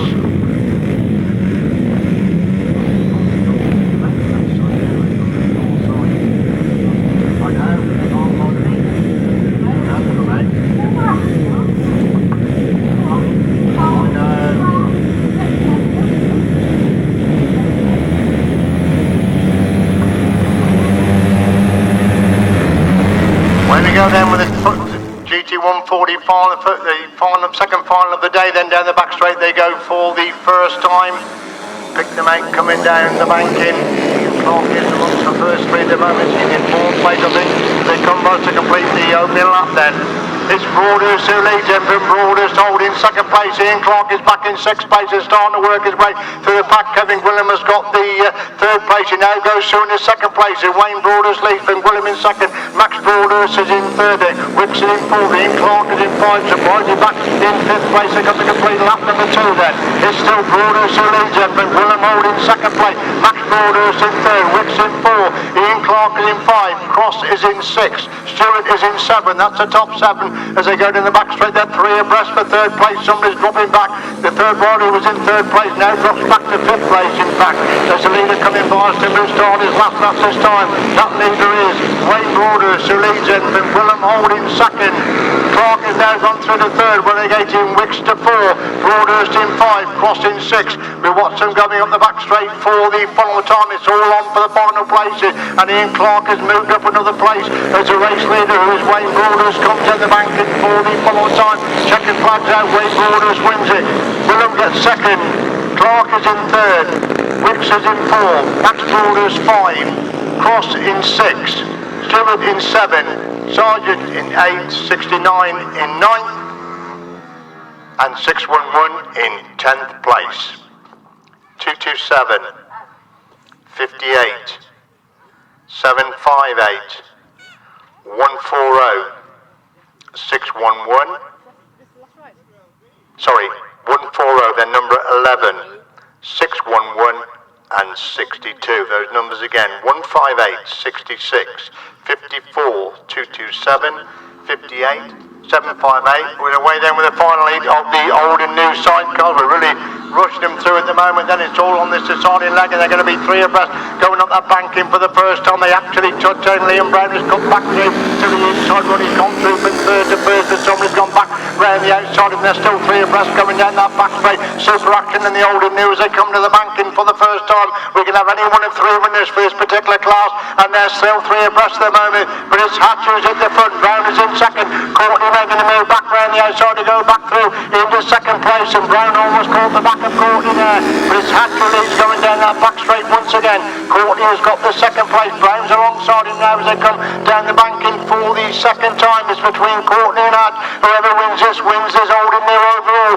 Courtney cuts back for the inside run as Hatch went really wide coming down that bank, and that's left the gap for Courtney to get through. Hatch again back round the outside. Courtney comes again back up the inside. Hatch again back round the outside. Courtney still in second. Brown's a bite down in third. Terrific action at the front of Courtney again cuts back inside Hatch to lead coming down that banking on the last lap then. Courtney on the inside. Hatch has been forced round the outside, and Brown has got inside him, so Hatch has gone from first to third as Brown gets back inside him as Courtney leads going down the back straight. Hatch trying to come back at Brown to retake second place. These 2 locked together, second and third. Hatch gets back inside again to retake the second place as Courtney's cleared the front as they come down the banking for the final time. It's Courtney who gets the winning run. It's all on for second. Brown gets second. Hatch gets the third. Terrific action between those 3, and that's the 4th and deciding leg. So that means that Mark Courtney and Leon Torres will win it overall. Terrific 4th leg there of the old and new sidecars. 3 abreast for most that race. That's the best race they've had in that particular class all day. Cracking way to end the racing for that particular class.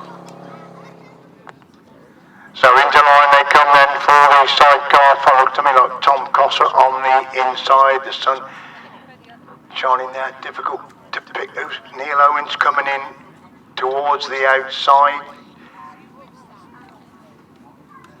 Looks at Mark Cossar's right on the outside to me, and I think Tom's on the inside. That could be very interesting.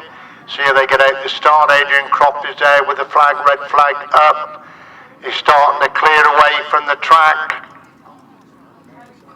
Red flag is down. Away we go then with 1,000cc sidecar following Tom Cossar. Made a good start, but Terry Saunders who's got away from the outside. Terry Saunders leading, coming up the back to the top corner.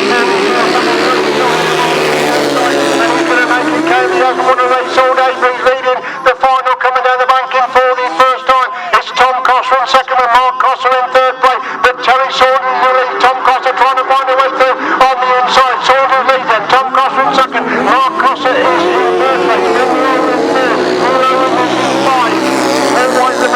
They go to the banking once again. Terry Saunders really put the cat amongst the pigeon. Now he's the man to catch, and Tom Cossar can't catch him at the moment. Still Saunders leads him, but Cossar holding second place. Mark Cossar is still in third there. Down the back straight, there's no one to mention. The machine length between first and second, and that's Terry Saunders lead being pushed by Tom Cossar. Tom Cossar trying to squeeze through on the inside. There's a fight between the mirrors. They're moving on to lap 4 then. Saunders leads Tom Cossar again, trying to get through on the inside. 2 right between them going down the back straight for the full time. It's Terry Saunders, no one ever for Tom Cossar. He's going to try and find a way through on the inside, but that's super quick start by Terry Saunders. Sees him get the win. Terry Saunders wins it. Second is Tom Cossar. Third is Mark Cossar. Filmer in 4. Wyman 5. Neil Owen in 6th place. He's not won a race all day as Terry Saunders, but he chose that number 6 gate, and he absolutely went like a rocket out of that start. He was pushed all the way by Tom Cossar, but that start was just so crucial there for Terry Saunters and the busy Liam Brown, riding in 2 classes today, 3 classes in fact for Liam Brown. So show your appreciation, they come round the lap of honour. Superb 1000cc sidecar final, worthy of the name of Tony Brown. Tom Cossar leads him round on the lap of honour. He tried everything he knew to get there to Terry Saunters. Tom Cossar leads him round, well done to Tom. Brilliant, second place, Matt Fumarola on his lap of honour. Mark Cossar comes round on his lap of honour there.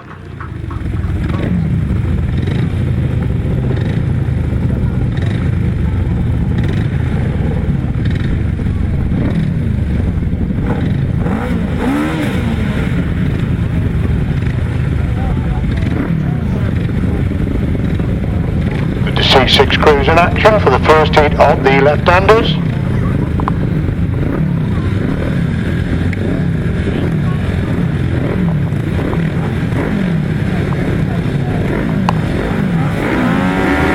Picking up the ramps, bit of a ragged start there, somebody got an absolute fly, the race is continuing, no red flag, it could be Heath that's got a good start I think. It's Tommy Penfold has tucked into that 3rd place position.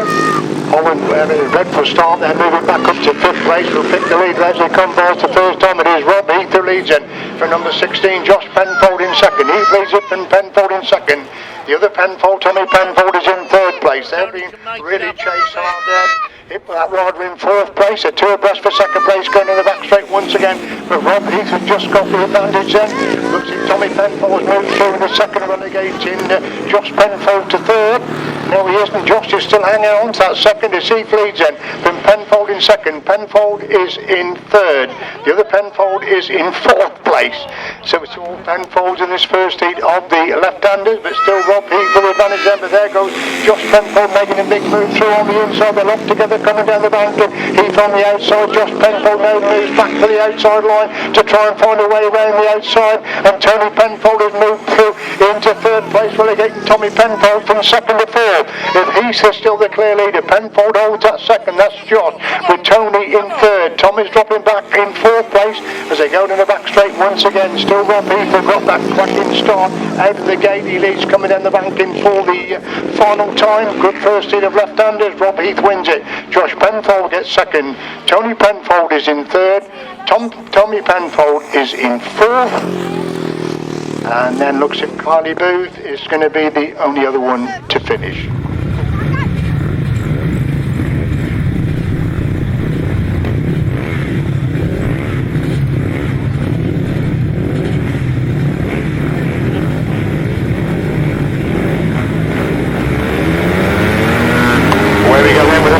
The 250s, Adam Walker's made an absolute fly there, but somebody's cut through on the inside. He's moving through to 2nd place. And Russell Little has made the best of starts. They're going to be 4 abreast coming down that bank in for the 1st place position. Anybody could be the leader coming out of that bank, and it's Tim Gregg who leads in from Little, holding 2nd. Harrison Rogers holds that 3rd place. Adam Walker drops back to 4th place. They're 3 abreast the lead.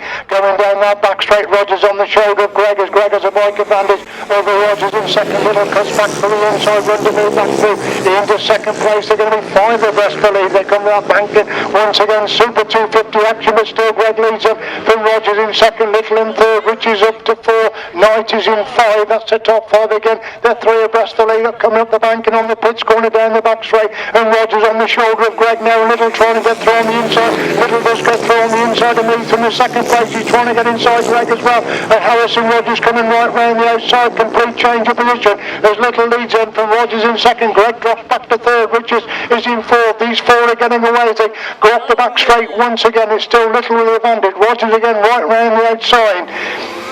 Richards again looking to try and take that 3rd place from Tim Gregg. They're going to be 3rd best for 2nd place. They come to the bank in 4 the follow time in the first hit of 250 action then. Little wins it. Rogers gets 2nd. Richards in 3rd. Gregg is in 4. Hawker 5, Knight 6. Heat number 2, another good heat. Mark Warren, Brian Partridge, Mark Cossar, Paul Whitenham, George Penfold and Mike Austin. Another big heat of 1000 sidecar action. So they begin to settle then for what should be another super heat. Good to see Mark Warren back in action. Ryan Partridge doesn't race too much these days, but good to see these crews coming back to the sport again.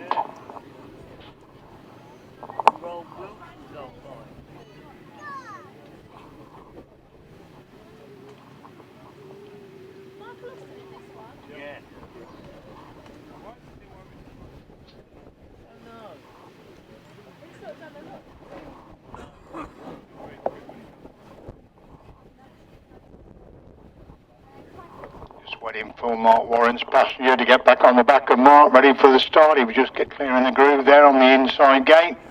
Looks like the 6 crews are ready. We've got to an even break. They've all got away pretty quickly. Who's going to have the advantage? Paul White at the back. Who's got away? Mark Cossar going to go away in 3rd place. And Michael Austin slips through into 2nd. But Cossar trying to get inside Austin, climbing the mountain for the first time. That's right. Austin has got the 3rd. That's the top through as Mark Warren works his way through into 5th place. He was in 6th. He's now up to 5th as Mark Cossar trying to find a way inside Whiteland. Gets inside Whiteland. Brilliant manoeuvre coming down that banking for the first time. Whiteland now relegated to 2nd. Austin would close attendance there in 3rd. Getting away from the main holding 2nd. Austin has got the 3rd place position. Cossar's wide this time. Whiteland taking a slightly tighter line, but it's Mike Austin that's closing the gap on Paul Whiteland as they go up the banking once again. Penfold is in 4th then. Roll in 5. This for 2nd and 3rd at the moment. Mark Austin control the front again. Mike Austin trying to get inside Whiteland. Whiteland had a tight line, so Mike Austin went for the outside but lost a little bit of ground with that movement. Now he's right back there again with Whiteland. There's 2 bikes between them. Whiteland holds that 2nd. Austin trying everything he knows to try and get through. Austin to get through on the inside. Mark Cossar wins the race for the line. I think it was just Paul, but I'll leave that one for the lap scored. It was by about half a wheel of that much. Then we got George Penfold, Mark Warren and Ryan Partridge.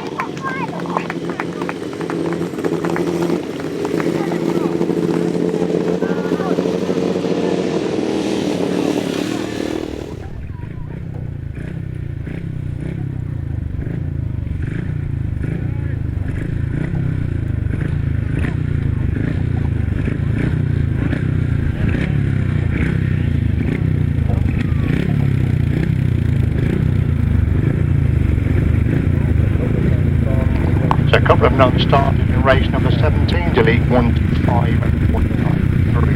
Well, this impressive winner the first time out. Martin Cook will be looking for a much better ride this time.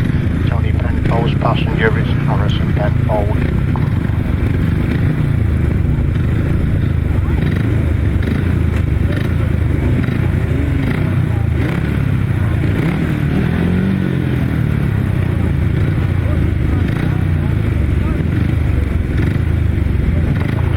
On the line then, on the 2nd leg for the left-handers.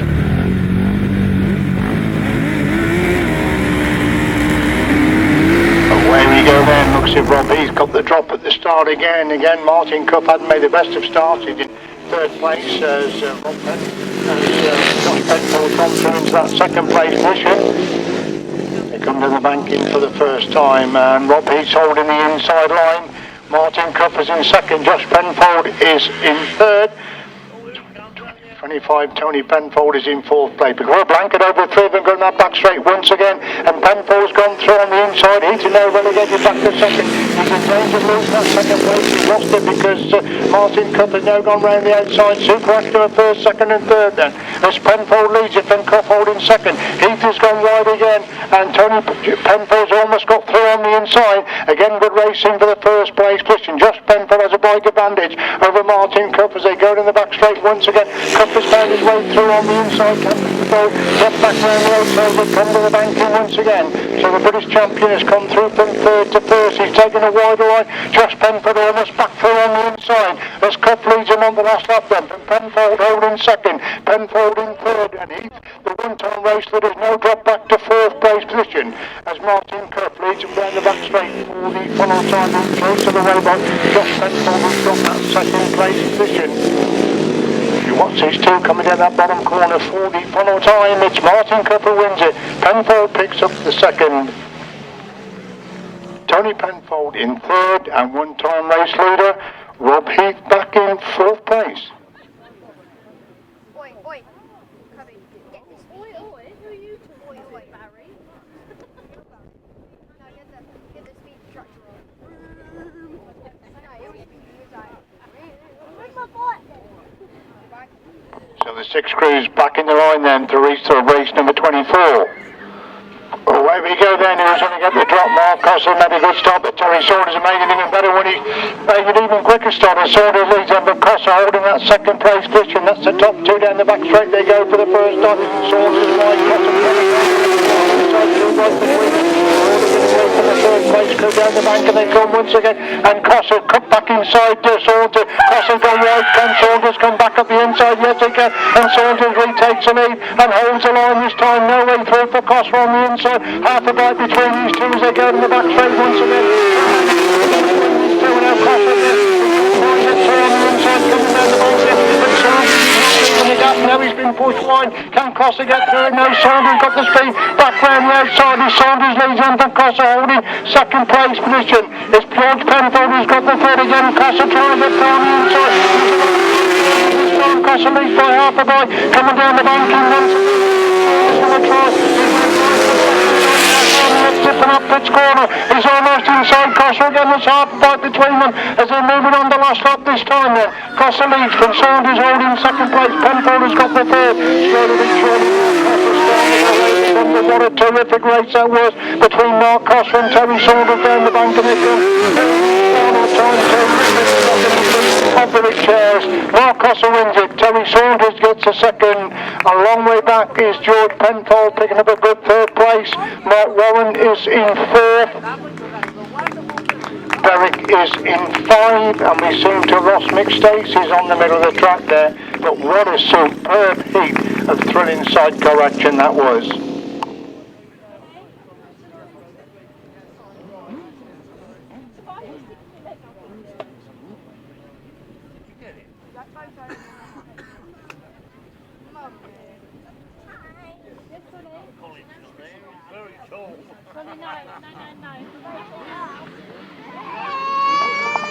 Where we go then with another heat of the big chairs. Who's going to get the drop in this one?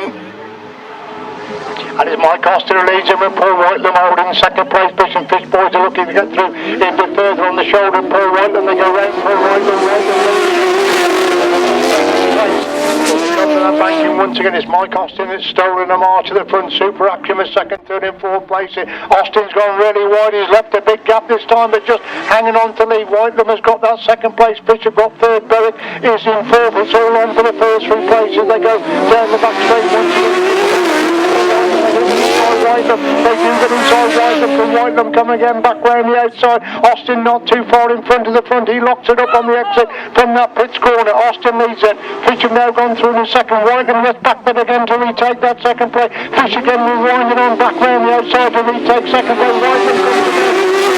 The second and third. Austin getting away the third. But one or two of his straps on the second and third. Looks at Paul Whitelam has got a little bit in hand now as the last that flag comes out then. Austin using every inch of track is clear at the front then. Whitelam all second. Fish have got the third. Berwick is in fourth. Fish again having to go at Whitelam. There's just a bite there now. Going around the back.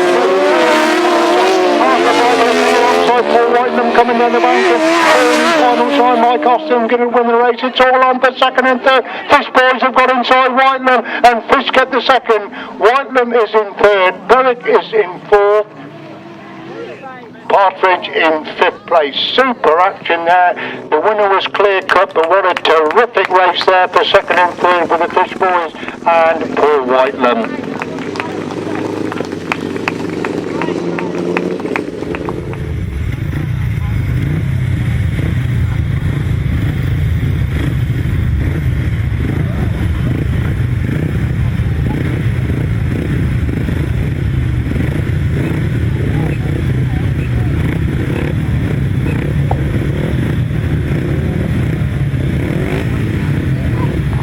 So coming to line then for race 39, the fourth and final leg of the 350 solos.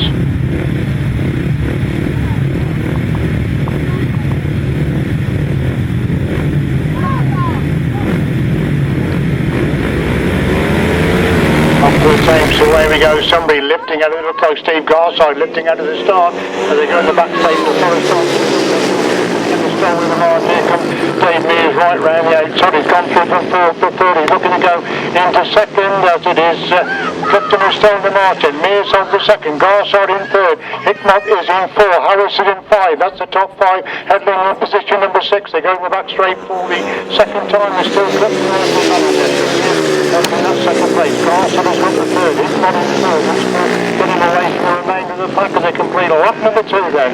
So Clifton leads. Mears in second, Garside in third, Hickmott in 4, Harris in 5, Peters in 6, Thirlby in 7, Holland in 8. That's the 8 of them going in the back straight once again. And really having a bit of Clifton has got inside. Clifton leads coming down the banking once again. Clifton again trying to come right round the outside. These two up to go to third and second. Clifton gets back round the outside. Mears will come again as they go and climb the banking on the pits corner once again. Clifton round the outside. Mears on the inside. A bite between them going down the back straight for the follow time. Clifton slowly but surely is coming away from Mears. What has Mears got on this final corner? He's closing the gap coming down the banking for the follow time. But Luke Clifton leads leg number 4.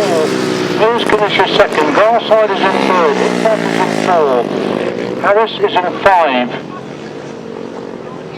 Thirlby 6. Peters 7. Hollandby in 8th place.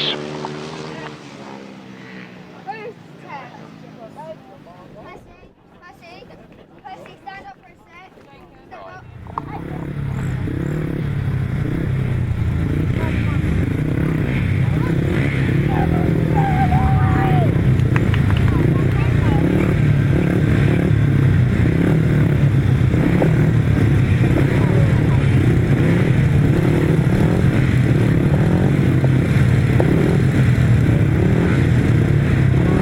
So start to assemble then for race 46, the 250 solo final.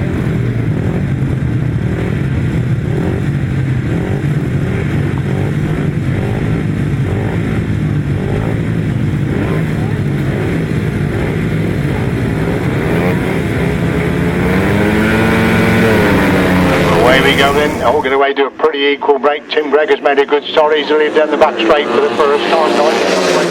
Over round the outside, whereas Charlie Wood is in third place. He winds it on round the outside, that top corner again, comes right round the outside and leads the pack completely one then for Little in second. Richards is in third, Rogers in 4, Gregg is in 5. That's the top 5 as they go in the back straight once again. Little momentarily took the lead, but Wood again with that big sweep right round the outside, taking on the opposition. Little again close to the as they go to the bank, and you'll see Wood wind it on right round the outside, not so far round the outside this time. Wood leads it then for Little in second, Richards up to third, Rogers is in 4, Gregg is in 5, Knight is in 6. That's the top 6 going to the back straight once again. They're 3 abreast now for second place. Little just been hanging on right to the jet. So there's Richards, good scrap down on to second, third and fourth place.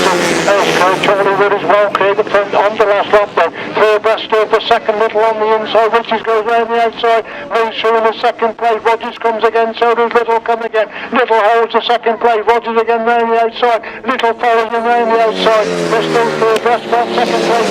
Charlie Wood down the bank in 4th, follow time. Rogers holds on to that second. Richards got the third. Richards coming right round the outside. Wood wins it. A race for the line. Rogers and Richards finish together. Little is in 4.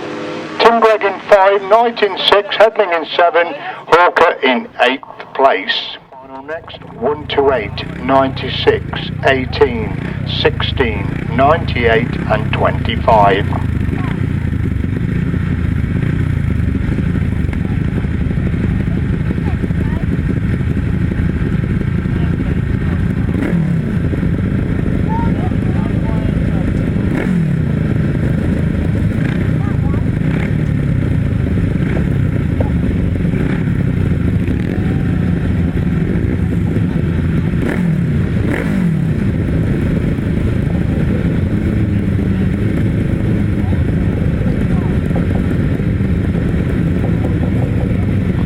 Waiting for the 6th crew to come into line for the left-hand sidecar final.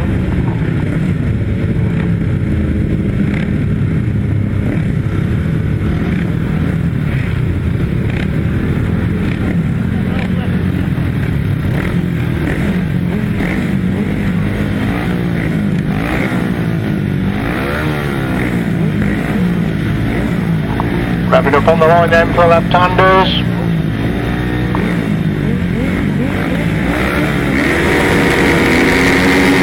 On 4 tapes, they all get away to a clean break. Who's going to make that crucial stop? Rob Heath has made a good start. He's away in second place. Looks like Phillips the winner's over that far side third in first time. Martin Cook has completely missed the start. He's in 5th place, so 3 abreast for second. He's on the outside of all of them. And here's Phillips who's got the drop. Rob Heath holds that second place. Martin Cook again 3 abreast for 3rd place, trying to get round the outside as they go down that back straight once again. Philip leads in from Heath in 2nd place. Cuff trying to improve it, coming alongside the Rob Heath who's got that 2nd place. Penfold has gone through to hit the front then in the 2nd place position. As it's still Phillips who's got the advantage then from Penfold holding that 2nd. Heath has got the 3rd. Josh Penfold in 4. Martin Cuff is in 5. Tony Penfold is in 6. Up the bank and they go once again then. The onus is still on Phillips. He's got the lead going down that back straight and he starts to pull away from Penfold who's got that 2nd turn, pulling away from Heath in 3rd. Josh Penfold in 4th. Martin Cuff in 5. Tony Penfold is in 6. The last off flag goes over.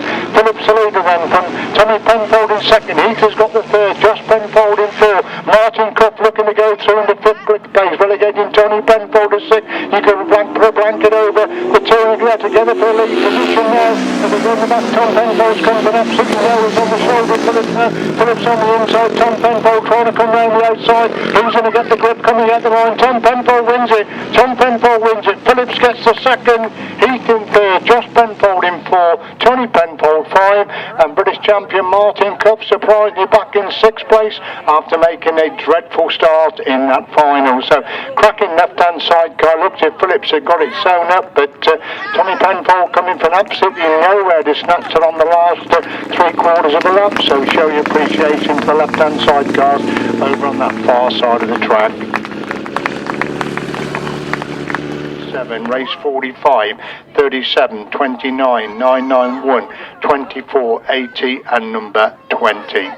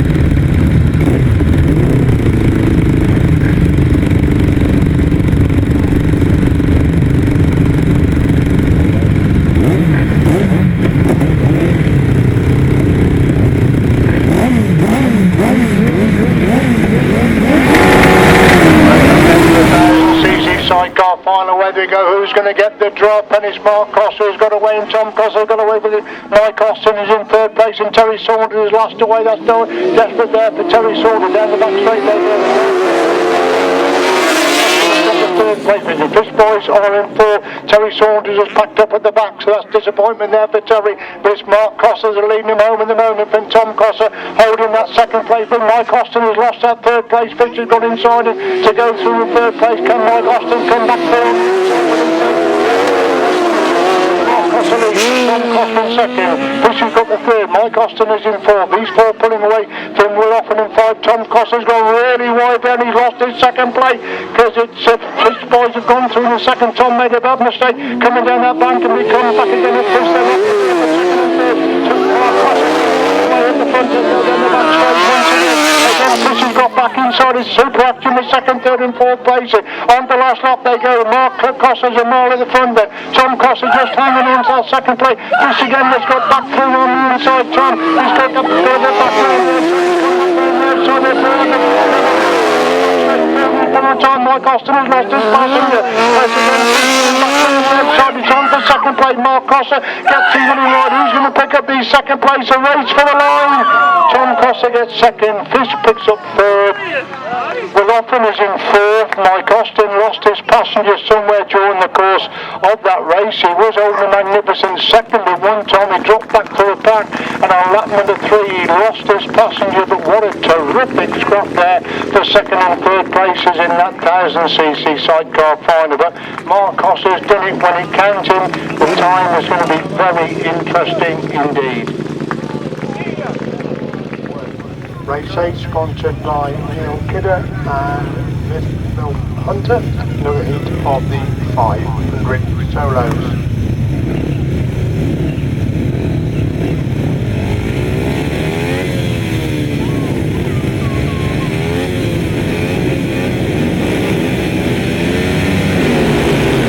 Going in for the second heat of the 500 solos at the back straight. They go for the first time. Charlie Powell who's hit the front. That can well be Jason Prin has gone through into that second place. But they're going to be 3 abreast there for second place. 2 runs in the second, third,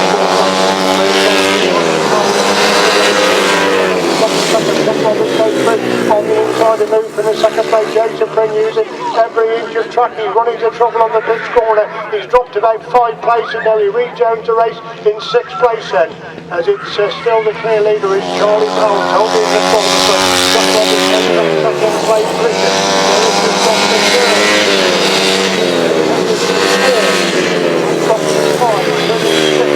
in 7, top in 8, that's the 8 then, as we watch Charlie Powell totally in control this second heat of the 500 solos. Roberts having a good ride, hanging on to that second place, listen on the 4 Powell the clear leader then, but Roberts holding second, it's all off the third and fourth places. From the third lane, British 4 and 5, British in 6, Delby in 7, top in 8, that's still the top 8, as Charlie Powell comes up that top corner for the follow time, wins the second heat of 500 solos. Jack Roberts is going to pick up the second place position. He's off the third in 4, Derek gets third, Taylor in 4, Fox in 5, 6, Prin in 7, Tuck in 8th place.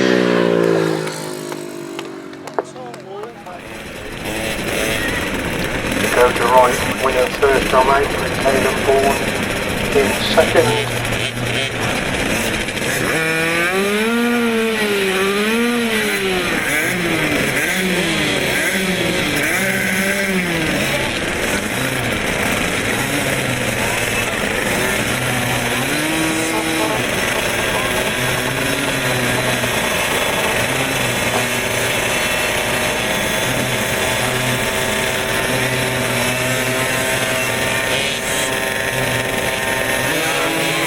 Away we go then with the second heat of the auto to gets. Somebody's got an absolute fly. They're going up a back straight. They're going to be 4 abreast for the lead. This another rider's broken through on the inside. It's all happening for the first places in this heat number 2 of the auto cadets. There's 5 of them scrapping for 2 places at the moment, and the one will pick up that lead as they come by us for the first time.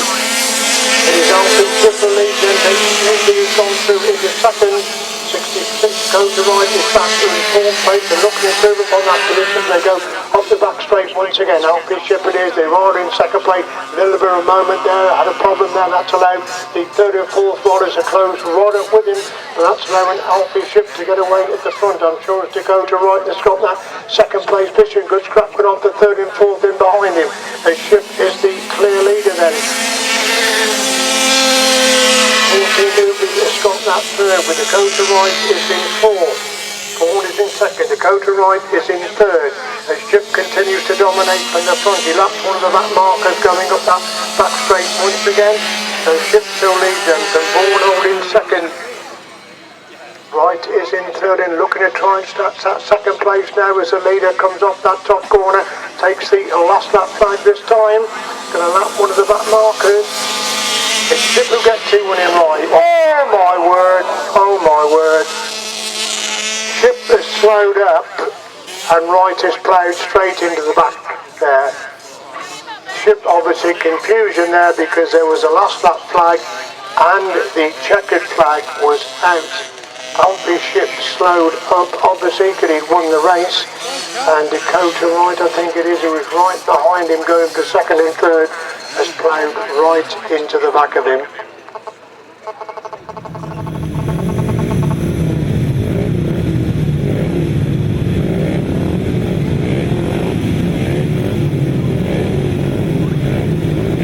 On the line then for race 15, second heat of the Inters, Jesse James, impressive winner first time out.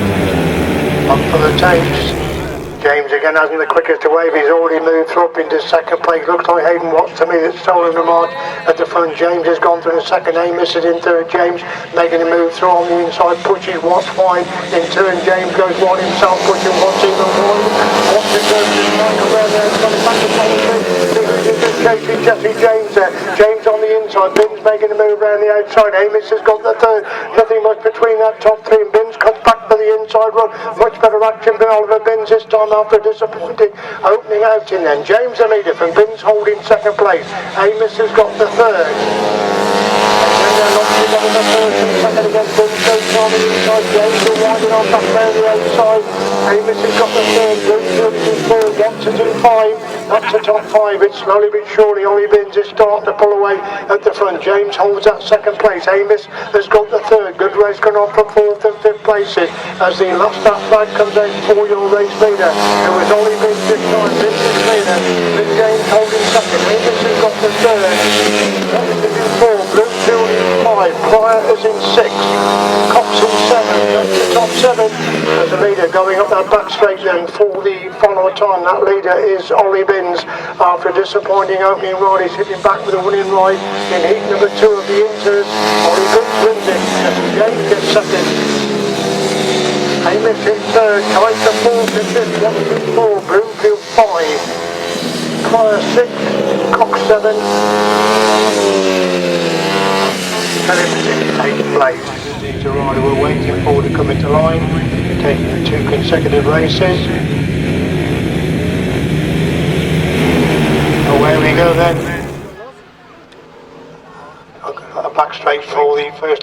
Derek has tucked his way through in the second place. Jack Roberts leads him into that top corner for the first time. Derek has got the second. Luke Harris didn't make the best of starts in third place. Derek in second. Harris has got the third. Nate in fourth. College in 5. Tuck in 6. Meadows in 7. That's a 7 and more. Jack Roberts still leads going up that back straight once again. Derek has got the second place. Luke Harris trying to wind it on to move through into second place. He's now going to come under pressure for the third place. They're going to be 3 abreast for second place on the exit from the corner. With Derek in second. Harris is off the third. Laker gets inside Harris to move to the third. He gets inside Derek to go through in the second place and sets about chasing Jack Roberts. Cracking action in the seat of the 500 solo set. As Roberts leads them for Laker, who gets it absolutely heavy. He's coming right round the outside of that top corner. Roberts is pushing wide, but Roberts leads on the last lap then. For Laker holding second. Derek has got the third. Harris got back in 4. Collins in 5. Tuck in 6. Meadows still in 7. Going up the back straight once again. 2 bars between first and second. As Roberts leads them, and there goes Laker winding on right round the outside of that top corner. He's going to come alongside Roberts. Roberts pushing him wider and wider. Roberts wins it. Laker gets second. Derek is in third. Harris surprisingly back in 4. Collins 5. Tuck 6. Meadows in 7th place. Yeah, just the 4 coming out, so unfortunately no step fly again.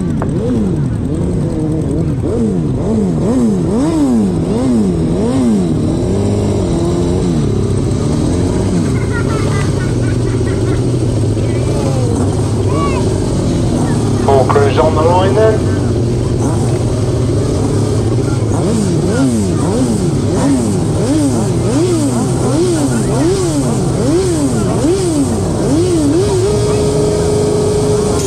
Away we go then. Paul Whiteland making a good start and Fumarolla's gone winning. Whiteland on the inside, Fumarolla going for speed round the outside, comes alongside Whiteland, gets round Whiteland comes again, back up the inside, a bite between them down the back straight on the opening lap then. Fumarolla leads them from Whiteland in second place. About 2 bites between these two again. Fumarolla's gone wide again, Whiteland trying to power away through on the in still an outside. Fumarolla still leads it, Whiteland again done. Inside line line. Stace has got that third place position. As they go to the back straight once again then, still Fumarola, but Whiteland doing the chase in there in second place. Stace has got the third, John Blewett is in fourth place. Gap starting to wide a little bit between first and second with Fumarola on the outside. Whiteland sticking to that inside line to get back at third place. In third with Blewett in fourth, down the back straight they go again. Whiteland has closed that gap, there's been a bite between them now as they go into the pits corner once again. Fumarola's gone wide, Whiteland's gone wide, cuts it back for the inside run, can he get inside it? He's half a bite, moving on to four then.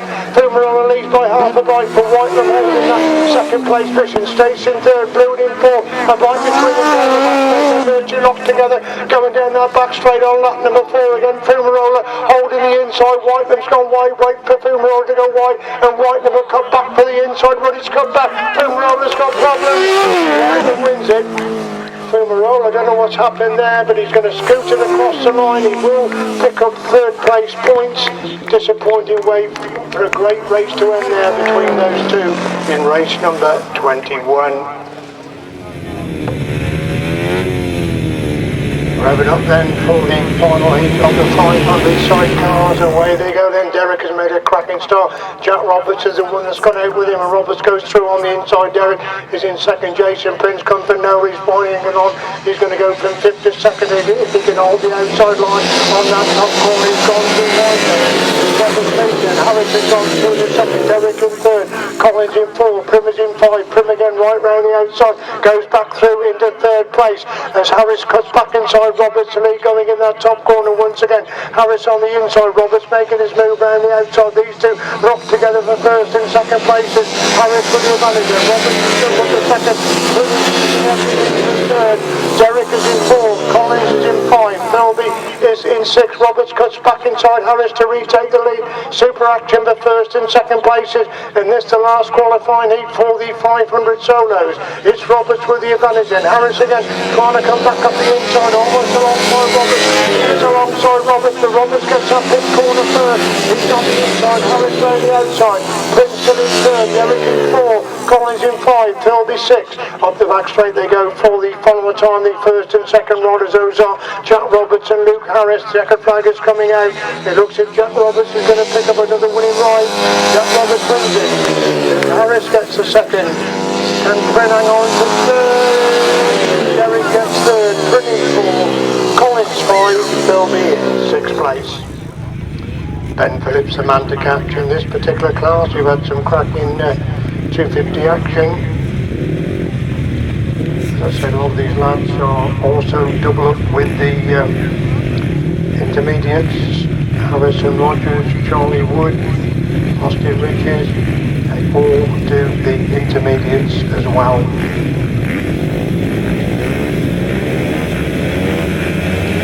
Revving up for the final heat of the 250s, away they go. Luke Tuck's made an absolute fly, but Phillips has got away. Who's that got away with him? Riches has got away as well, and Knights has made a good start as well. And all the bunch going into the top corner for the first time. Somebody's broken away from the back. That can one be Phillips is broken away. It's Phillips still into it. Riches is in fourth. Harrison Rogers is in five. Charlie Wood is way at the back. He's about 8th place at the moment. How many is he going to pick up? He's picked up one. He's picked up two. Going up that back straight. He's back in 4th place, 5th place. How far can he get from the back then? As Ben Phillips is absolutely storming away at the front then. Some plenty in that lap then. Then it goes up the good line there. Second Roberts got the third. Tucker's in 4, Richard in 5, Woodson in 6. Just 4 abreast for second place on that pitch corner. Rogers goes between two riders to move from the second. Bedingfield's got the third. Tuck's on his shoulder in 4. Richard's just tucked in behind him 5. There's 4 riders going for second place at the moment. This Phillips is pulling away the front seats on the last man there.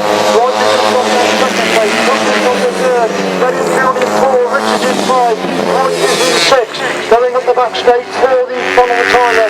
Phillips has got it sewn up at the front. Rogers has got the second. They're 3 abreast for third, and Richards goes between 2 riders to move through in the third place. Bedingfield trying to get back through on the inside. Tuck trying to come round the outside. Phillips picks up the winning ride. They're 4 abreast for second. Second's got it in. Richards got second, third. Bedingfield 4. Wood comes in number 5. Tuck in 6th place. What a superb race that was for the places there in the final heat of the 250 solos, but Charlie Wood really gave it absolutely everything on that last corner and picked up 4 places on that last corner. Cracking heat there for the 250s once again. So Mark Cossar, Terry Saunters unbeaten going into this final. If Terry makes one of his really quick starts, we could be in for a superb final, because Mark will chase and chase and chase. So it could be very, very interesting indeed. Can't count out Paul Whitelam nor Mike Austin. Will often all the Fish Boys, so should be in for a superb 1000cc sidecar final.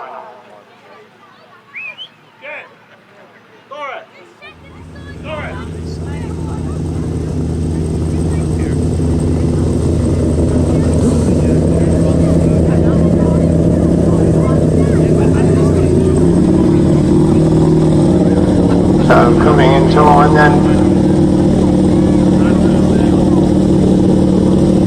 Looks to me as if Terry Saunters' first choice is right on the outside. That's very interesting indeed. He had first pick, he's gone for the outside.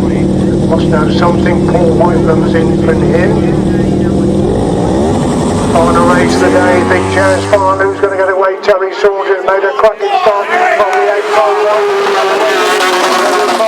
Mark Cossar in about 4th place at the moment. This is really going to make it interesting. Look at him bunching up on that top corner. Terry Saunters gets away, going down that back straight. Look at Cossar coming through. Cossar's already picked up 2 to go through into 3rd place. As Saunters leads it then from Whitelam over in 2nd. Cossar's got the 3rd and trying to get inside Whitelam. Cossar almost turns it over, trying to get inside Whitelam, but he's got inside Whitelam to move through into 2nd place. As Saunters leads going down that back straight. Cossar chasing hard there in 2nd place. Whitelam has got the 3rd. Looks like Mike Austin has gone through into 4th place, but it's still Terry Saunters who has the advantage at the moment. Cossar trying on the nose to try and close it down.